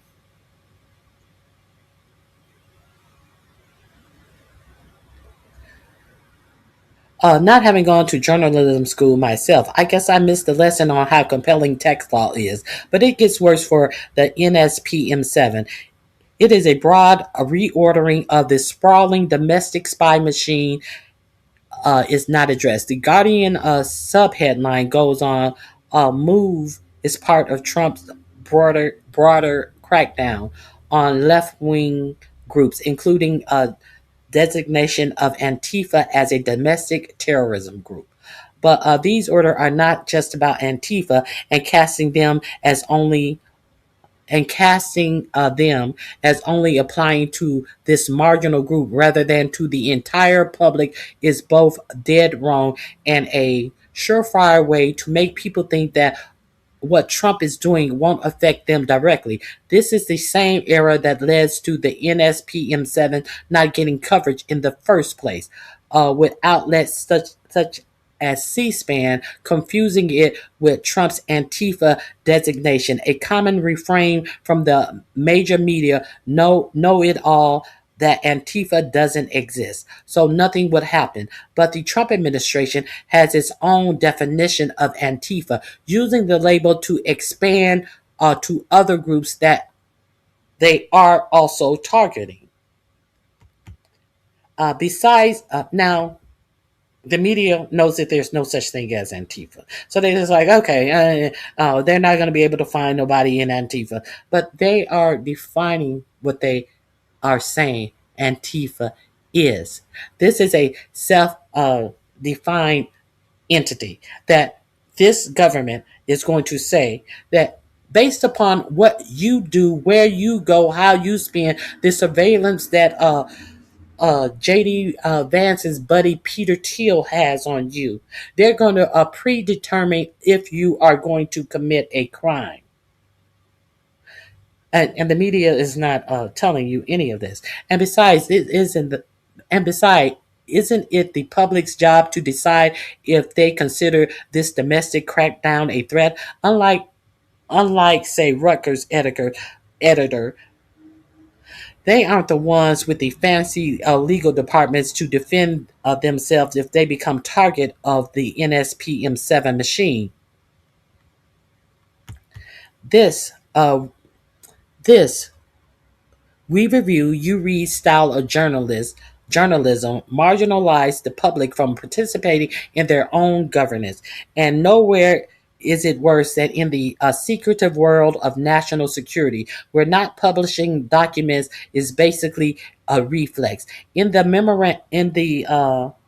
memorandum phenomenon taught us, if the memorandi phenomenon taught us anything, it's that people, regardless of age and income, want to be involved in government, especially as it relates to their daily lives.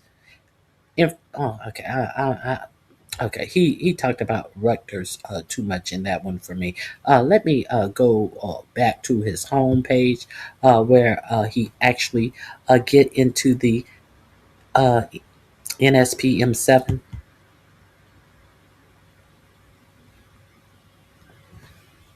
Here it is. I picked up the wrong one.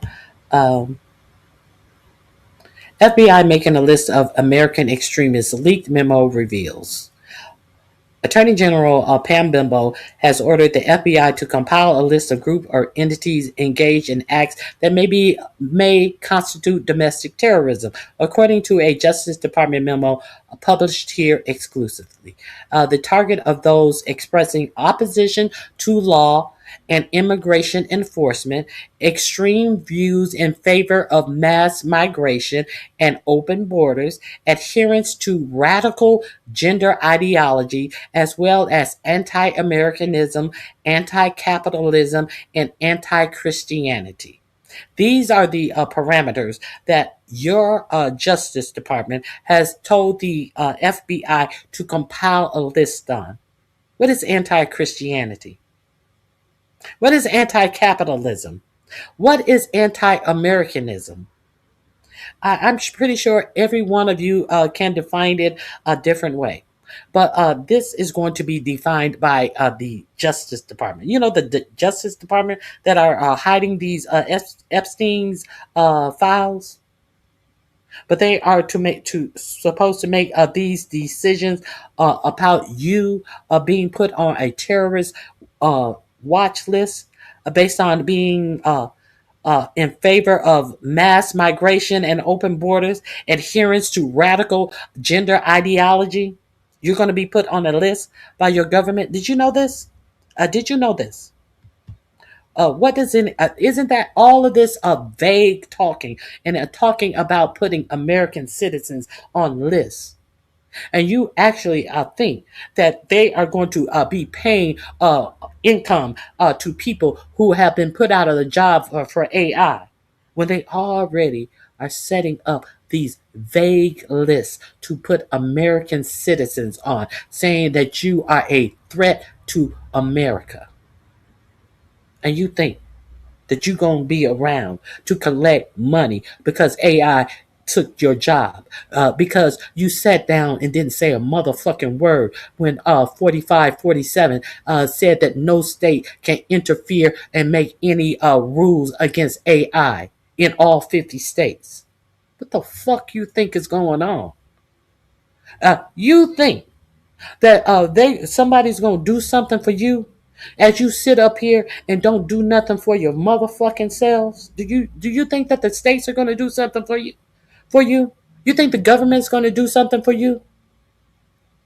They're making lists. They're giving out phone numbers so you can be reported for anti-Americanism, anti-capitalism. What the fuck you think that's going on? Okay, this is your government. In addition to compiling lists of undesirable, Bondi directs the FBI to enhance the capabilities and publicity of its tip line in order to more aggressively solicit tips from the American public on, well, other Americans.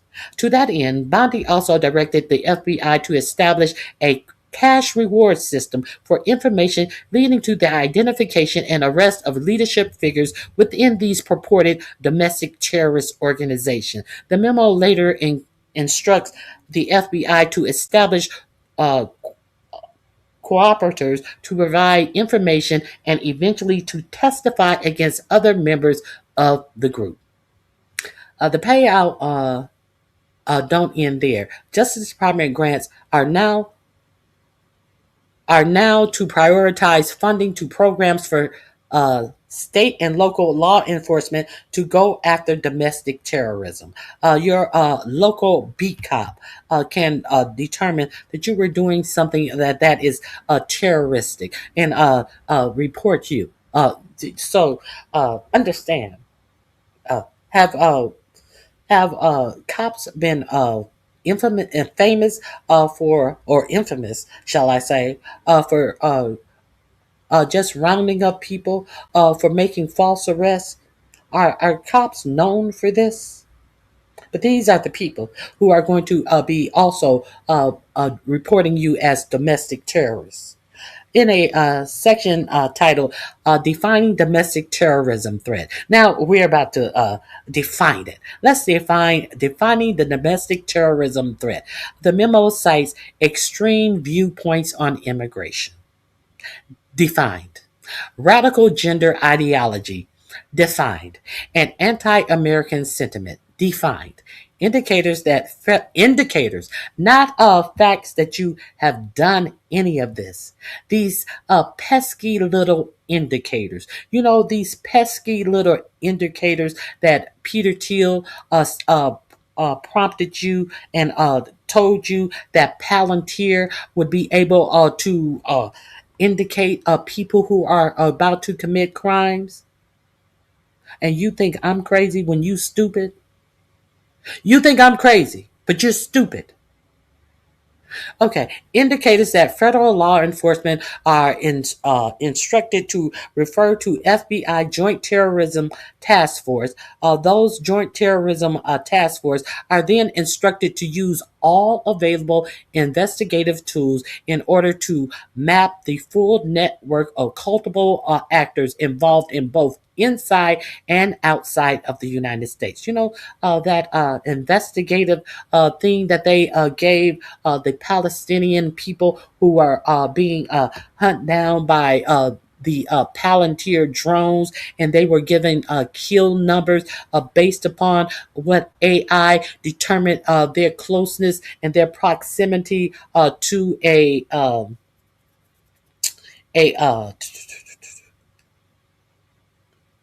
I want to say Shia, a militia group in Palestine. What is it? What is it? What is that group in Palestine? Oh my God, I'm having a brain fart.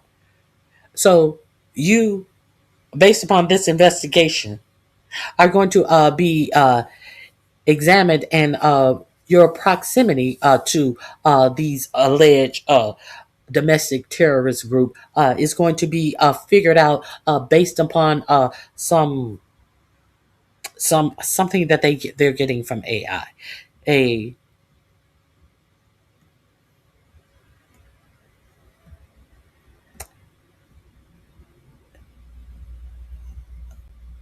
Let me. Upon receipt of these referrals, the JTTFs shall use available consistent or with law enforcement internal policy statutory obligation to map the full network of culpable actors involved in the referred conduct inside and outside of the United States, the memo says. For months, major media outlets have largely blown off the NSPM7, thinking it was all just Trump bluster and too crazy to be serious. But a memo like this one shows you that the administration is absolutely taking this seriously, even if the media are not, and is actively working to operationalize NSPM7. NSPM7 was signed in September, largely in response to the murder of Charlie Kirk.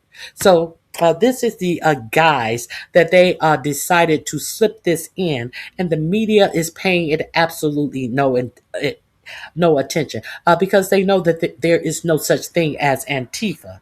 But this administration has figured out a way to try to determine that things that you do and predictions about you from the watchdog Palantir will allow them to put you on a watch list, will allow you to be reported to the FBI.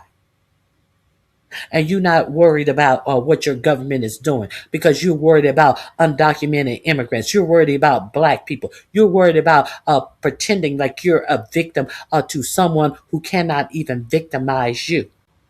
But as you're being victimized, you're humming on 4547's nutsack. It was signed in September, largely in response to the murder of Charlie Kirk, which was a 9/11 type event for the Trump administration. As I've reported, a Kirk assassination is referenced explicitly in the department's memo. As anyone who's lived through 9/11 can remember, the government doesn't always think rationally in moments like those, to say the least. Remember the the Iraqi war? Was the government thinking rationally then? No, but this is what they have drummed up after Charlie Kirk's death. And so here we are with a new war on terrorism. This time, millions of Americans like you and I could be the target. If you haven't seen that, let me.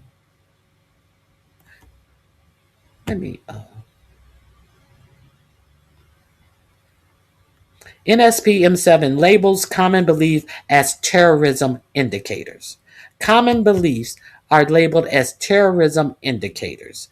With the mainstream media distracted by the made-for-TV drama of James Comey indictment, Trump has signed a little-noticed national security directive identifying anti-Christian and anti-American views as indicators of radical left violence, called National Security Presidential Memorandum 7. It's being referred to as NSPM 7 by administration insiders. When was this written? September 27th.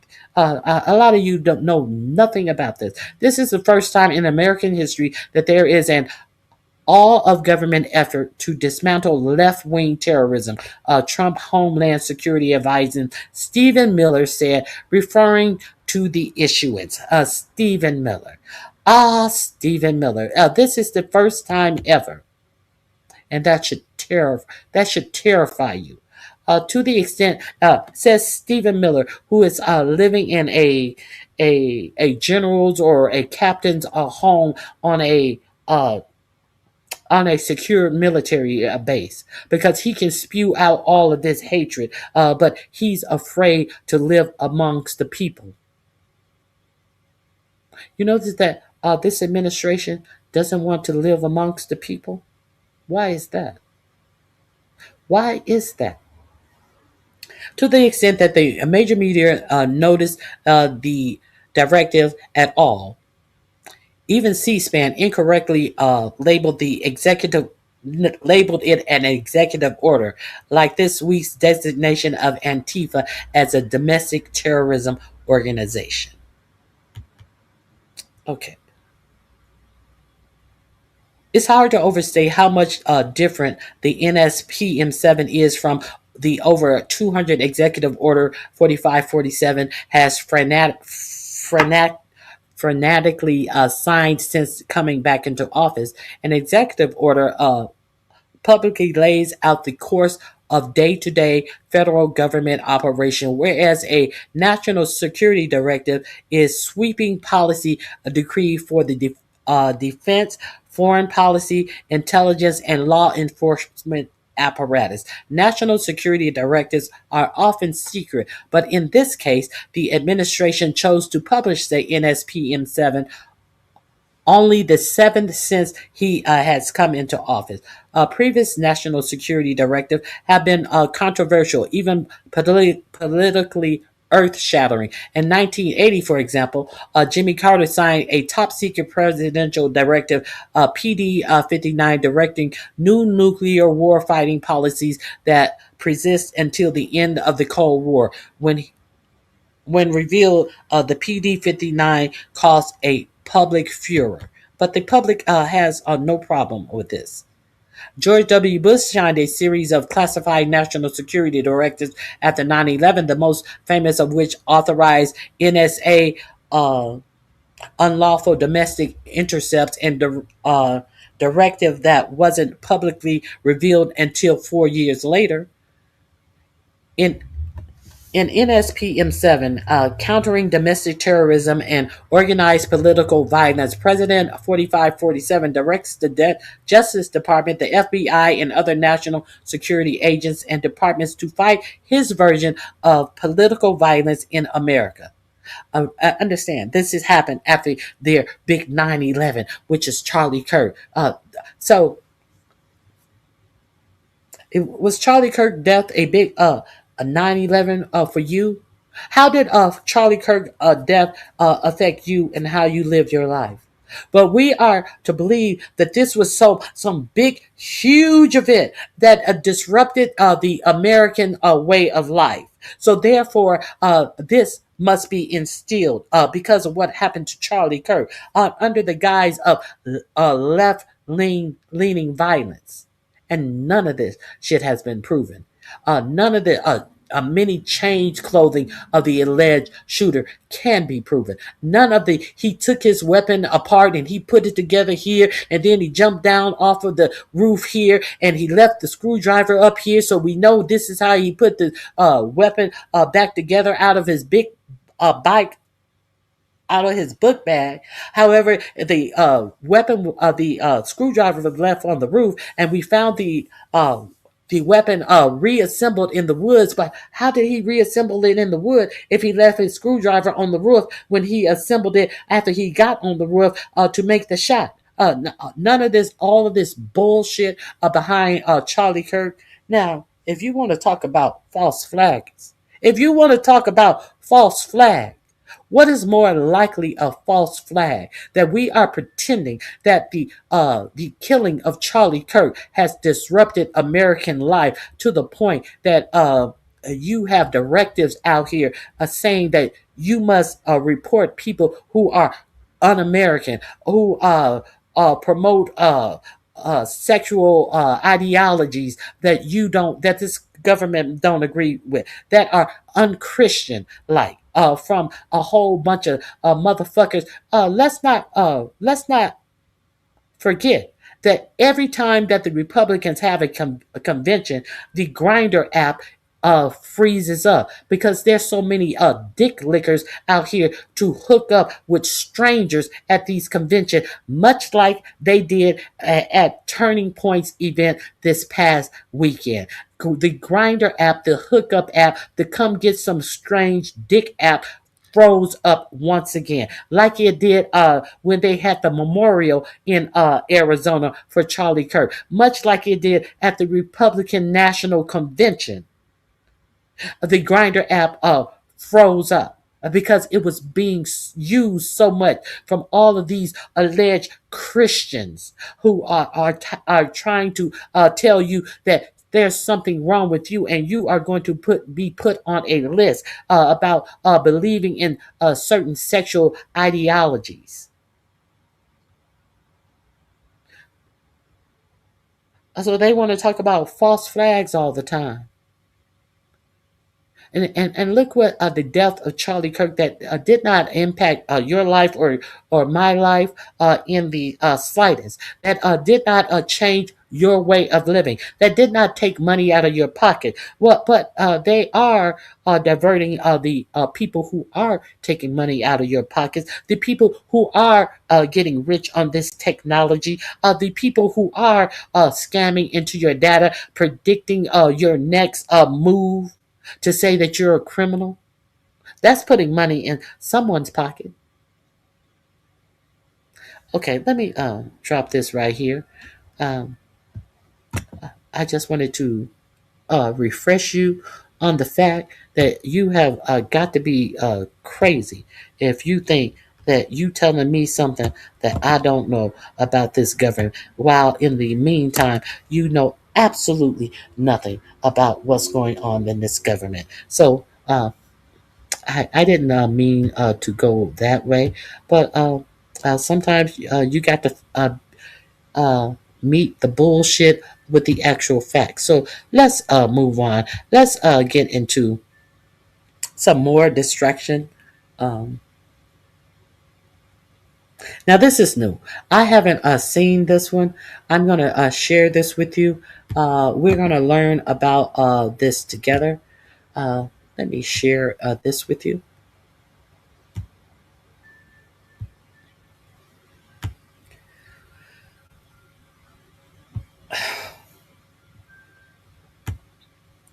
The Epstein files are way worse than you think.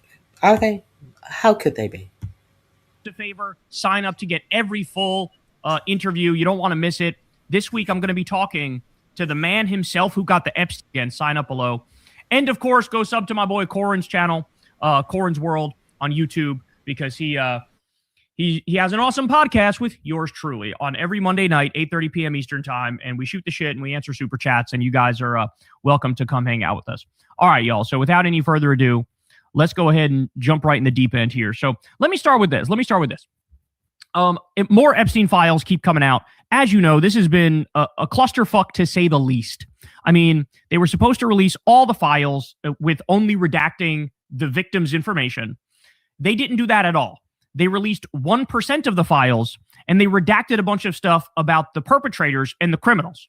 So flagrantly violating the law, not just the letter of the law, but also the spirit of the law. And that is now leading to backlash. So we'll talk a little bit more about that backlash later on. Definitely tune in again to Crystal Kyle and Friends, because Ro Khanna will give you all of the spicy, juicy details about what they're doing now, how they're pursuing justice now. But it's only gotten more comical. Very Carrie. Who are you saying bye to? Sonia? Sarana? Whoever. Are you saying goodbye to this stupid bitch? Hey, Deanna. Happy Merry Christmas Eve to you as well. Who are you saying bye to, Very Carrie? Did anyone hear me say anything about George Floyd? See, they are obsessed about dumb shit, about lying, but they have nothing to say about these actual facts. I don't recall saying George Floyd name one time, but they cannot live without saying George Floyd. Meanwhile, the person that killed George Floyd is in prison for doing so. Period. Let's move on.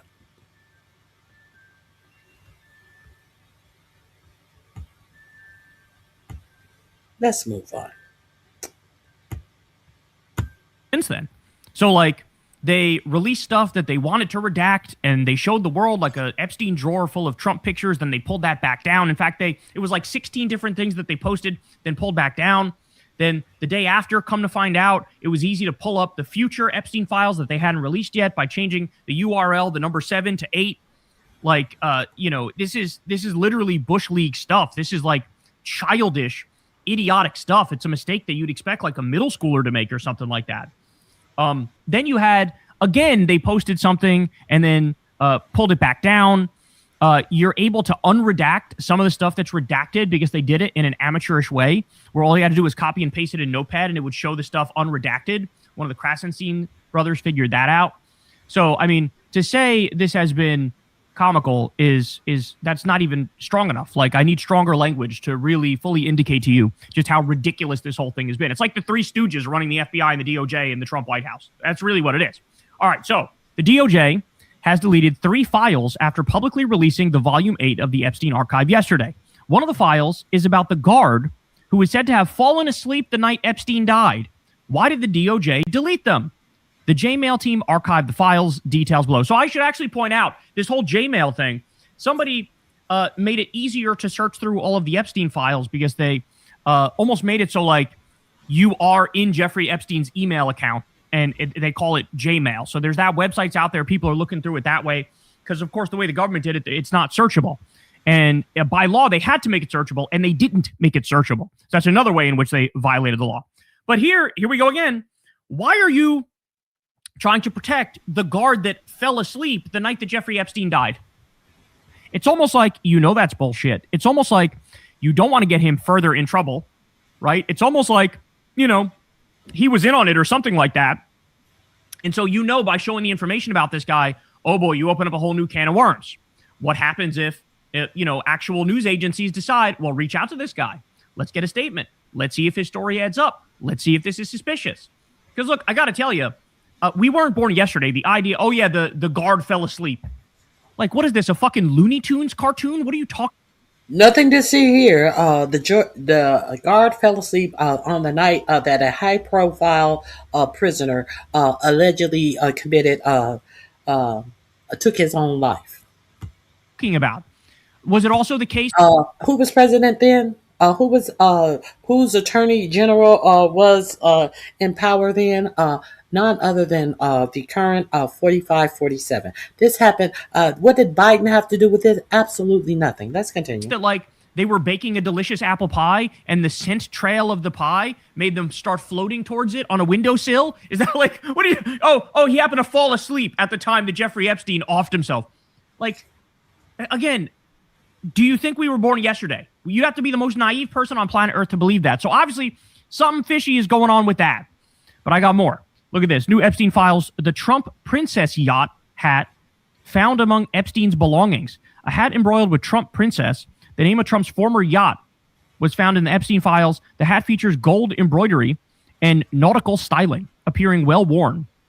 Trump owned the luxury yacht in the late 1980s after purchasing it from Adnan Khashoggi. That's the dad of Jamal Khashoggi, who was murdered by Saudi Arabia for doing real journalism. Holy shit.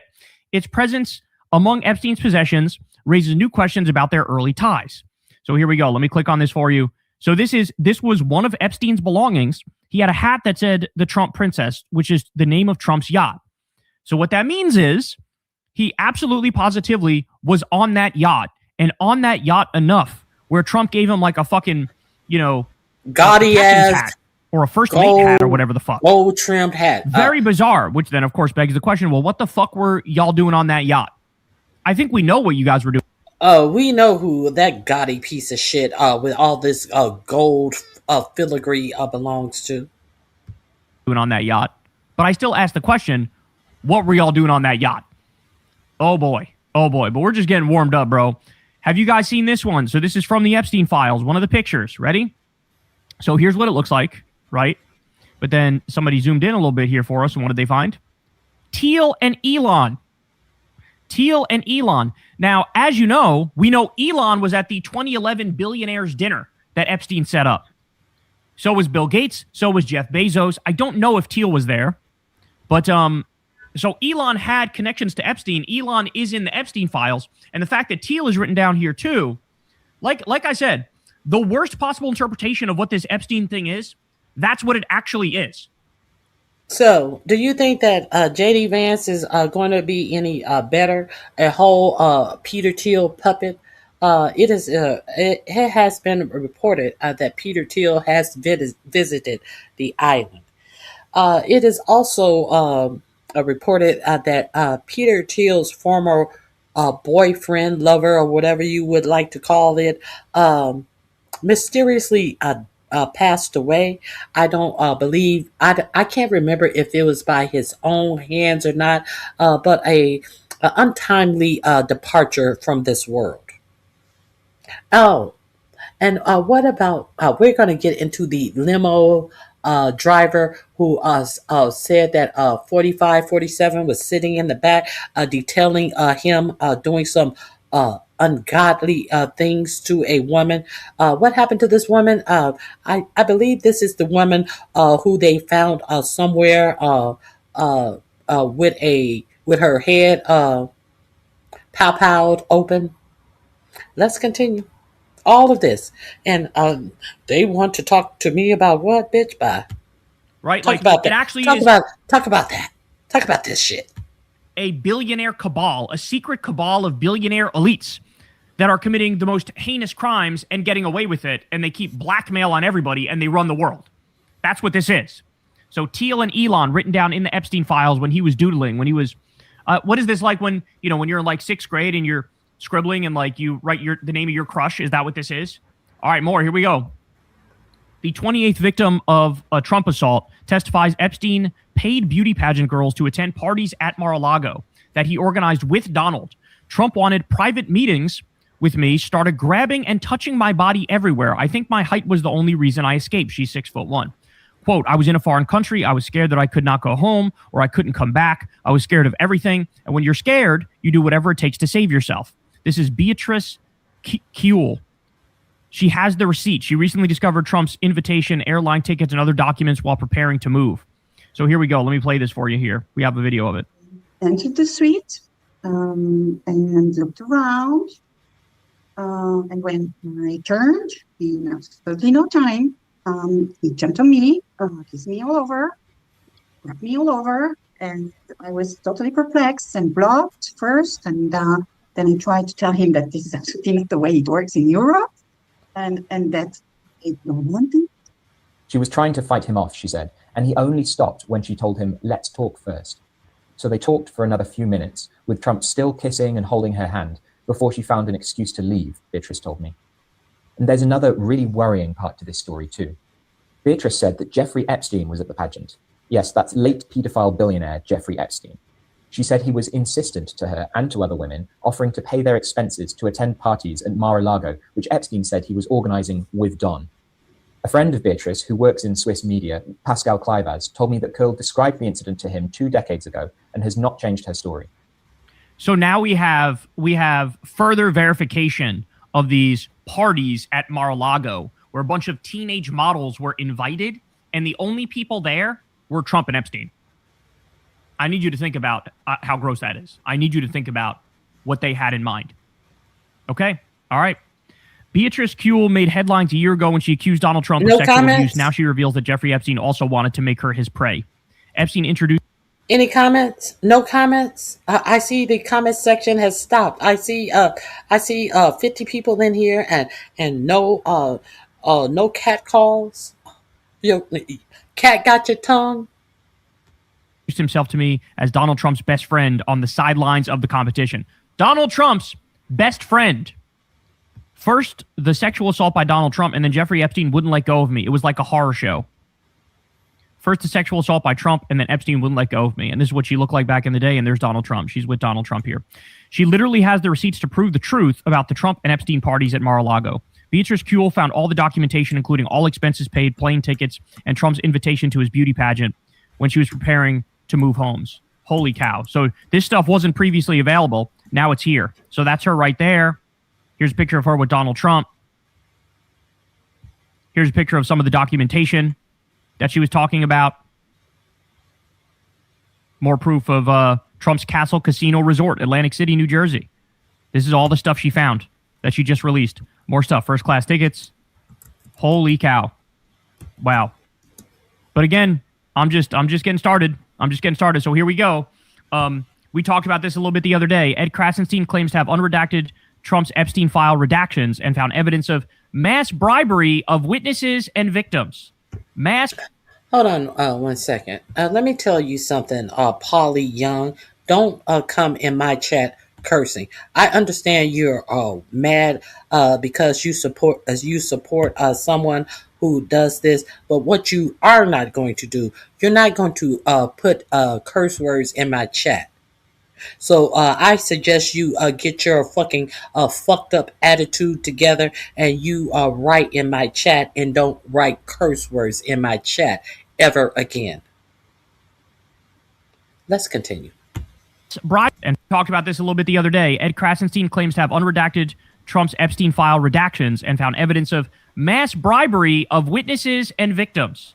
Mass bribery done by Epstein and Trump to keep the victims quiet. That's what they're talking about here. I was just able to recover some of the redactions to Trump's Epstein files, and you won't believe what I just found. The Trump DOJ screwed up some of the redactions so bad that you can recover them. And I did so simply by copying and pasting the text. When I did, this is what was there. This is 100% proof that Trump tried to cover up the existence of other participants in Epstein's crimes. It says right here that they paid large sums of money to participant witnesses in order to keep them quiet, as well as their attorney's fees. This means that Trump tried to hide the fact that there's other participants and other attorneys who know about it, as well as those who helped Epstein release damaging stories and destroy evidence. This is the biggest cover-up in American history.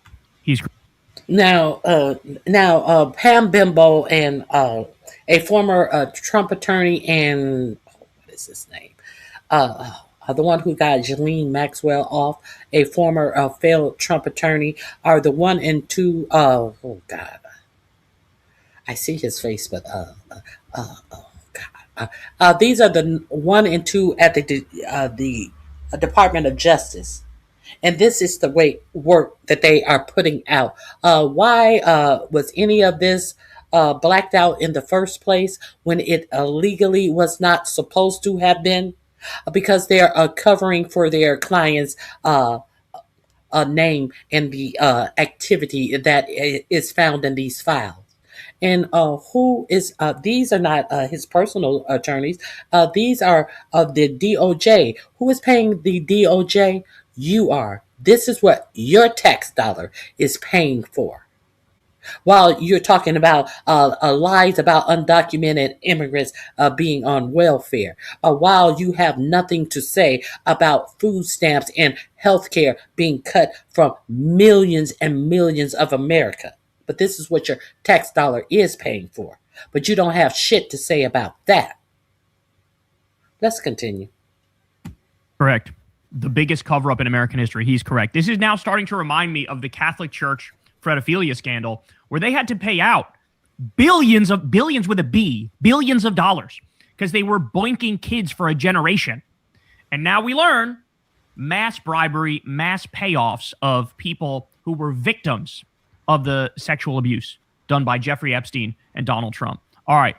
Horrific account from an alleged victim of Ghislaine Maxwell obtained by the FBI in August 2020, describing sexual assault and torture by Maxwell alongside Prince Andrew, as well as being drugged by her father and forced to participate in pedophilia ring parties at 6 to 8 years old in Surrey, England. So look, I should be clear about this one. This is what's called an intake form, which is just a fancy way of saying people reaching out to the FBI with tips to say, hey, this happened or that happened. You might want to look into this, etc. Right? So this is part of the Epstein files, but this is just an intake form. So what I would say is it's the lowest level of verified you could possibly have. Like, there's not as much certainty around this as other stuff that we've talked about, because this is just like, you know, somebody calls up and says something or whatever. Now, in many instances, it could literally just be somebody who's like a paranoid schizophrenic who's making some shit up.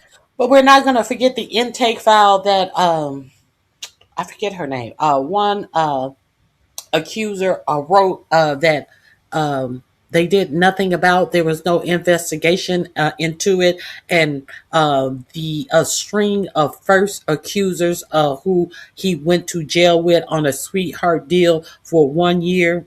And his attorney got the job in 4547's first administration as Secretary of, I keep wanting to say Commerce. It's not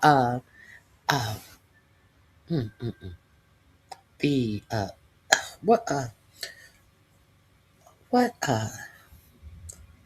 the Labor Secretary. Jeffrey Epstein's attorney got the job in 4547's first administration as the Labor Secretary, and then this lady intake file was found, and nothing had been investigated and done about it. And subsequently, his first heard of assaulted young underage minors was discovered. So just because it's an intake file, let's not forget that there was an intake file prior to Jeffrey Epstein's first arrest for having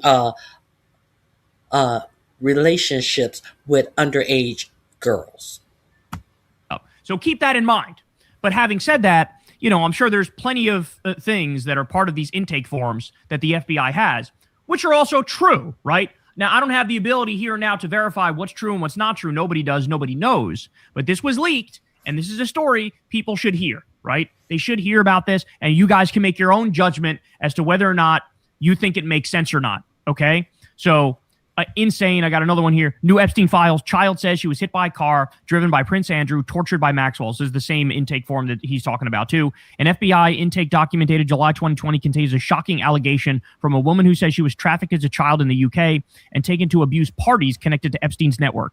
She says that between the ages of 6 and 8, she was drugged by her father and driven to a private estate in. Are we not going to forget that Prince Andrew has been excommunicated from the royal family? Prince Charles said, fuck that, mommy's dead, and don't show your shaggy, disgusting face around here. You get you get nothing. You get no royal titles. You get absolutely nothing. But some people decided to vote 45-47 president. Go figure. Surrey, where she was hit by a dark blue car driven by Prince Andrew. The impact caused permanent injuries to her ribs, hip, and leg. She says she later woke up to Prince Andrew standing over her. She also claims she was taken to another house, identified later as Frogmore Cottage, where she was restrained, tortured with electric shocks by Ghislaine Maxwell, and watched by a group of men. She says Maxwell beat her with a broom, broke her nose, and told her she, quote, deserved to die. Medical records are mentioned in the report, but the victim says she was only taken to the hospital after a rugby match to cover the real cause of her injuries. So, I mean, shit. I hope there's some journalist out there who's going to do the digging on this and going to do the reporting and try to figure out how much of this is true, because this is a horrific nightmare type story. Weird temple on his island, and nobody knows the exact reason why he has it. And there's like zodiac sign stuff in there. It's like occult stuff in there. So they might actually be into some very weird stuff that includes, like, I don't know, ritual sacrifice and stuff. Here's stuff on bail application. Author's name redacted. It's the stuff of nightmares. All right, here we go. Interesting letter regarding support of the Maxwell bail application. Author's name redacted, although tiny piece of signature remains unredacted.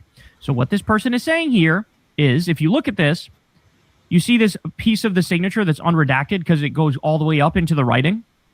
Well, if you do a handwriting analysis with Donald Trump, what you'll find is he always signs his name like that. The D in his name, here you go. Here you go, right here. See the way he does the D there? He makes the D go way up. Okay. That's not the right phrasing for this segment, if you know what I'm saying. But this is how he writes his name. And you can see it's very performatively large with certain letters, right? You can see the first letter here, okay? And then I'll scroll back for you. And you can see here's the first letter. And so the speculation is, hey, this might actually be Trump signing a letter of recommendation for bail for Ghislaine Maxwell, who was convicted of human trafficking and fredophilia in her own respect. So Hassan, I wish her well. I wish her well. He did say he wished her well. Piker says, very strange that a big chunk of these redactions are now confirmed to be Donald Trump and suspected to be of numerous other powerful people, including co-conspirators. Why is the DOJ hiding these people's names as if they are victims? That's exactly right.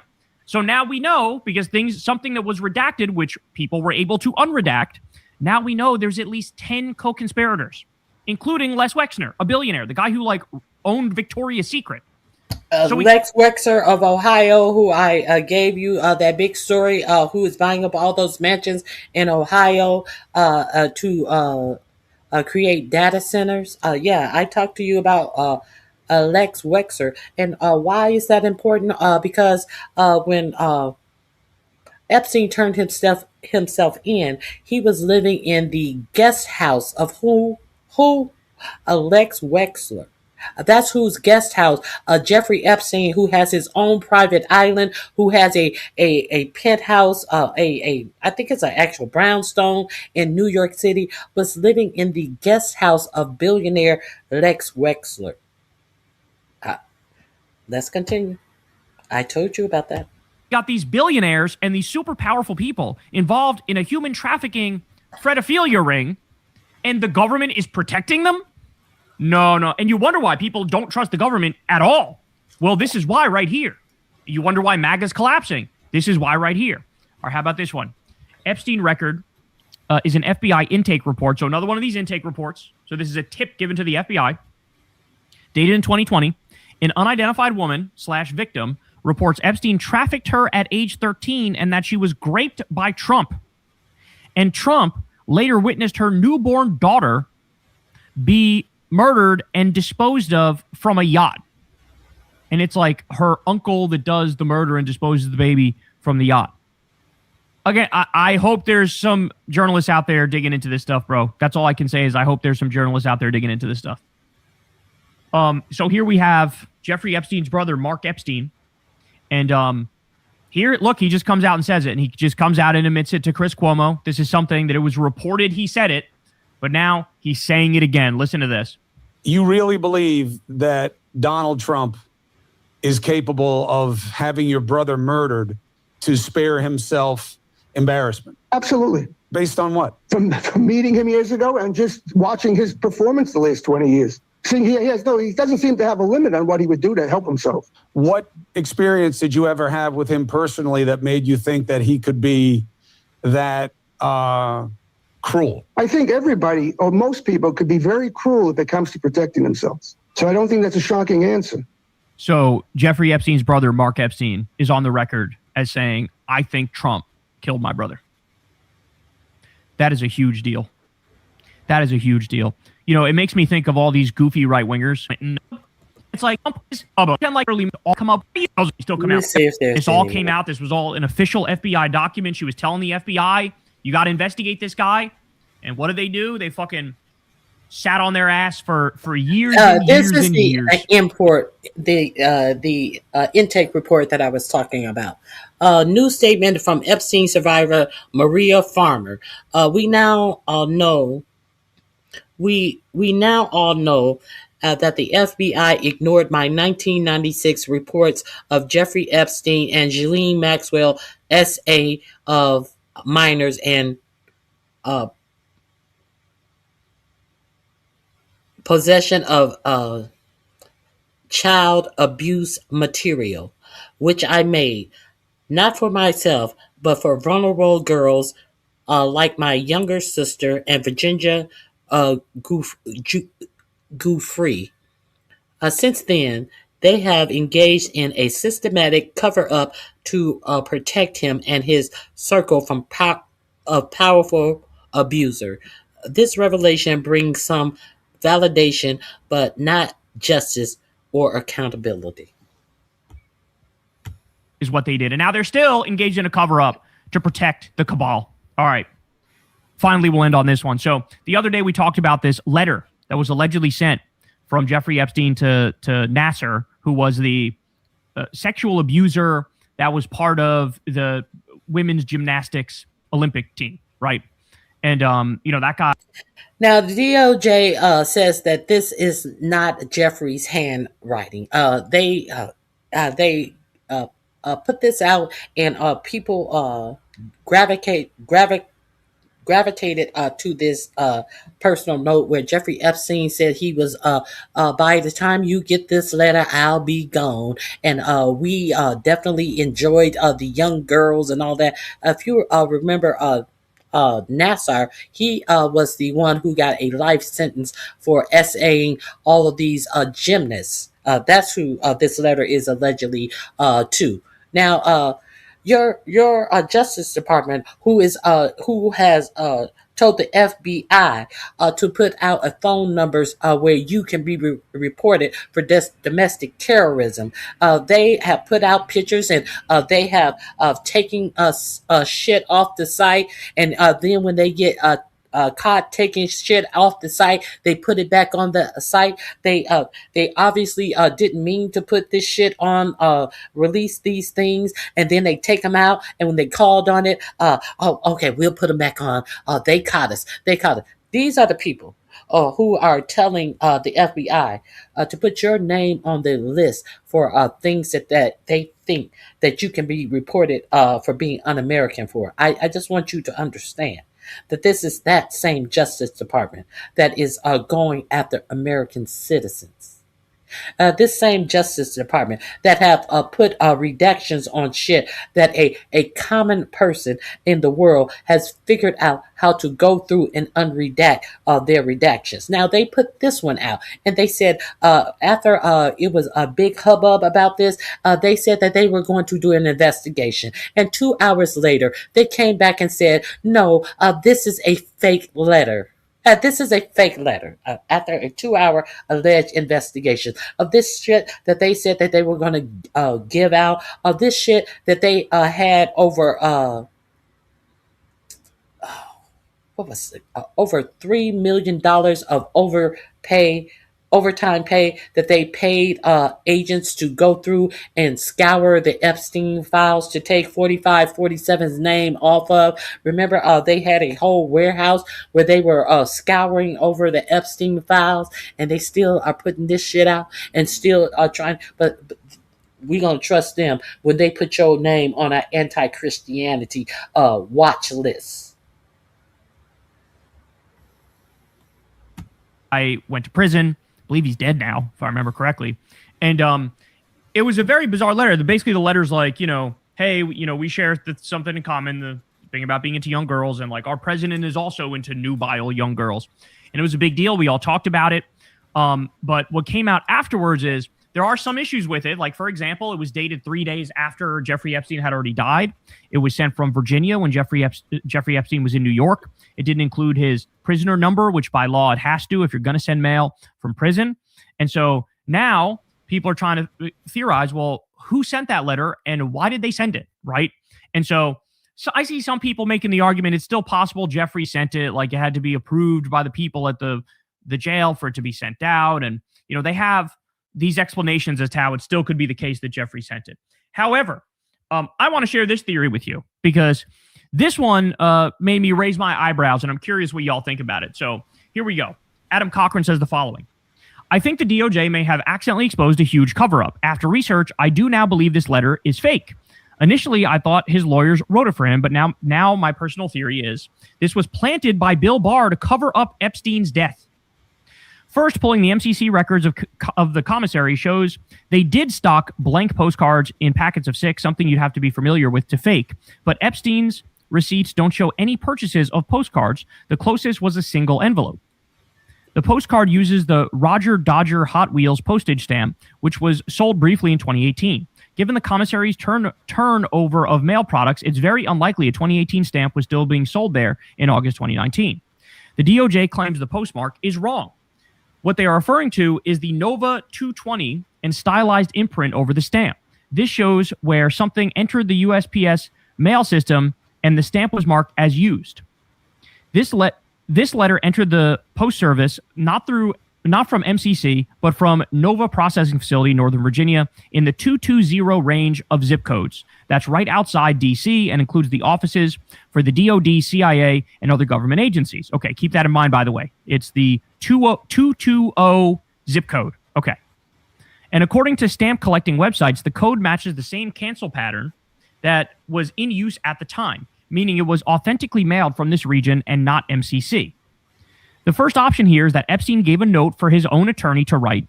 Reed Weingarten represented Epstein and met with him 2 days before his death. He could have facilitated the drop-off of this letter, and Nova is right across the river from where Steptoe LLC is located. But at the same time, Reed seemed to work out of the New York office. We also have Reed's signature in 1922, this document from the recent DOJ file, and the handwriting looks nothing like the letter. But the postcard writing doesn't look anything like Epstein's writing either. Epstein also signed his name with some sloppy loop mark. That you can see. Look at that. That you can see. Okay. In fact, Epstein's writing is hard to find because he mostly had Maxwell take notes for him. His writing is incredibly sloppy. We find it in 2 places. 1, his passport applications. 2, the note he wrote in his jail cell. He couldn't have written the note. So you could see chicken scratchy very like almost illiterate type stuff. The note was also posted on Tuesday, August 13th, 3 days after Epstein died. Post in North Virginia takes one processing day after pickup and is not collected on a Sunday, meaning it was likely posted sometime between August 10th at 3:01 p.m. To Monday the 12th before noon. This was 3 days after his last lawyer visit, and on the same day he died, making it deeply unlikely it would be his lawyer, as it took ages to mail. So that leaves us with a set of criteria. So this needed to be someone in Northern Virginia / DC area that knew prisons use blank postcards, who knew Epstein was dead right away, who wanted a note that looked like a suicide note, who had access to earlier Epstein files to know his language about nubiles, who knew Nasser was moved, who had similar penmanship, who had connection to Epstein. Okay, this is getting spicy. Ready? And it just so happens that Bill Barr, the son of Epstein's first boss, was the attorney general under Trump at the time. He was in charge of the case. He was alerted to Epstein's death. He had insider access to the case. He knew about the birthday book. And where did Barr live at the time? A custom-built home in McLean, Virginia, in the Nova processing region, with zip codes starting with 220. Okay, he continues.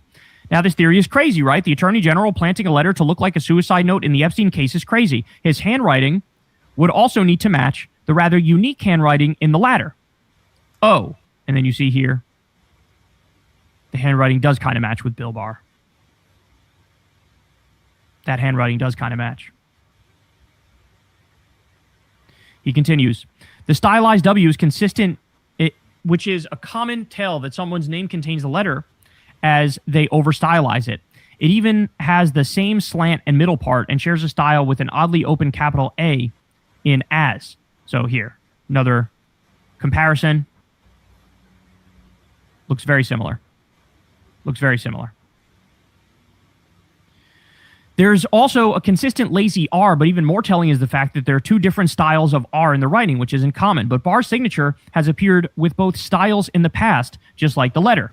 Wow. The letter also uses open, unfinished lowercase a's, even when standalone, as seen in Barr's signature. It even appears in the capital A in As You Know, which again is rare. The letter open loops its L's and D's and other cursive letters, as we see in William in Barr's signature. Barr has also used upward flourishes at the end of words, which we see repeated in the letter, and you can see that here. So that's his name. You see the upward flourish at the end. See the upward flourish there. Yeah, that's what's happening. That's what's happening. In his public office signature, he adopted a long tail off, as does the letter in the signature. And for an initial, he uses a flared letter with a sharp point, notably spaced from the letter. The single dot is clean with no motion. The letter does this as well. Lastly, is the fact that letters are darker on the ends. This is a straight of high-end pens like rollerball or fountain pen, where the ink is continuous, not a Bic ballpoint pen. And in 2019, when photographed for New York Mag, what did Barr have? Some variety of either Park Sonnet or this other kind of pen that is exactly what we're referring to here. Look. If you zoom in on that, you can see it. You can see it. Okay. So what would this mean if the theory is accurate, that Bill Barr would be part of a cover-up to hide details about Epstein's death by writing a fake letter he knew would be found? The timeline matches, the insider knowledge of the Epstein case matches, the location mailed from matches his home, the handwriting matches, the motive matches, even the content matches. The note conveniently starts off with Epstein alluding to killing himself to someone he's never met. That's true. That's what that letter did to Nasser. Then mentioned something about Trump's interest in young women, something that no one would ever expect was part of a cover-up. They'd simply then, in the future, claim that the letter was a plant without examining who or why. But if the letter were taken at face value, I'd give Bill Barr, the DOJ, and the BOP the cover they need for whatever actually happened in the prison that night. Whether it was negligence, encouraged suicide, or murder, something was covered up. The Attorney General, Department of Justice, and BOP all cared about saving their own ass. But if Barr did this, he'd never tell the incoming DOJ, and so they denounced this letter because of its mention of Trump drawing unwanted scrutiny, like me, to look at it more closely. And so unless one of Epstein's lawyers wrote this letter on his behalf, knowing their client was going to commit suicide, I can only arrive at the personal theory that Bill Barr posted this to cover up Epstein's death. And then he goes on to give a disclaimer here. And he says, look, I'm not a handwriting expert, and this is just a theory. I have no evidence. He hasn't been charged with anything, yada, yada, yada. But this is what this guy lays out. This is what this guy, Adam Cochran, lays out. So, look, I'm going to leave it up to y'all. You tell me what... I'm going to leave it up to y'all as well. That link is in my description box. Do with the information or what you may. Very interesting. Very interesting.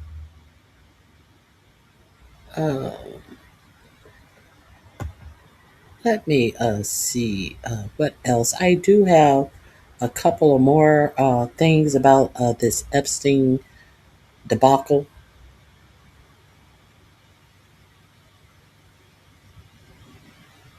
It must be down here. Oh, here we are. We're down here.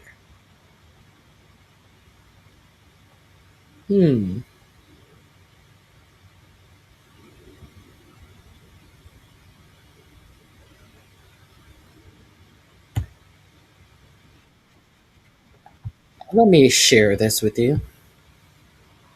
This link will be in my description box under Epstein file disclosures. Trump threatens to resign. I told you a little bit about that.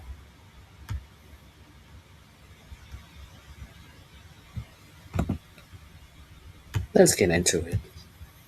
Now it is so bad, he is weighing resignation. Yes, that is the state of mind that Donald Trump is in right now. And I will speak on behalf of all of America when I say, please leave us alone. Nothing would be better than you. Excuse my language, but don't, because it's the truth. Fucking off. Nobody wants to hear from you. Please go away. That is what Donald Trump is weighing tonight after Epstein bombshell is rocking his presidency. And I want to get into those that have caused him to lose his mind and want to quit today. But before we do, if I could quickly ask you, leave a like on this video. And if you haven't already and you enjoy our channel, to hit that subscribe button, because it goes a long way in supporting our work. Now, before we get into what Donald Trump said, suggesting that he is considering resigning the presidency, it seems, because he is so beaten down from his failed Epstein cover-up, I want to start with one of the reasons why, and it's what's happening inside of his own DOJ that he thought he controlled completely.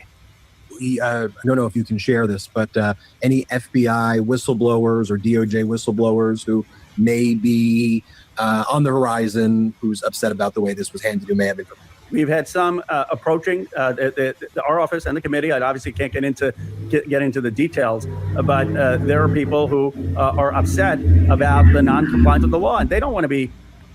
So you understand that the DOJ has skirted the law and has not released all of the files on the date that they were given. Now we understand that there are whistleblowers coming forward from the Department of Justice. So this could get quite interesting. Held accountable, right? Anyone who is at the Justice Department who's involved. Understand that they are in anybody working in the Department of Justice is at threat of losing their law licenses and their jobs and their career and their reputations. Fucking around with Todd Blanche, that's the number 2 in the FBI, who I couldn't think of earlier, and Pam Bimbo. With this, who's not complying, could be prosecuted for obstruction of justice. Now, Pam are upset about the non-compliance of the law, and they don't want to be held accountable, right? Anyone who is at the Justice Department who's involved with this, who's not complying, could be prosecuted for obstruction of justice. Now, Pam Bondi's not going to prosecute them, and Donald Trump isn't going to have an attorney general who prosecutes them. But, you know, in 2029, we're going to have a Democratic president, and that Democratic president is going to have an attorney general, and that attorney general is going to prosecute the law, not out of vindictiveness, out of just saying that you can't commit crimes and get away with it. By the way, I think that should apply to crimes, not just in violating the Epstein Transparency Act. I think it should apply to crimes with ICE, crimes in terms of the strikes in the Caribbean. We need accountability before reconciliation. So if you're at the Justice Department and you know that you're violating the law, you probably don't want obstruction of justice charges brought against you. And that's why I think more and more people are speaking up. Donald Trump made one thing clear to all of his MAGA sycophants on day one of his administration. If you commit violence on his behalf, if you commit crimes on his behalf, he will back you up with a pardon. Donald Trump didn't just pardon January 6th insurrectionists because he wanted to say to those who went out and tried to overturn our election in 2020 for him that he loves them and that he'll always support them. That was a broader message. Donald Trump was telling anyone, if you want to commit crimes, make sure you do it on behalf of me. And he's also made it clear to anyone who is already a criminal if you give me a couple of bucks, I'll get you out of jail. Do you know why Nicki Minaj was at the Turning Point USA conference? Do you know why she's become such a big Trumper? Well, it's partially because she's an anti-vaxxer and clearly has lost her mind. Not that I really followed Nicki Minaj's cognitive or political state all that closely before Trump. It is because multiple members of her family, including her husband, need pardons. And those are the type of people who stick up and love Donald Trump. Right? That they're happy to coddle him and to say, oh, dear leader, you're the greatest, because they want to get something out of him, and they know that they can. But what's happening inside the DOJ right now is a revolt against that as Donald Trump covers up, and Jamie Raskin broke down the perfect description of that cover-up right here.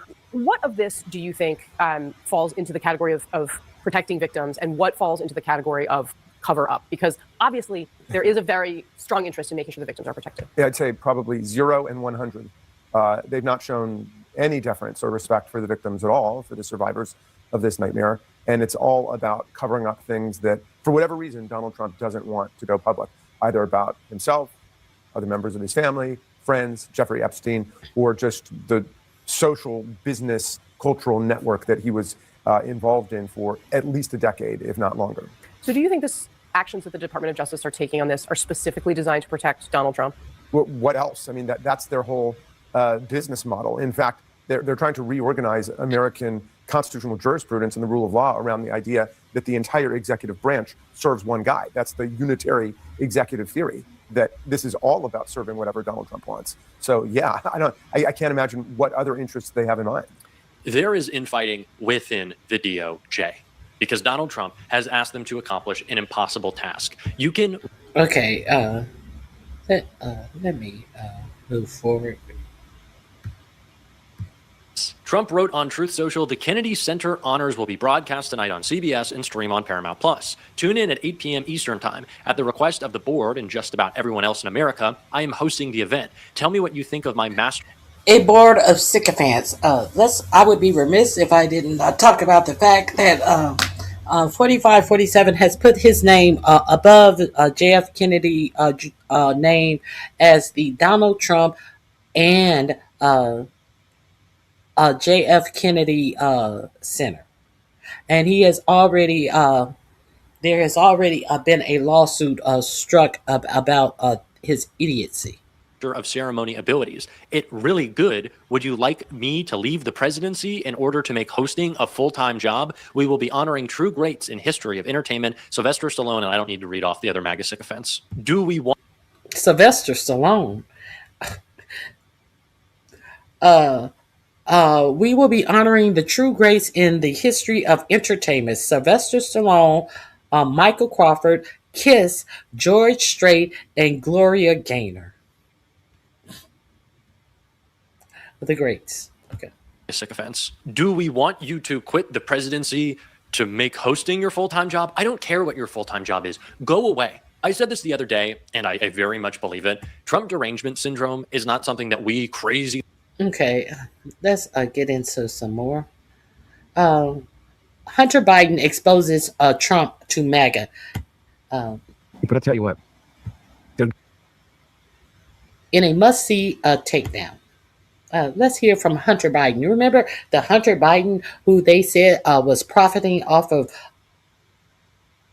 Biden's reputation and position as the president of the United States? Let's hear Hunter Biden remind you of what is going on with the Trump family and the profiteering off of 4547 being in office.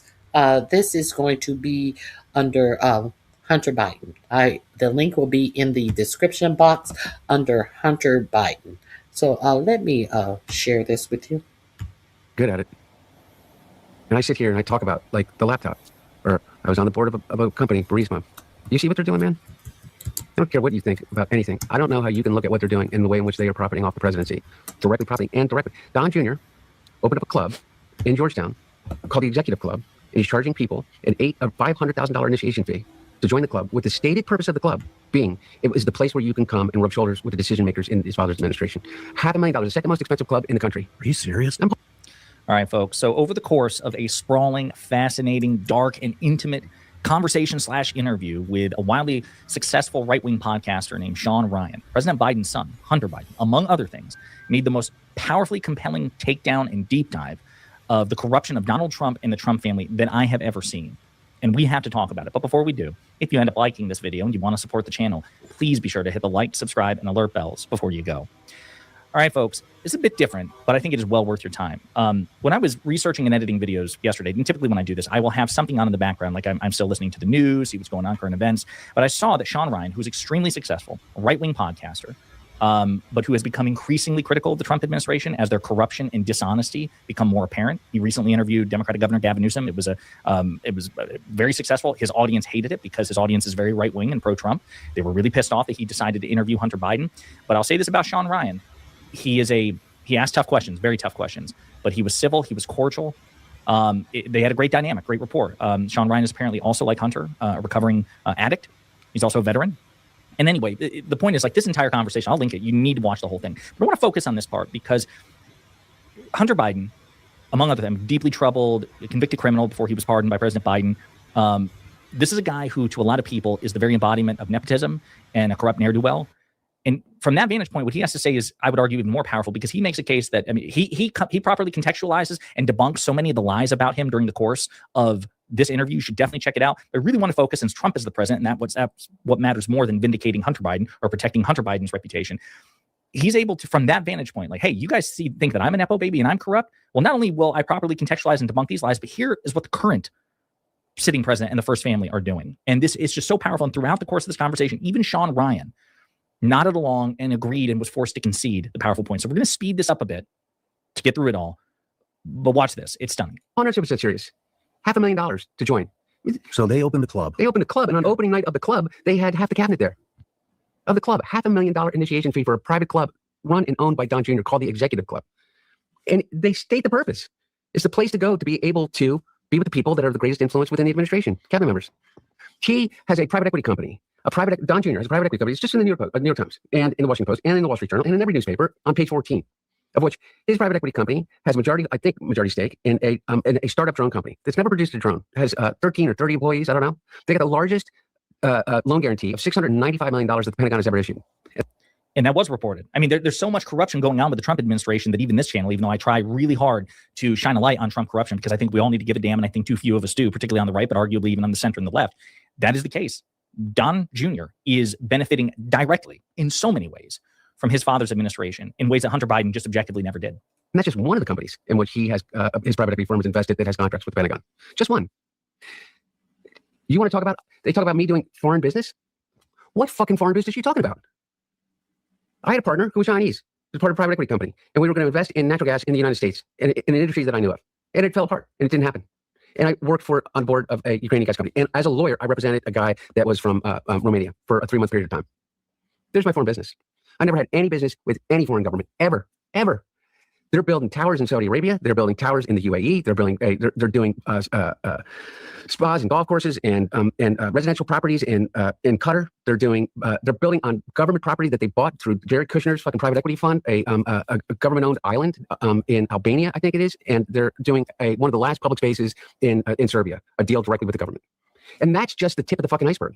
It is just the tip of the fucking iceberg. I mean, again, we're going to play more of it, but this is the point. Again, if you watch earlier in the conversation, he goes step by step, and I mean for like 30 minutes in his history and why he actually was qualified to serve on the board of an energy company and even in a foreign country, the foreign lobbying that he did, you know, his the fact that he's a Yale educated attorney, his experience working with nonprofits and foreign governments, all these things that, unlike Don Jr., Hunter Biden actually has expertise, education, and such that make him more of a fit for the jobs that he's had, which no doubt came in part, and he himself admits, no doubt came in part because his employers wanted to try to exploit his last name for their benefit. But Hunter Biden is objectively more qualified to do the jobs that he's done compared to Don Jr. And again, it is the tip of the iceberg, and it's virtually impossible to keep track of. And that's why I give him such a huge shout out, Hunter Biden, for keeping track of this shit in a way that I've just seen nobody do. Well, don't forget about Gaza. And Jared Kushner is has flat out stated that Gaza is all about a real estate play, in which it is the best beachfront property in the Mediterranean. And they're going to redevelop Gaza. And where are they going to get the money to do it? They're going to get the money from the Saudi royal family. They're going to get it from the Emiratis. They're going to get it from the Qataris. They're going to get it from the Russians. They're going to get it from the oligarchs, from Blavatnik, from all of these guys, from Dmitry Firtash, who has been wanted for extradition in Australia and the United States for the past 10 years. And all of a sudden, he's off the extradition list. But by the way, he's doing a deal with Naftagaz and the Saudis and Don as it relates to the pipeline. As Jared Kushner and what's his name, Witkoff, who has zero experience. Jared Kushner being Donald Trump's son-in-law, married to Ivanka, and who served as the shadow Secretary of State during his first term and is arguably doing it even now because he's, burrowed his way into the middle of negotiations between, Ukraine and Russia, as well as Gaza and Israel. Food for thought. As Jared Kushner and what's his name, Witkoff, who has zero experience. Everybody says that I don't have experience. I was a fucking adjunct professor at Georgetown University School of Foreign fucking Service. I served on 19 different boards. I was the chairman of the board of the largest the largest support group for the largest humanitarian organization in the world. I had traveled the world. I had been to all the places that you were jumping from. I've been, not with a gun, but there in the refugee camps and everywhere else. And they said that I didn't have experience. It's a Yale fucking educated lawyer. What experience does Don Jr. have in anything other than being handed a check in an office by his dad? Name one. Jared Kushner had the biggest real estate failure in the history of real estate in New York when he bought the 666 building. The 666 building, we talked about that, and I've told you about that. But everybody wants to pretend like these are successful business people. These are grifters. On Fifth Avenue. It had to be bailed out by the Qataris when Trump was president. And we're wondering, whether Hunter Biden? I don't get it, man. I really don't. The same Qataris that they announced that Pete Kegbreath announced that was going to get an Air Force base in Idaho. I showed you pictures of them at their ceremony where they were signing the paperwork. And then they said the media got it wrong. They are not creating a Air Force base, a Qatari Air Force base in Idaho. They are just allowing them to fly planes in and out of there because of the uproar. Some of you dummies probably don't even know about that because the uproar got too loud for them. And so they had a whole signing ceremony saying that they were doing just that. And then they walked it back. And you haven't heard anything else about it from this for-profit media. But let's continue. And I sit here and I think well, shouldn't that make you fucking mad? Shouldn't that make everybody mad? Forget about me. Forget about whether you think I'm a fucking, crook or whatever you want to believe. They're doing it right in front of our face. I mean, the New Yorker, assessment of how much money that they've made over in the first 10 months is $3.4 billion. We covered that. We covered that story. And again, this is the frustrating thing because a president's corruption matters. It just objectively does, and it should matter to the American people. It should matter to you. You guys should have been obsessively watching that video, sharing it with friends. I am deeply passionate about this stuff because it's not just what it does in the short. It's not just the fact that while we have all these foreign and domestic crises going on, Trump is looting the treasury to enrich himself and his family, and he's doing it in broad daylight, and we're just like, oh, whatever you want. It's stunning, and we're indulging in this false equivalence. I cannot stress enough. The most maximal interpretation of this man's corruption, Hunter Biden's corruption, Joe Biden's corruption, give the Republicans the most maximal interpretation. It is still a fraction of a rounding error compared to the corruption of the Trump family. Even with the most generous interpretation, Trump is objectively far more corrupt by orders of magnitude. And we don't care. We just don't care. And all that's going to do is further corrupt and corrode the presidency because that's Trump. What's going to happen when J.D. Vance gets in there or somebody who's as corrupt as Trump, but cleverer than Trump, or perhaps even more nefarious than Trump? It matters. $3.4 billion, orders of magnitude more than the most generous interpretation of how wealthy Hunter Biden allegedly got off his last name. Well, let's continue. They can identify in the increase in the wealth of the Trump family in 9 months. And by the way, it's not like they're not directly telling us this. And I don't understand. So if I give myself or give the people that voted for him the widest latitude with the belief that, what you said, is because they gave a shit about things. They gave a shit about the prioritization of what's wrong in the United States rather than what's wrong America first. Of us taking care of vets instead of taking care of illegal immigrants. Of all the shit that you want me to give them the latitude to believe that's why they voted for Donald Trump. Shouldn't this make you really fucking pissed off? America first. For a long fucking time. Yeah, I know, but I mean, I'm not just talking about you, and I don't want to get you in trouble, but I can almost feel the resistance from your audience of this message coming from me. But let me give you this one. He's in the fucking Epstein files, man. Yeah. And that's the reason that we're not getting him. Folks, I will link this in the description in the comments. You need to watch this entire interview. You definitely need to watch that entire interview. I definitely went over there and I watched that entire interview. Um, Let's there is a couple of things that let me I'm gonna This is what people, I think, that I sit and I listen to I these. actually have the entire interview. I am going to drop a copy of the link for that entire interview. I'm going to drop it in my description box. It is going to be under Hunter Biden. The entire interview. Um, I think you will enjoy it if you go over there and check it out. I am also going to drop the link to that entire interview right here in the chat box. Go over there and check out that entire interview. So let's move on.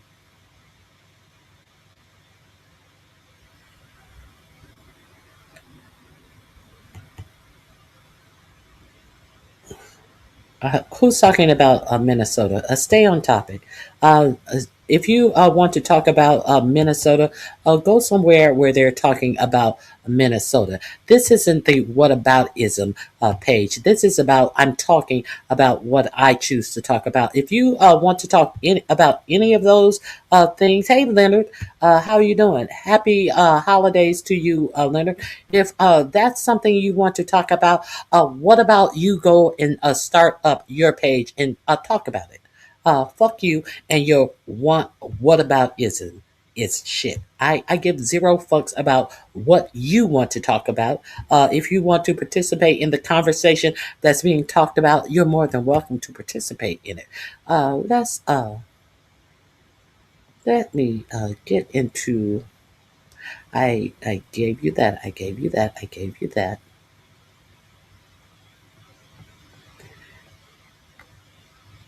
Here is the one. Redacted noted Trump continuously stated the name Jeffrey while on the phone and made reference. Hold on. Now, this is the bombshell of the Epstein reporting that I have found. This is going to be under the Epstein files in my description box. I really need you guys to take a gander at this reporting about the Epstein files. Here we go. Status quo. I'm JT Siskowski for Status Coup. Before we dive into some of these very shocking allegations, I want to stress something. None of this proves that the president slept with underage girls. All they are is allegations, some of which have some questionable timing surrounding them, but we'll get into that. Let's start with the first document I want to highlight is one that is allegedly a letter that Jeffrey Epstein sent to Larry Nassar. Larry Nassar being the longtime doctor for the U.S. gymnastics team, who was also a serial. Okay, we went into depth about that. I'm gonna get to the next piece. I dropped the link in my description box. Let's get to the thing that I really want you to some hear. of the exact same behavior that Jeffrey Epstein was convicted and accused of doing. It's a lot to digest. It's also rather disturbing to think about, and I apologize for some of the language that is used in that letter, but I wanted to give it to you whole cloth, exactly as it's presented in these documents.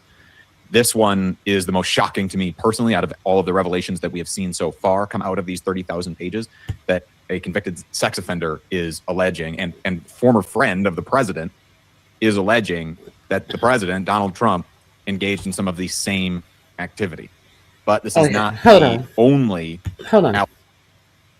Might as well call it the Hollywood files because they're all in it. For example, I know Kevin Spacey, for example, since we want to MJ Oren's wrath, for example, be specific about since we may as well call it the Hollywood files, and you know they are all in it.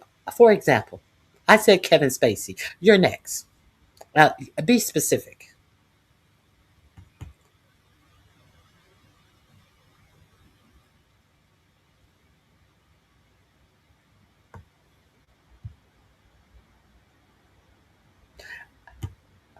Why didn't Biden release them when he could have? Because he couldn't have. Because Maxwell still had an appeal in court.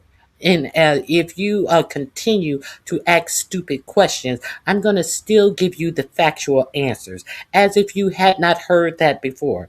But do you think while Ghislaine Maxwell still had a appeal before the courts, that the Department of Justice was going to drop all of the Epstein files for her to be able to use to try to gain information about do a detective release their files before you go to trial for a crime? Huh? Why don't the police release all their evidence before they ask you to confess? Are you dumb, or you think I'm dumb? But I think you're stupid. Let's continue. Okay. Let me see if we have any more Hollywood names. No Hollywood names, since they are all in it. I get so sick of them talking about how come Biden didn't release the files, because there was an appeal before the courts. Maxwell. How come Maxwell got put in a cushy prison? How come you don't ask that question?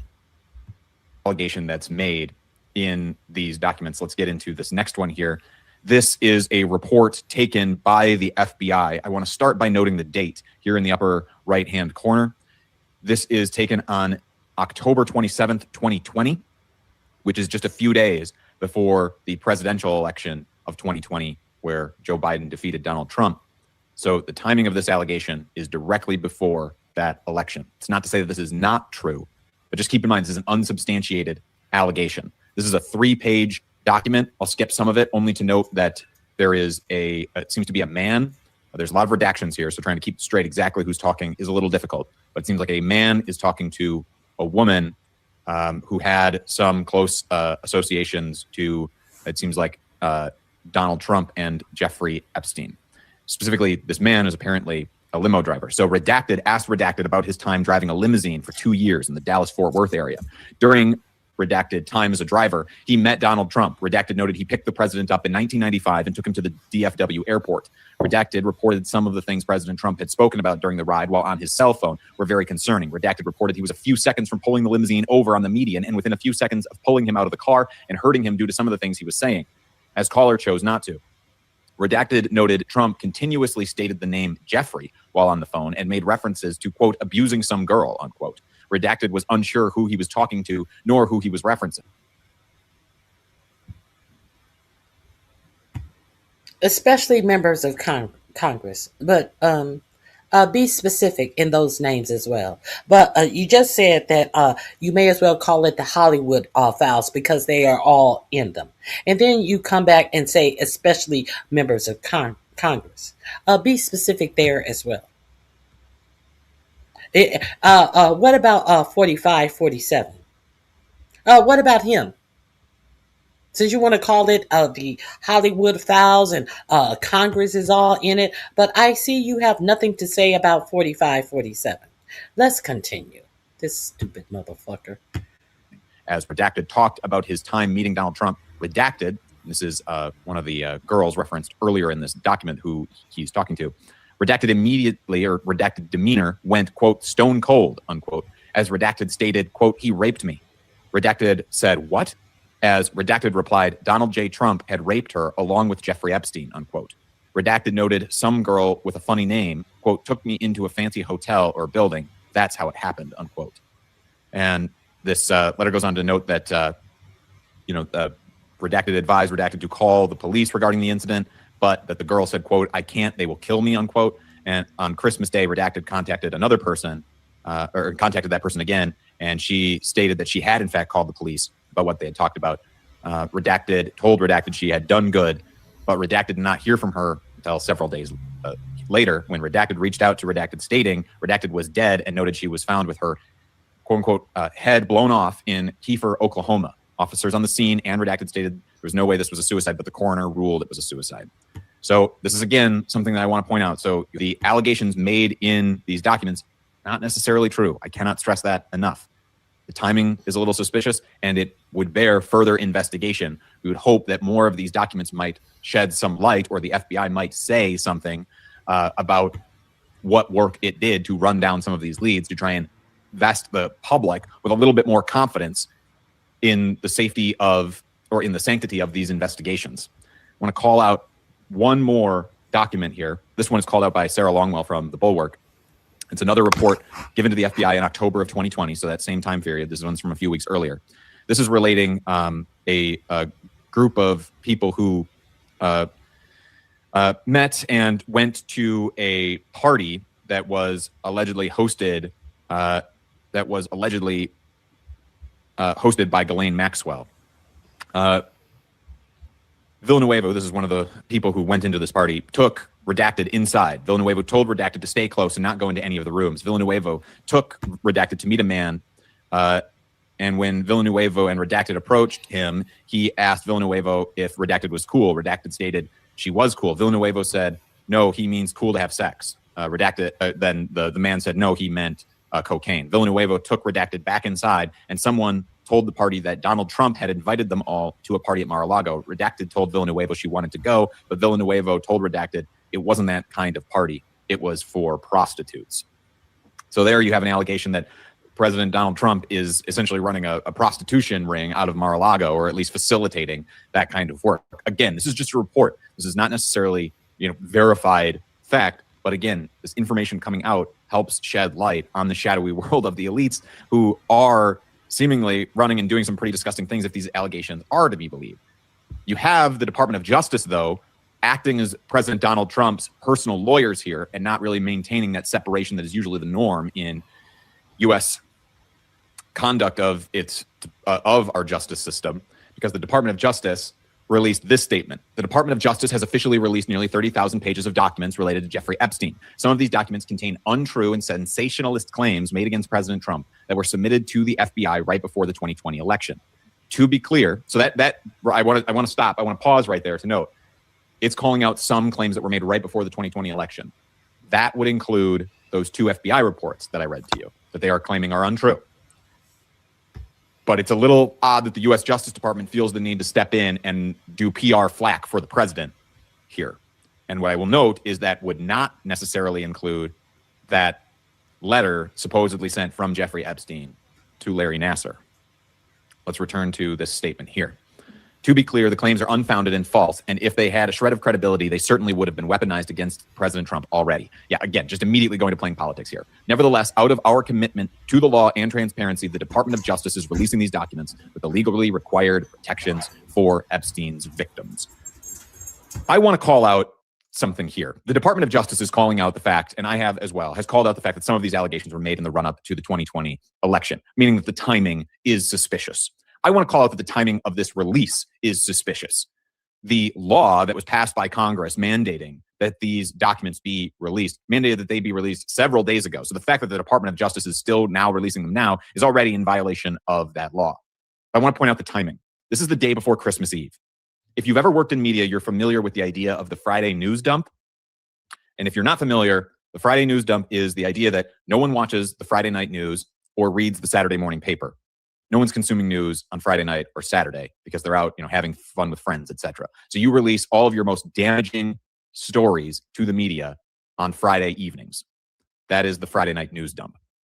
This is a very similar situation where right before a holiday, before an extended holiday, for a lot of people, their time off or their time away from the news will be extending from perhaps already today or yesterday even, or maybe even this past weekend, all the way through the weekend after New Year's Eve.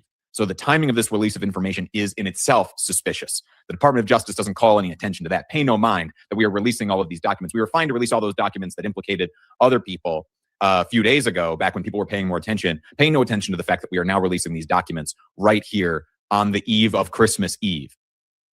That should also raise suspicions and might merit some more transparency from the federal government on its motivations for doing so, and the Department of Justice running flack for the DOJ. But this is just a set of the documents that have come out. It's it's nearly 30,000 pages, as the Department of Justice noted. So there's likely going to be time to report and go meticulously through these. And we are still expecting more document releases on top of these. So if you're not, get subscribed so that you can continue to see all of our analysis and our reporting on these documents as they come out. And if you value a truly independent voice in all of this, we are not beholden to any corporate influence or any political influence, unlike a lot of media in this country. Please get subscribed. Go to statuscoup.com/join for as long.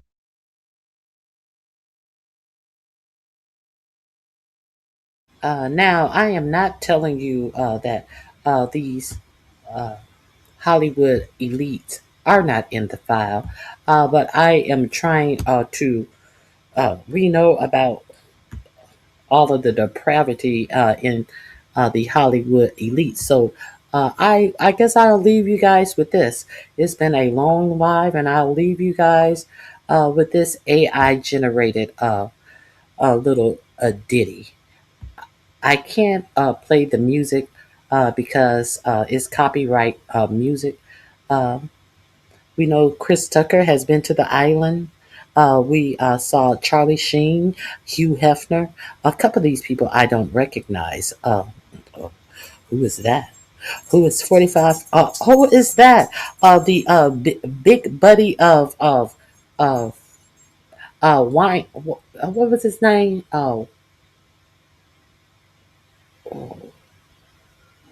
The other old guy who is in jail. Roman Polanski. Oh yes, oh yes. Kevin Spacey. Oh yes, oh yes. I don't know who that is.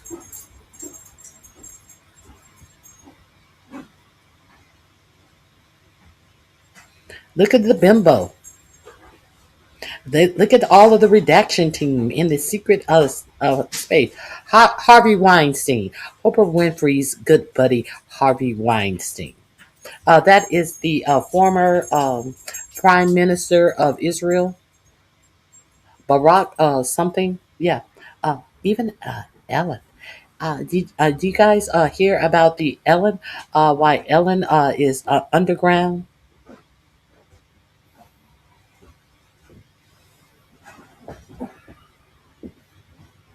No, I think that's Barack, whatever, the the former Minister of Israel. Oh, look at Naomi Campbell. Naomi.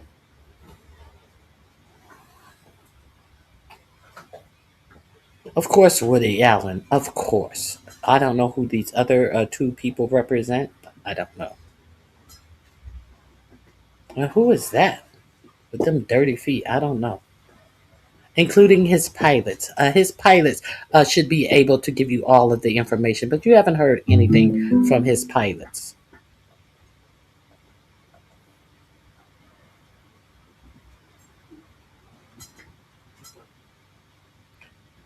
Backstage at the Team Miss USA. There you go. There go all of your Congress right there. And the only person who's in a jail cell. Poor baby. There's Weinhoff and Jeffrey, the sandwich guy. Weinstein and Jeffrey, the sandwich guy, who are also in jail for the same thing that a lot of your big names are walking around scot-free because they know that the names will not be released. So I appreciate you all for being here. Thank you, Weinstein. Yes, that's who I was trying to think of. I thank you all for being here. Let me damn, I threw that link away. I didn't add that to my description box. You will find it on Instagram. Amorosa. Okay. Exactly. So I hope you guys have a great remainder of your Christmas Eve. I hope you have a very Merry Christmas. And I just wanted to stop by and do a little news with you. So I hope that's going to be it for me. And I'm out of here.